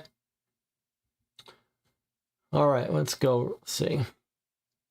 Splashes echo throughout the tunnel. Flashlight's beam swings back and forth over wet reflective surfaces. A powerful stench seems to keep growing stronger. The sound of a second set of steps. Mask stops, listens, silence. He treks on. A headlight and shadows appear around a bend in the tunnel. Off to the side is a maintenance room. Inside, candles burn. Mask tightens his grip on the Colt. The smell is coming from inside the room, a makeshift catacomb, a mural painted in blood on one wall showing a group witnessing a hanging. On the other, shelves of decapitated heads. One of them is Victor Golding.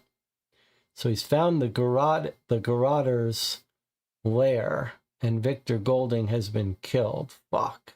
Sudden pressure around Mask's throat. He drops the flashlight, tries to get fingers under the wire. Windpipe constricted. Swings the Colt behind him, lets out a volley of shots, deafening, but the pressure around his throat slackens. He spins around and takes a couple more shots as the Garroter rounds a corner in the back of the room. Mask chases after him. Around the corner in the back of the room is a doorway, maintenance tunnel. The tunnel leads straight to a circular room. There are 6 closed doors, each labeled with a letter of the Greek alphabet. Mask swings the Colt open. Only one shot left. Mask's ears ring, a cold chill. Maskdelta. Mask Delta.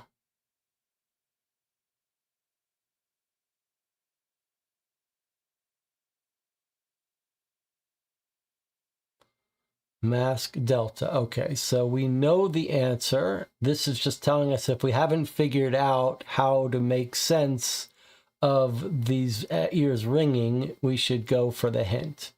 But we know the answer is going to be Delta. Mask Delta.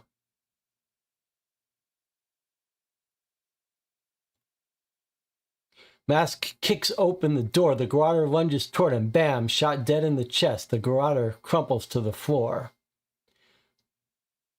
Later, eyes fixed on the floor, out the window, on the ceiling, anywhere but at the man in the back of the bus. Bonnie, calls the bus driver. Passengers file out of the bus into the bright sunshine. Masks watches, stares as the doors close. The bus drives on. Go to final scoring. Okay.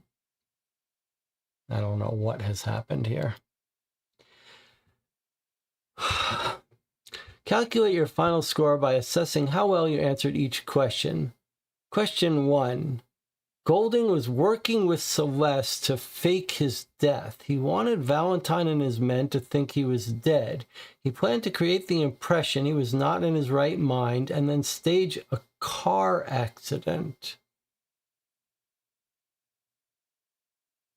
He planned to create the impression he was not in his right mind and stage a car accident. He planned to pick up a cadaver at the Undertaker from Albina Biddle. He planned to drug and murder Mask so he could be the passenger, while Golding replaced himself with the corpse.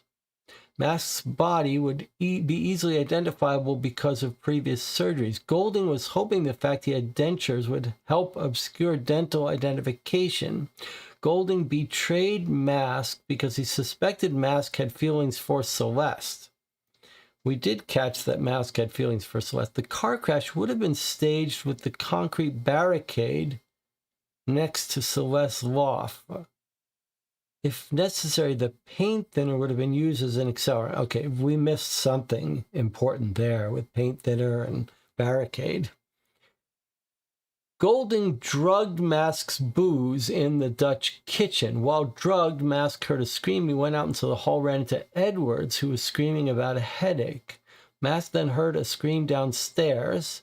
Dr. Kara and Mask both attempted to run down the stairs. Kara tripped and tumbled, breaking his leg. Mask made it all the way down, crashed into Wells. The box with the skull fell out of Mask's pocket. Novak was there talking to herself in Latin. Ducker was there having received a tip-off and took a photo. Mask chased after Ducker, tripped, hit his head on the box in the loading area. Golding located Mask and moved him to his car and drove off. Who contacted Ducker? Celeste most likely contacted Ducker, but if you suspected Golding, you can also have the points. This should be Halve. Well, I was right about Celeste, but I was wrong about the whole motive here. I guess this is a 0, and this might be a 5. Golding was attacked and killed by the Garroter, who's just a random person, on his way to Biddle and Yagadayev, Undertaker. His remains have been taken to the water tunnel. Well, we were right that he was in the water tunnel. His spirit has been trying to guide Mask to get revenge on the Garroter. So I guess we have a supernatural element. And it is Golding talking to Mask, even though Golding was trying to set up and murder Mask. After he got killed, I guess his priorities changed, and now he just wants revenge. It seems Edwards was actually psychically inclined. He was influenced by the spirit of Golding to try and write directions to the Garroter's lair. They became incorporated in a story idea Edwards had during the party. Golding's spirit then drove Edwards insane while trying to get him to deliver the guide to Mask. Edwards wound up kidnapping Mask and later setting his house on fire and dying in the fire.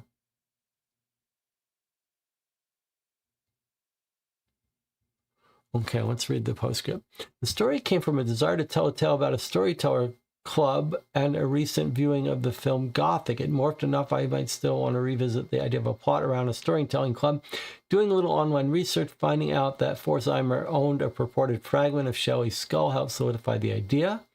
The idea of hidden acrostic, that's what it's called, hidden acrostic messages from ghosts in the text is taken from Vladimir Nabokov's short story, The Vain Sisters. The idea of a Garroter came from the desire to have a slasher villain and reading about how there was once a Potter's Field and gallows in current-day Washington Square Park.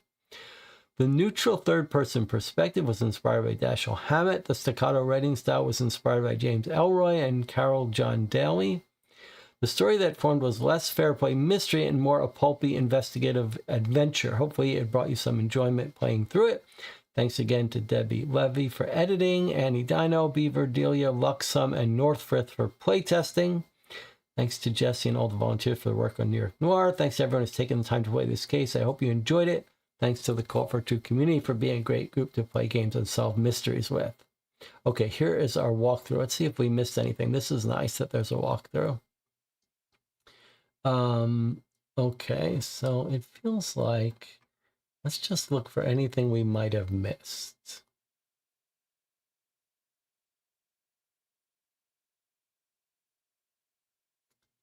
The Brook Club. Re-examine his car at the antique emporium. The car was in front of the antique shop. Mass saw a woman. She was tired, might have been up late at night. You could follow the phone call from Beanie claims she made. We got all this. It's implied Korolov is a fellow mortician.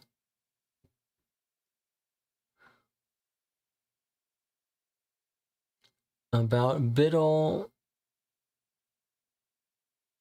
Beanie is a nickname for Albina. Albina is the person who left the note at Golding's house. We figured all that out. Figured all this out.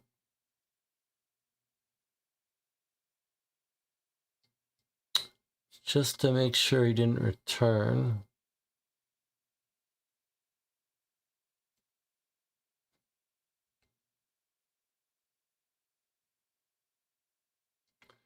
We found all of this. We figured all this out. Okay, let's see. She outplanned the party. She was by the pier.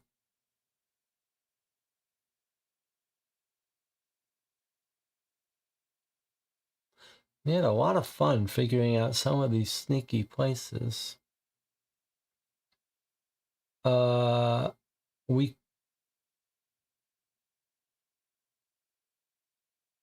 We did this. Okay, let me see this. Where could he be going to paint? We found that we went to Greenwich Village. We went to the... We got nudged. Okay, finding the skull. He mentions the brother. I really do appreciate this full walkthrough. Several hints that Helena Novak was a nun. The channel picked up on those pretty well. She also knows Latin. She has a necklace with 3 interlocking triangles, a reference to the Holy Trinity. Huh, that was a little bit beyond me. But we did pick up on this.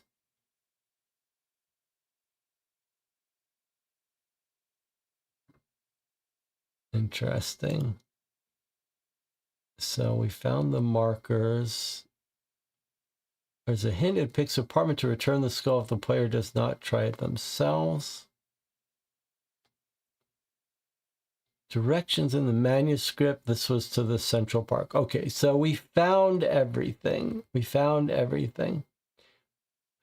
All right. We'll do our normal thing here. We will take a 5-minute break, and then we're going to come back and we're going to talk about the case. I'll see you in 5 minutes.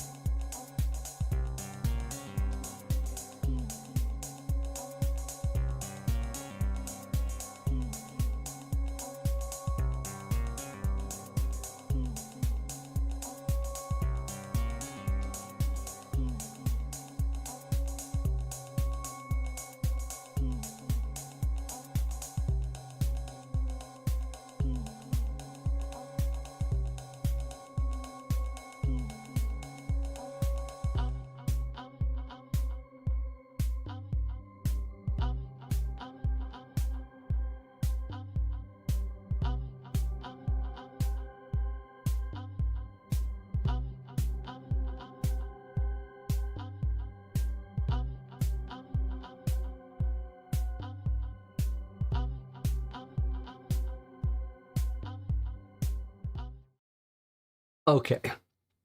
So we have played for 5.5 hours tonight and 5.5 hours last night, 11 hours. Wet Uncongenial Summer by Jonathan Warner. And now we're going to talk about it a little bit. And I think we've all got some constructive criticism about the ending was the part we really struggled with. But let's start with how amazingly written this case was, how different, really quite a special experience, unexpected. And there are a couple real highlights here. It's interesting, you know, Jonathan has this mystery reading book club, and one of the books we read was called The Red Right Hand. Is that the exact title of it? And this reminded me a little bit about it. It was sort of written in a way where it was a little hard to tell if the guy was losing his mind or not, and the writing was done in a way that you really had to work at. And at the end, the theories that the group had trying to figure it out were just beyond me. They were so complicated and revolved around reading into certain words and stuff that it was just too much for me to try to figure out. It was beyond me. And I think there was a little of that here, almost like the difficulty level to solve the questions at the end was off the spectrum. But let's come back to that for a second. It's not an overstatement to say that I really was fully engaged in all of the storytelling here and the writing and really loved it. And more than just loved it, I think it really was different. And there were several parts, especially in the first session, where we had to go back and reread because it was written in a way that we had to sort of work at understanding the subtlety. And boy, is there a joy in having to reread scenes to get information. And there were a couple of big scenes here and some very unexpected stuff. I would say more than almost any case we play, there were some big chunks that were sort of defying expectations. It's like, is this a mafia case? Is this a serial killer case? And then all of a sudden they're book lovers reading this thing. It was really quite wonderful. And the tone and the storytelling, the third person stuff worked very well. It was very fun to not be playing like just a good cop detective. It was very fun to be in this little underworld world where you couldn't quite get your footing about whether it was a supernatural case. Is this a case about a seance, about these scientific book lovers? Is it about the serial killer garroter? Is it a mafia story? It's sort of hard to pigeonhole it. And then there were some very cool clues, a little like a sampling of a whole bunch of good stuff where we had to find places based on the address or the name wasn't quite right. And then the little finale here where we had this ghost story, which was very creepy, and we had to use it to retrace his route, and then figuring out what those reread the leads. The fact that it took overnight, we didn't figure it out until coming back the next day. Really fun stuff. So really, I did love it. I loved the experience of it. Now, I have on my notes some very minor criticisms, and then the solution part deserves more time. But here's a couple of minor criticisms, constructive criticisms, suggestions. I think almost all of them have to do with that Act 2 where we're going to the hospitals. And it was a little bit of a weird pacing wise, because what happened was we had this amazing arc where we had this act 2 was this event at the Grolier Club goes wrong, and we get this hazy story while he's drugged up of what happened and trying to reconstruct it, and then tracking down this small cast of characters. Love that setup, love that structure. But it was a little weird because basically all the characters were solved at hospitals. And every time we went to a hospital, it had 3 entries for like 3 different characters. Like if you're asking about Edward's hypochondria, if you're asking about the doctor and his broken leg, and then if you're asking like about Madeline and her ex-boyfriend who's at the chem lab. And I think that caused some pacing issues for us. And it was just weird that we were finding them all from the same thing. And it almost felt like we walked into Madeline and her ex-boyfriend and found the skull fragment when we weren't even looking for it. That was a very weird pacing thing. I was like, one of the biggest things for us to figure out is how to get this skull back. And before we had even thought about how to get the skull back, we had found it. And it was weird, like, we talked to the brother, and he's like, oh, she's got an ex whose first name is James. And maybe some mention of him. And then all of a sudden, we knew how to find him in the chem lab, even though we had just heard a passing mention of his first name. That didn't feel right. And I think, for me, I think the solution there is to make the 4 guests have independent chains to find them. They don't even have to be complicated or deep, but they should be like, you go hunting for this person, you follow down the leads, you find them, you go hunting for this person, you follow down the leads and find them, you go hunting for this person, and then it should be a little harder to stumble on Madeline analyzing the stuff. With that said, though, boy, there were some really wonderful moments here where we were like, for example, there's some when the subtle stuff worked, it was beautiful. Like, think about how we figured out to find the reporter. There's this mention of deja vu, and then we track him down to his newspaper. We see a photo, and our guy says, boy, I'm looking at that face. It kind of seems familiar. Am I only remembering it from the Grolier Club? I mean, all these little subtle things, enough to give us the message that probably we can find him. What does this deja vu mean? And then the little light bulb click that could we have seen him in the first scene? And then even when we figured out we could see him in the first scene, the question was, how do we get to that? And then we realized we could go to the Ratapacks. There were a couple things like this that were really good. And a couple of things that we did get on the right hint wavelength, like the woman in the bathing suit. First of all, those were great scenes. That was a very colorful, interesting little interaction at the Undertaker's.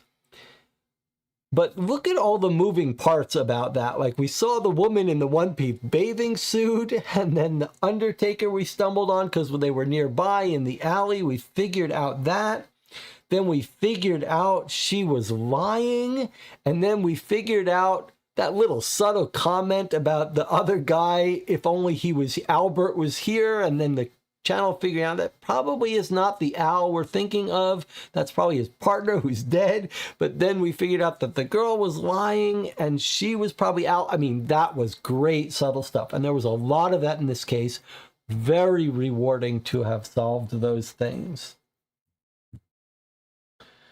So I really did love the whole journey of this case, and I think the writing was quite special. Now, I think where we really hit a wall, though, at the end and really struggled was the understanding the end and answering the questions. And maybe you could break that criticism into two halves. Maybe the first half is just the story, the solution, and then the second half of constructive criticism would be do we have enough hints to come up with a reasonable solution? So in the first category of is the story believable, I think there were some pieces there that I have trouble with. One of them has been alluded to in the comments, which is it's a very dangerous thing to write a story that opens with comments about this crazed garroter, serial killer who hears auditory hallucinations, right? Which is basically like the third paragraph we read in this entire story. Fourth paragraph we read in the entire story about this garroter who's decapitating people, suffered from auditory hallucinations. It's a very dangerous storytelling choice to make this garroter and have him come up several times in this story, and then have a main character who seems to be having auditory hallucinations, but have them be not only totally separate people, but totally unrelated to our entire story is this garroter. And just coincidentally ends up killing one of our main characters. And maybe killing two of them, depending on Edward being lured into that thing. That's a very dangerous choice. I forget what the quote is about there are no coincidences in a murder, some mystery, something like that. If you are really playing with fire to be starting a case right up, focusing our attention on a serial killer who's so interesting that we want to figure out what the tie-in is, and then basically have the tie-in a total random coincidence interaction and have him be the person who kills our main character. And we never know who it is. We never have any interaction with him until the end. We never have any clues about their identity or where they are or why they're doing what they're doing. It's pretty dangerous. And I think you saw here where that really fouled us up, especially with the auditory hallucination problem. You almost demand from us to make a connection with one of our main characters. But then the other thing here about the planned death, again, maybe you could say that this is another coincidence problem. Like, this guy is structuring without any hints to it, it seems. This guy is planning to fake his own death. And he's chosen as a way to fake his own death this very complicated party where people are all going to be drugged, including himself, because he is writing these poetry and seemingly losing his mind. And then he's going to kill his right-hand man. I like the idea that he was trying to kill his right-hand man because he suspected an affair, but we needed more evidence of that. But still, the whole thing about... It's fine to say you're going to plan to fake your own death. It's just weird to be doing it at this party where everyone's taking drugs and there's this skull thing, and then you've not given your right-hand man I guess the idea is you haven't given him the hallucination drug, even though he seemed to be hallucination. The idea was what? That you were going to drug him unconscious and then bring him in the car.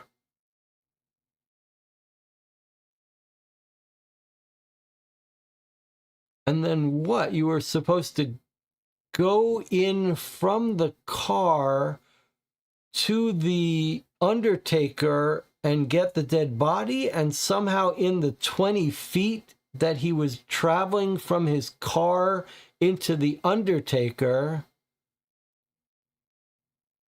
the garroter got him, but then he went into the Brook Club talking about ghosts and being out of his mind. Like, I don't understand that. What is the story there? If his plan was to kill Mask and set him up and stage the car crash, then surely he shouldn't be drugged. Surely he would not be actually be taking drugs. But then if he's not taking drugs, why is he going into the Brook Club, going crazy, talking about Celeste and ghosts? And why has he written this crazy poem? The other part that I didn't quite get is we guessed about Celeste calling the newspaper person, but I don't understand that. It sounded like in the solution that Celeste was gonna help him fake his death. So why would the newspaper person be called to sneak in there and take photographs?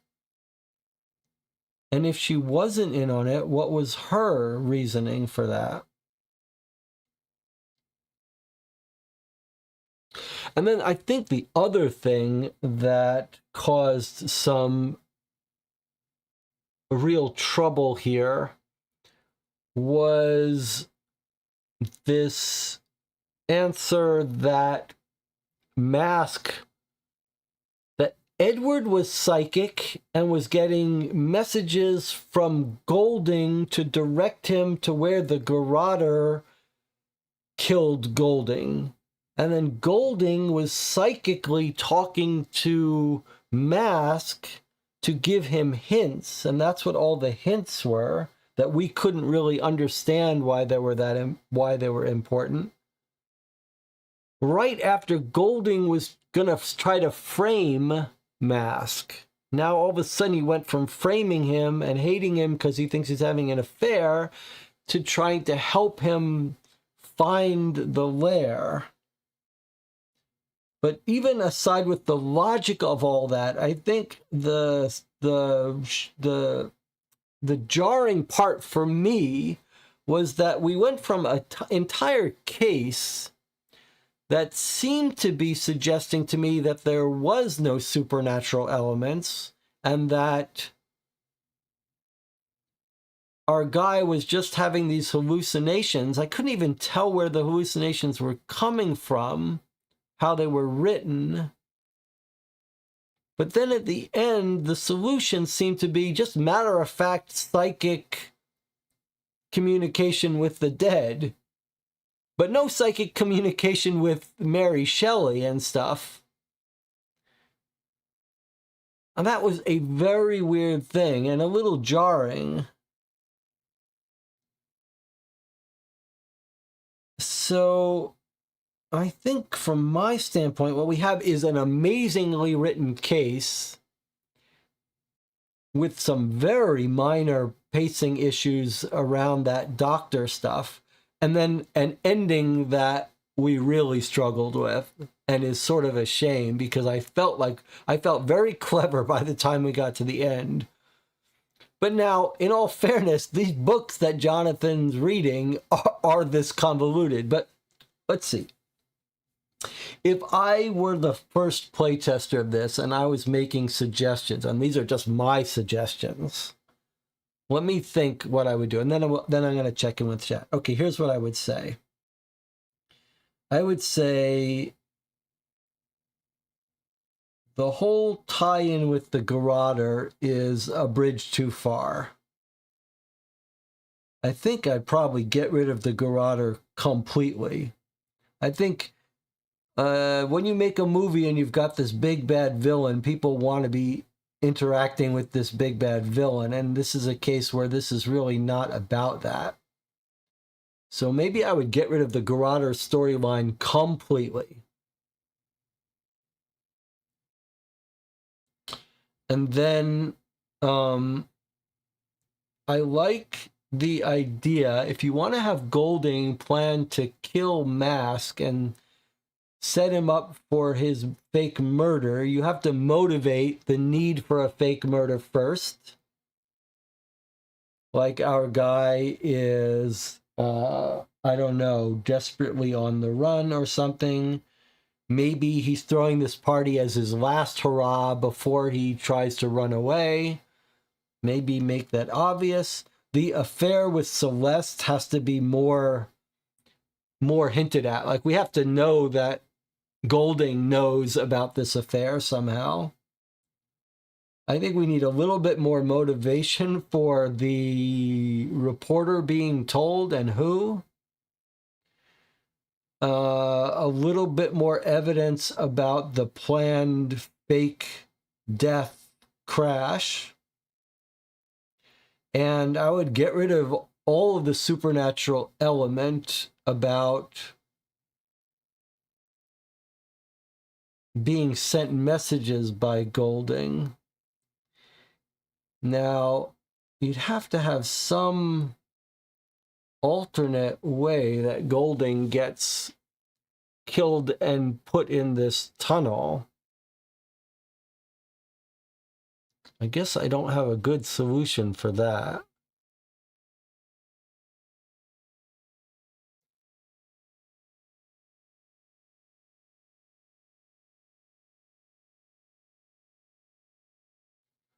Maybe the tunnel is where Golding is hiding while he plans to fake his own death. Maybe I might have maybe I might try to make it so the car crash gets pulled off. I wonder if you could have a scene where Mask wakes up in a burning car, which is on flames. He doesn't know how he got in it. He doesn't know if someone was trying to kill him. And there's a dead body in the car, and it's not identified yet, but it looks like Golding.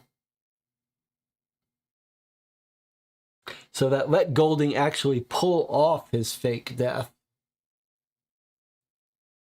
But have Mask try to figure out that he's not really dead, that he's hiding in this little room. Just an idea. All right, let's check in with Jonathan and the chat. I mean, I really think this is a huge accomplishment in writing, Jonathan. It felt like a book quality writing. Okay, let's see. I think the difficulty is at least 4, says Anna. Maybe even a 5. Marco says, I wonder if we've missed any interesting leads. I'd be curious to read it. John says, fair, maybe too many coincidences. He's responding to my criticism. Anna says, there's a summary at the conclusion, Jesse, check. I don't know. You're saying there's something I didn't read? I don't understand what you're saying.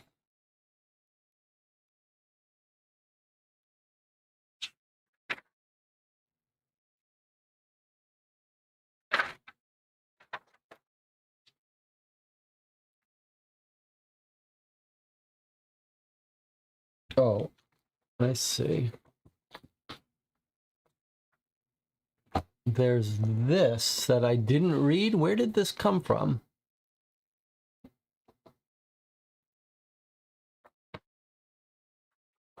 Questions. 3535611. So if we went here, we have the questions. We went to Delta 54400.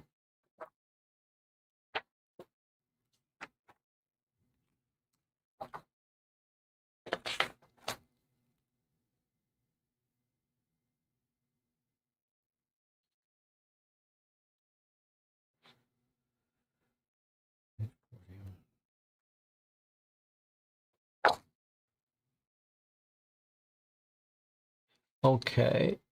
We went through the right door, Delta, page 54. We kick in the door. Then it says go to final scoring, page 88. So then we went to final scoring, which was page 88. And then we got here, and that's over. There needs to be something telling us to go backwards to here. There needs to be something sending us to the end. Okay, let's read this then that we missed. Victor Golding became aware that his past was catching up to him. New York members of the Chicago mob were looking for him. He decided to betray his fixer Mask. Golding conspired with Celeste, who he thinks is having an affair with Mask. I don't really understand how that would work. They decided to take advantage of a party they had already been planning. Taking advantage of the slightly scandalous nature of a party along with the supernatural overtones, Celeste excused herself from the party. I was right to be suspicious of that. So that Victor had a place to say he was going while faking being out of his mind. Okay, he was faking being out of his mind. Celeste also gave the tip off to Philip Ducker over the phone, with the reporter and Victor causing a scene. They were confident to create the narrative Victor was not in his right mind, heading towards Celeste's place. Victor had also made arrangements with Albina Biddle to acquire a cadaver. Mask would be killed and a car accident would be staged. However, on the way to acquire the cadaver, Victor was attacked and overpowered by the Garroter. His ghost wanted revenge and tried to influence Mask to carry out that task. He also influenced Herbert Edwards, who seemed to have been receptive to psychic phenomena. When Mask had crashed into Madeline Wells on the stairs, the box containing the skull had fallen out. Madeline picked it up. Later, concerned about what she had perceived that night, Madeline decided to have the skull fragment tested. So I guess one thing we've learned is that it was fake all along. I think you really have to be careful about making a case that the answer depends on there being psychic supernatural abilities without bringing us to the conclusion that the world is a world where supernatural is possible. In other words, it's very difficult to have a case where the answer depends on you deciding that there are supernatural forces involved if you haven't, by the time we got to the end, let us safely conclude that this is a world of supernatural. You can either have a case where it's ambiguous whether they're supernatural, like maybe someone is a murderer and a killer, and you could say, well, either they really are possessed by a ghost and that's what's making them kill, or they're a deranged psychopath who thinks ghosts are real and that's why they're having them kill. You can have some ambiguity there. But it's difficult to have a case where you could play the whole case and think that there is no supernatural, it's just our guy is losing his mind, and then have the only way we could get a solution is if we concluded that all of a sudden in this story that didn't seem like there was supernatural, all of a sudden there's a huge supernatural influence. And I think that auditory hallucination bit really made it seem unlikely that Mask was having supernatural phenomena.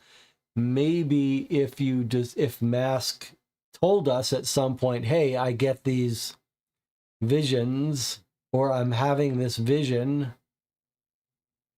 maybe we would have jumped to that conclusion. But the way his visions were phrased were weird. It was hard to even tell if they were They weren't described to us as like visions. They were just spoken words.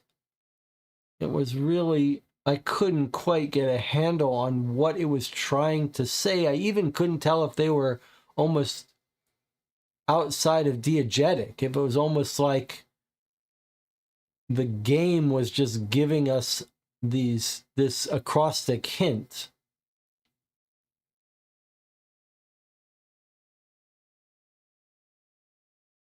But I guess if we look for, I really love this thing about reread these leads. I guess if we look at this for a second, Home Sweet Home, this was Golding, and then what was this about?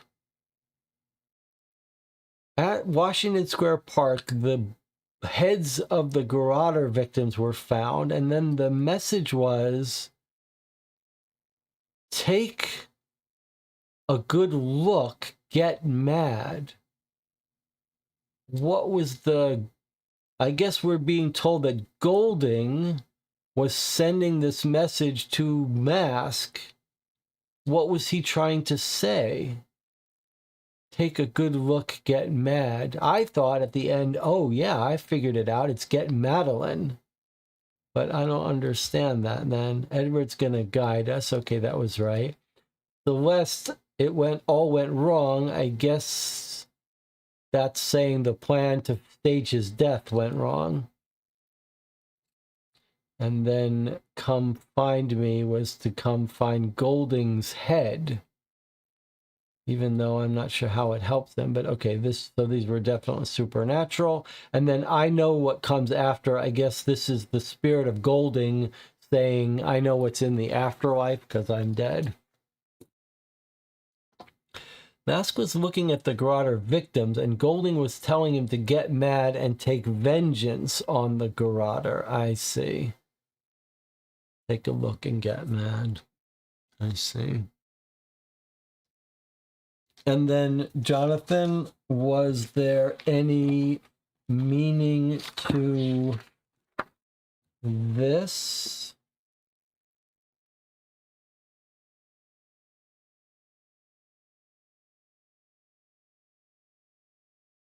Is this from the Garrotter, and this is the Garrotter's thinking?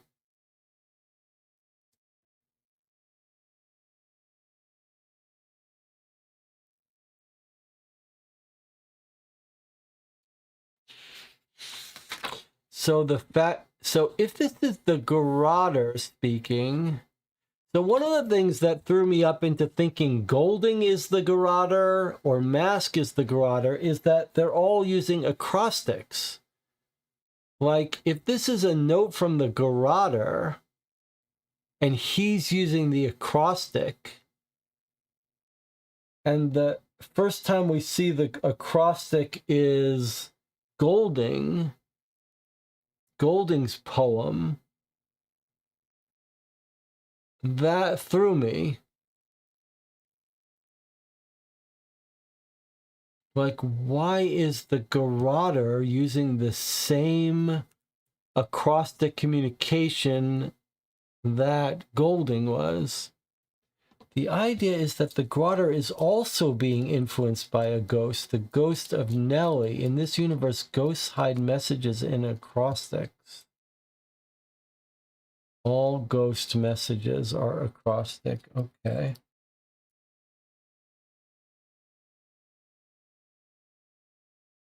And who is Nellie supposed to be? Someone we knew? By the way, it was amazing when we discovered the connection with this party and the story of Frankenstein and stuff. What was here's another little subtle detail that tripped us up a little bit, Jonathan. And that we tried, this is what led me to my final decision about Mask being the Garrotter and purposely drugging himself. It was this weird scene where Mask is given seltzer because he's not supposed to drink. He's supposed to stay sober. So, and then Mask has himself some whiskey. What was our theory about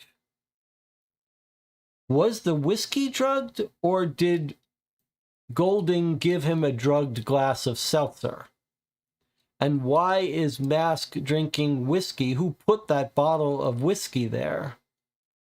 And why is Mask drinking it? Is it just a red herring? Is it just like there happened to be whiskey there, and even though he's supposed to stay sober, he figured what's one little small drink going to be?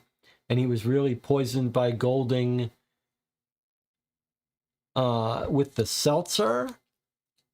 And I sort of concluded that was unlikely because he had the drink and everyone was drugged up, but not him, and he didn't get drugged until he took the whiskey. But then that set us off on a whole path of how did the whiskey get there? How did the whiskey get drugged? And why is Mask drinking whiskey after he's clearly supposed to be sober?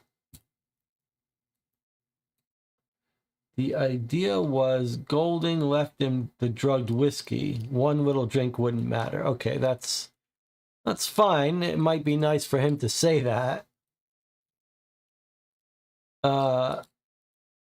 It is a little risky, though, for the guy to be drugging this whiskey bottle that is in a kitchen where everyone in the whole house can drink out of. Like, everyone's allowed to move around. In fact, we know there are two of them heading up to the Dutch kitchen. It is a little odd to put this bottle of whiskey, which if you had to guess, you would guess that the guests are going to end up drinking it, not Mask. Like, Golding doesn't say, here, you can have one drink of the whiskey. I left a bottle for you. Golding says, you got to stay sober, don't drink. And then his whole plan to stage his death relies on the fact that Mask is going to break the rules and have this whiskey. That does not seem like a very carefully thought out plan.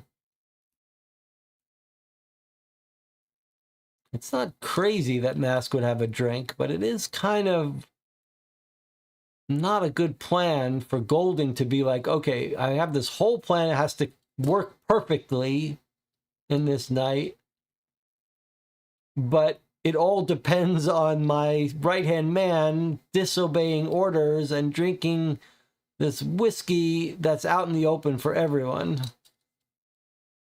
I think that would help if you cut out the whiskey. I do think that would help. This might be just a case. This is how these things work. Like, it's hard to know how difficult you're making a case. And what we've got here is a very difficult case. A wonderfully written case. A wonderful case. Just a little too hard for us.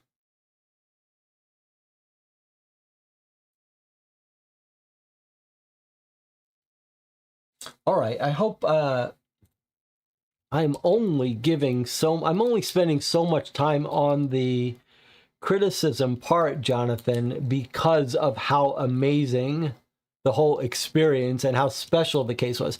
Not just great, but quite special. Quite unusually interesting, good, different feel to a case. We don't have any other case like this, and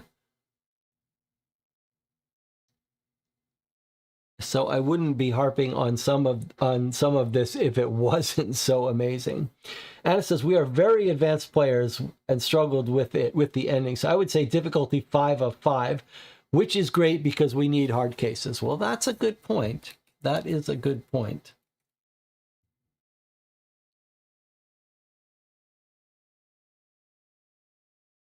And in all fairness, like red right hand, I felt the same out of my depth here. And we did pick up some of the subtlety parts. Anna has increased it to a difficulty 5 of 5. I guess I would say, like, mechanically, there were some difficult things, but we did end up finding them. So, like, mechanically, it's a 4 of 5. It's still a difficult case. But then that ending is a 6 out of 5 difficulty.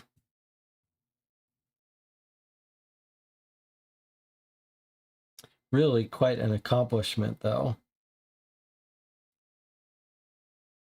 I would be thrilled to play more cases written by Jonathan.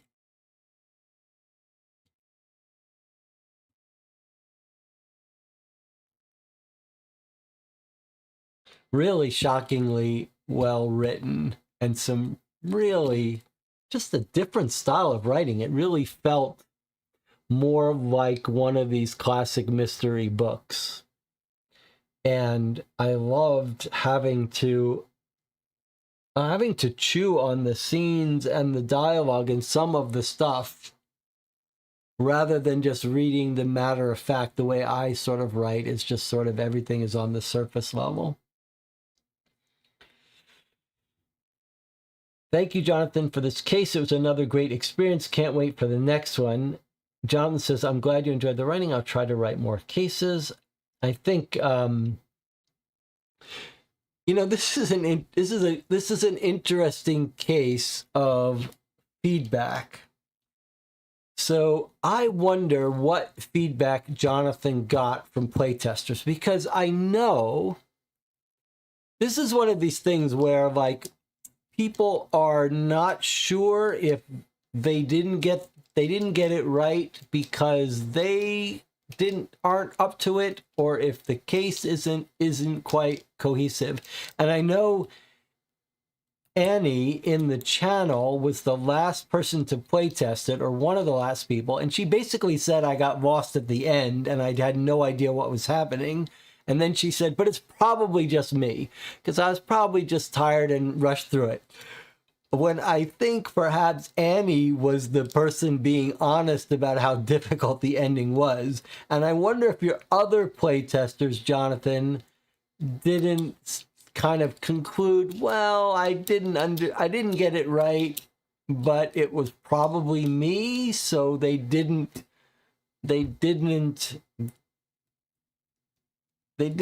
admit to struggling with getting the questions right.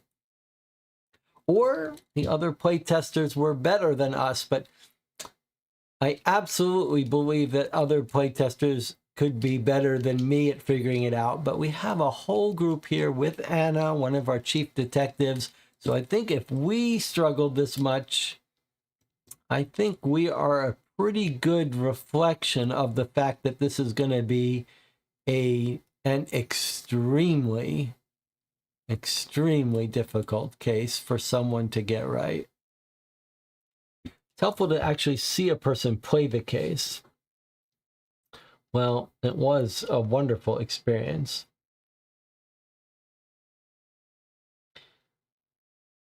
I would be happy to look over any revisions if you want to revise it. But look, do not take these criticisms.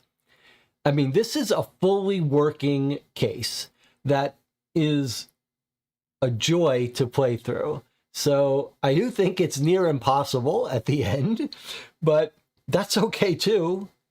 This does not need fixing.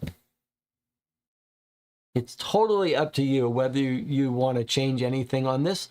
It's completely reasonable to say, okay, lessons learned. I'll take this under consideration for the next case and leave this exactly as it is.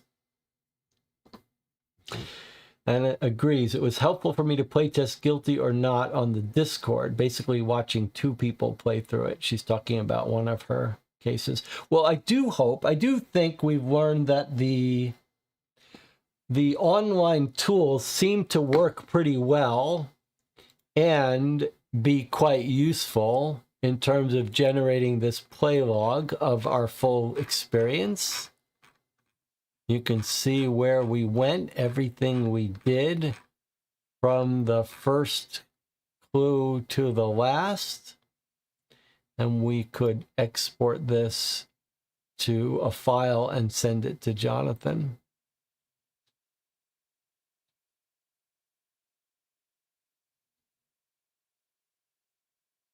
But Anna's saying that she also could watch people play test it live on Discord, just in chat, and that's useful too.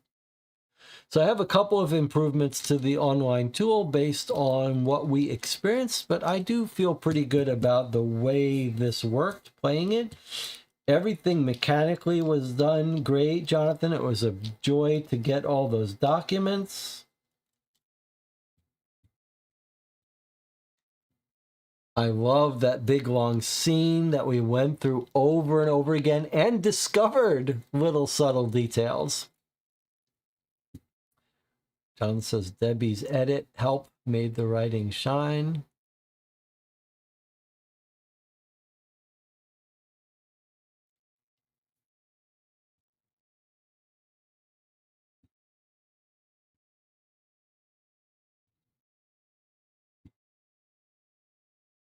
Great use of all the locations. I mean, it really felt very smooth experience playing. Actually felt amazing in terms of all the playing. You saw we did find all the hints, all the locations. We got all of the getting on the right wavelength about when we could find someone, when we couldn't, when it was wrapped up was all perfectly calibrated.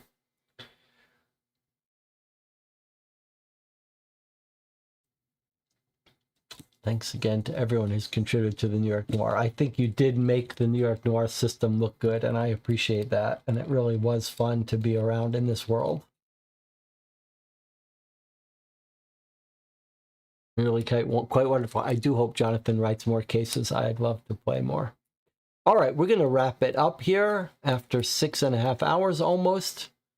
Jonathan, thank you for being willing to put yourself out there. I know it is a nerve-wracking thing to watch someone play your case for 2 days and struggle and get things wrong. And I appreciate being willing to listen to my comments. It's very easy from this perspective to offer criticisms and suggestions. I hope you realize I'm just offering them as a set of opinions, as possible things to consider. My final comment was lost by Jesse. I'll rewrite it now. It was fun and refreshing. It has to be a little polished. The style was different and enjoyable. I appreciate how the case was technically laid. As John said, we were quite out from his wavelength at the end. I think that's right, but not by. I don't think it would have taken much to get us nudged back on. All right. Thank you for joining me. Now, tomorrow, Sunday, we'll start a new game of Dear Holmes at 1 p.m. We'll read a letter, and we'll continue doing that for the next 4 weeks. We've got more New York Noir cases to play, some by Anna, some by Lux coming up. It's going to be hard to compete with Jonathan's writing, so that was the biggest surprise for me. But some of those scene descriptions were pretty amazing too. All right, thank you for joining me. I'll see you next time.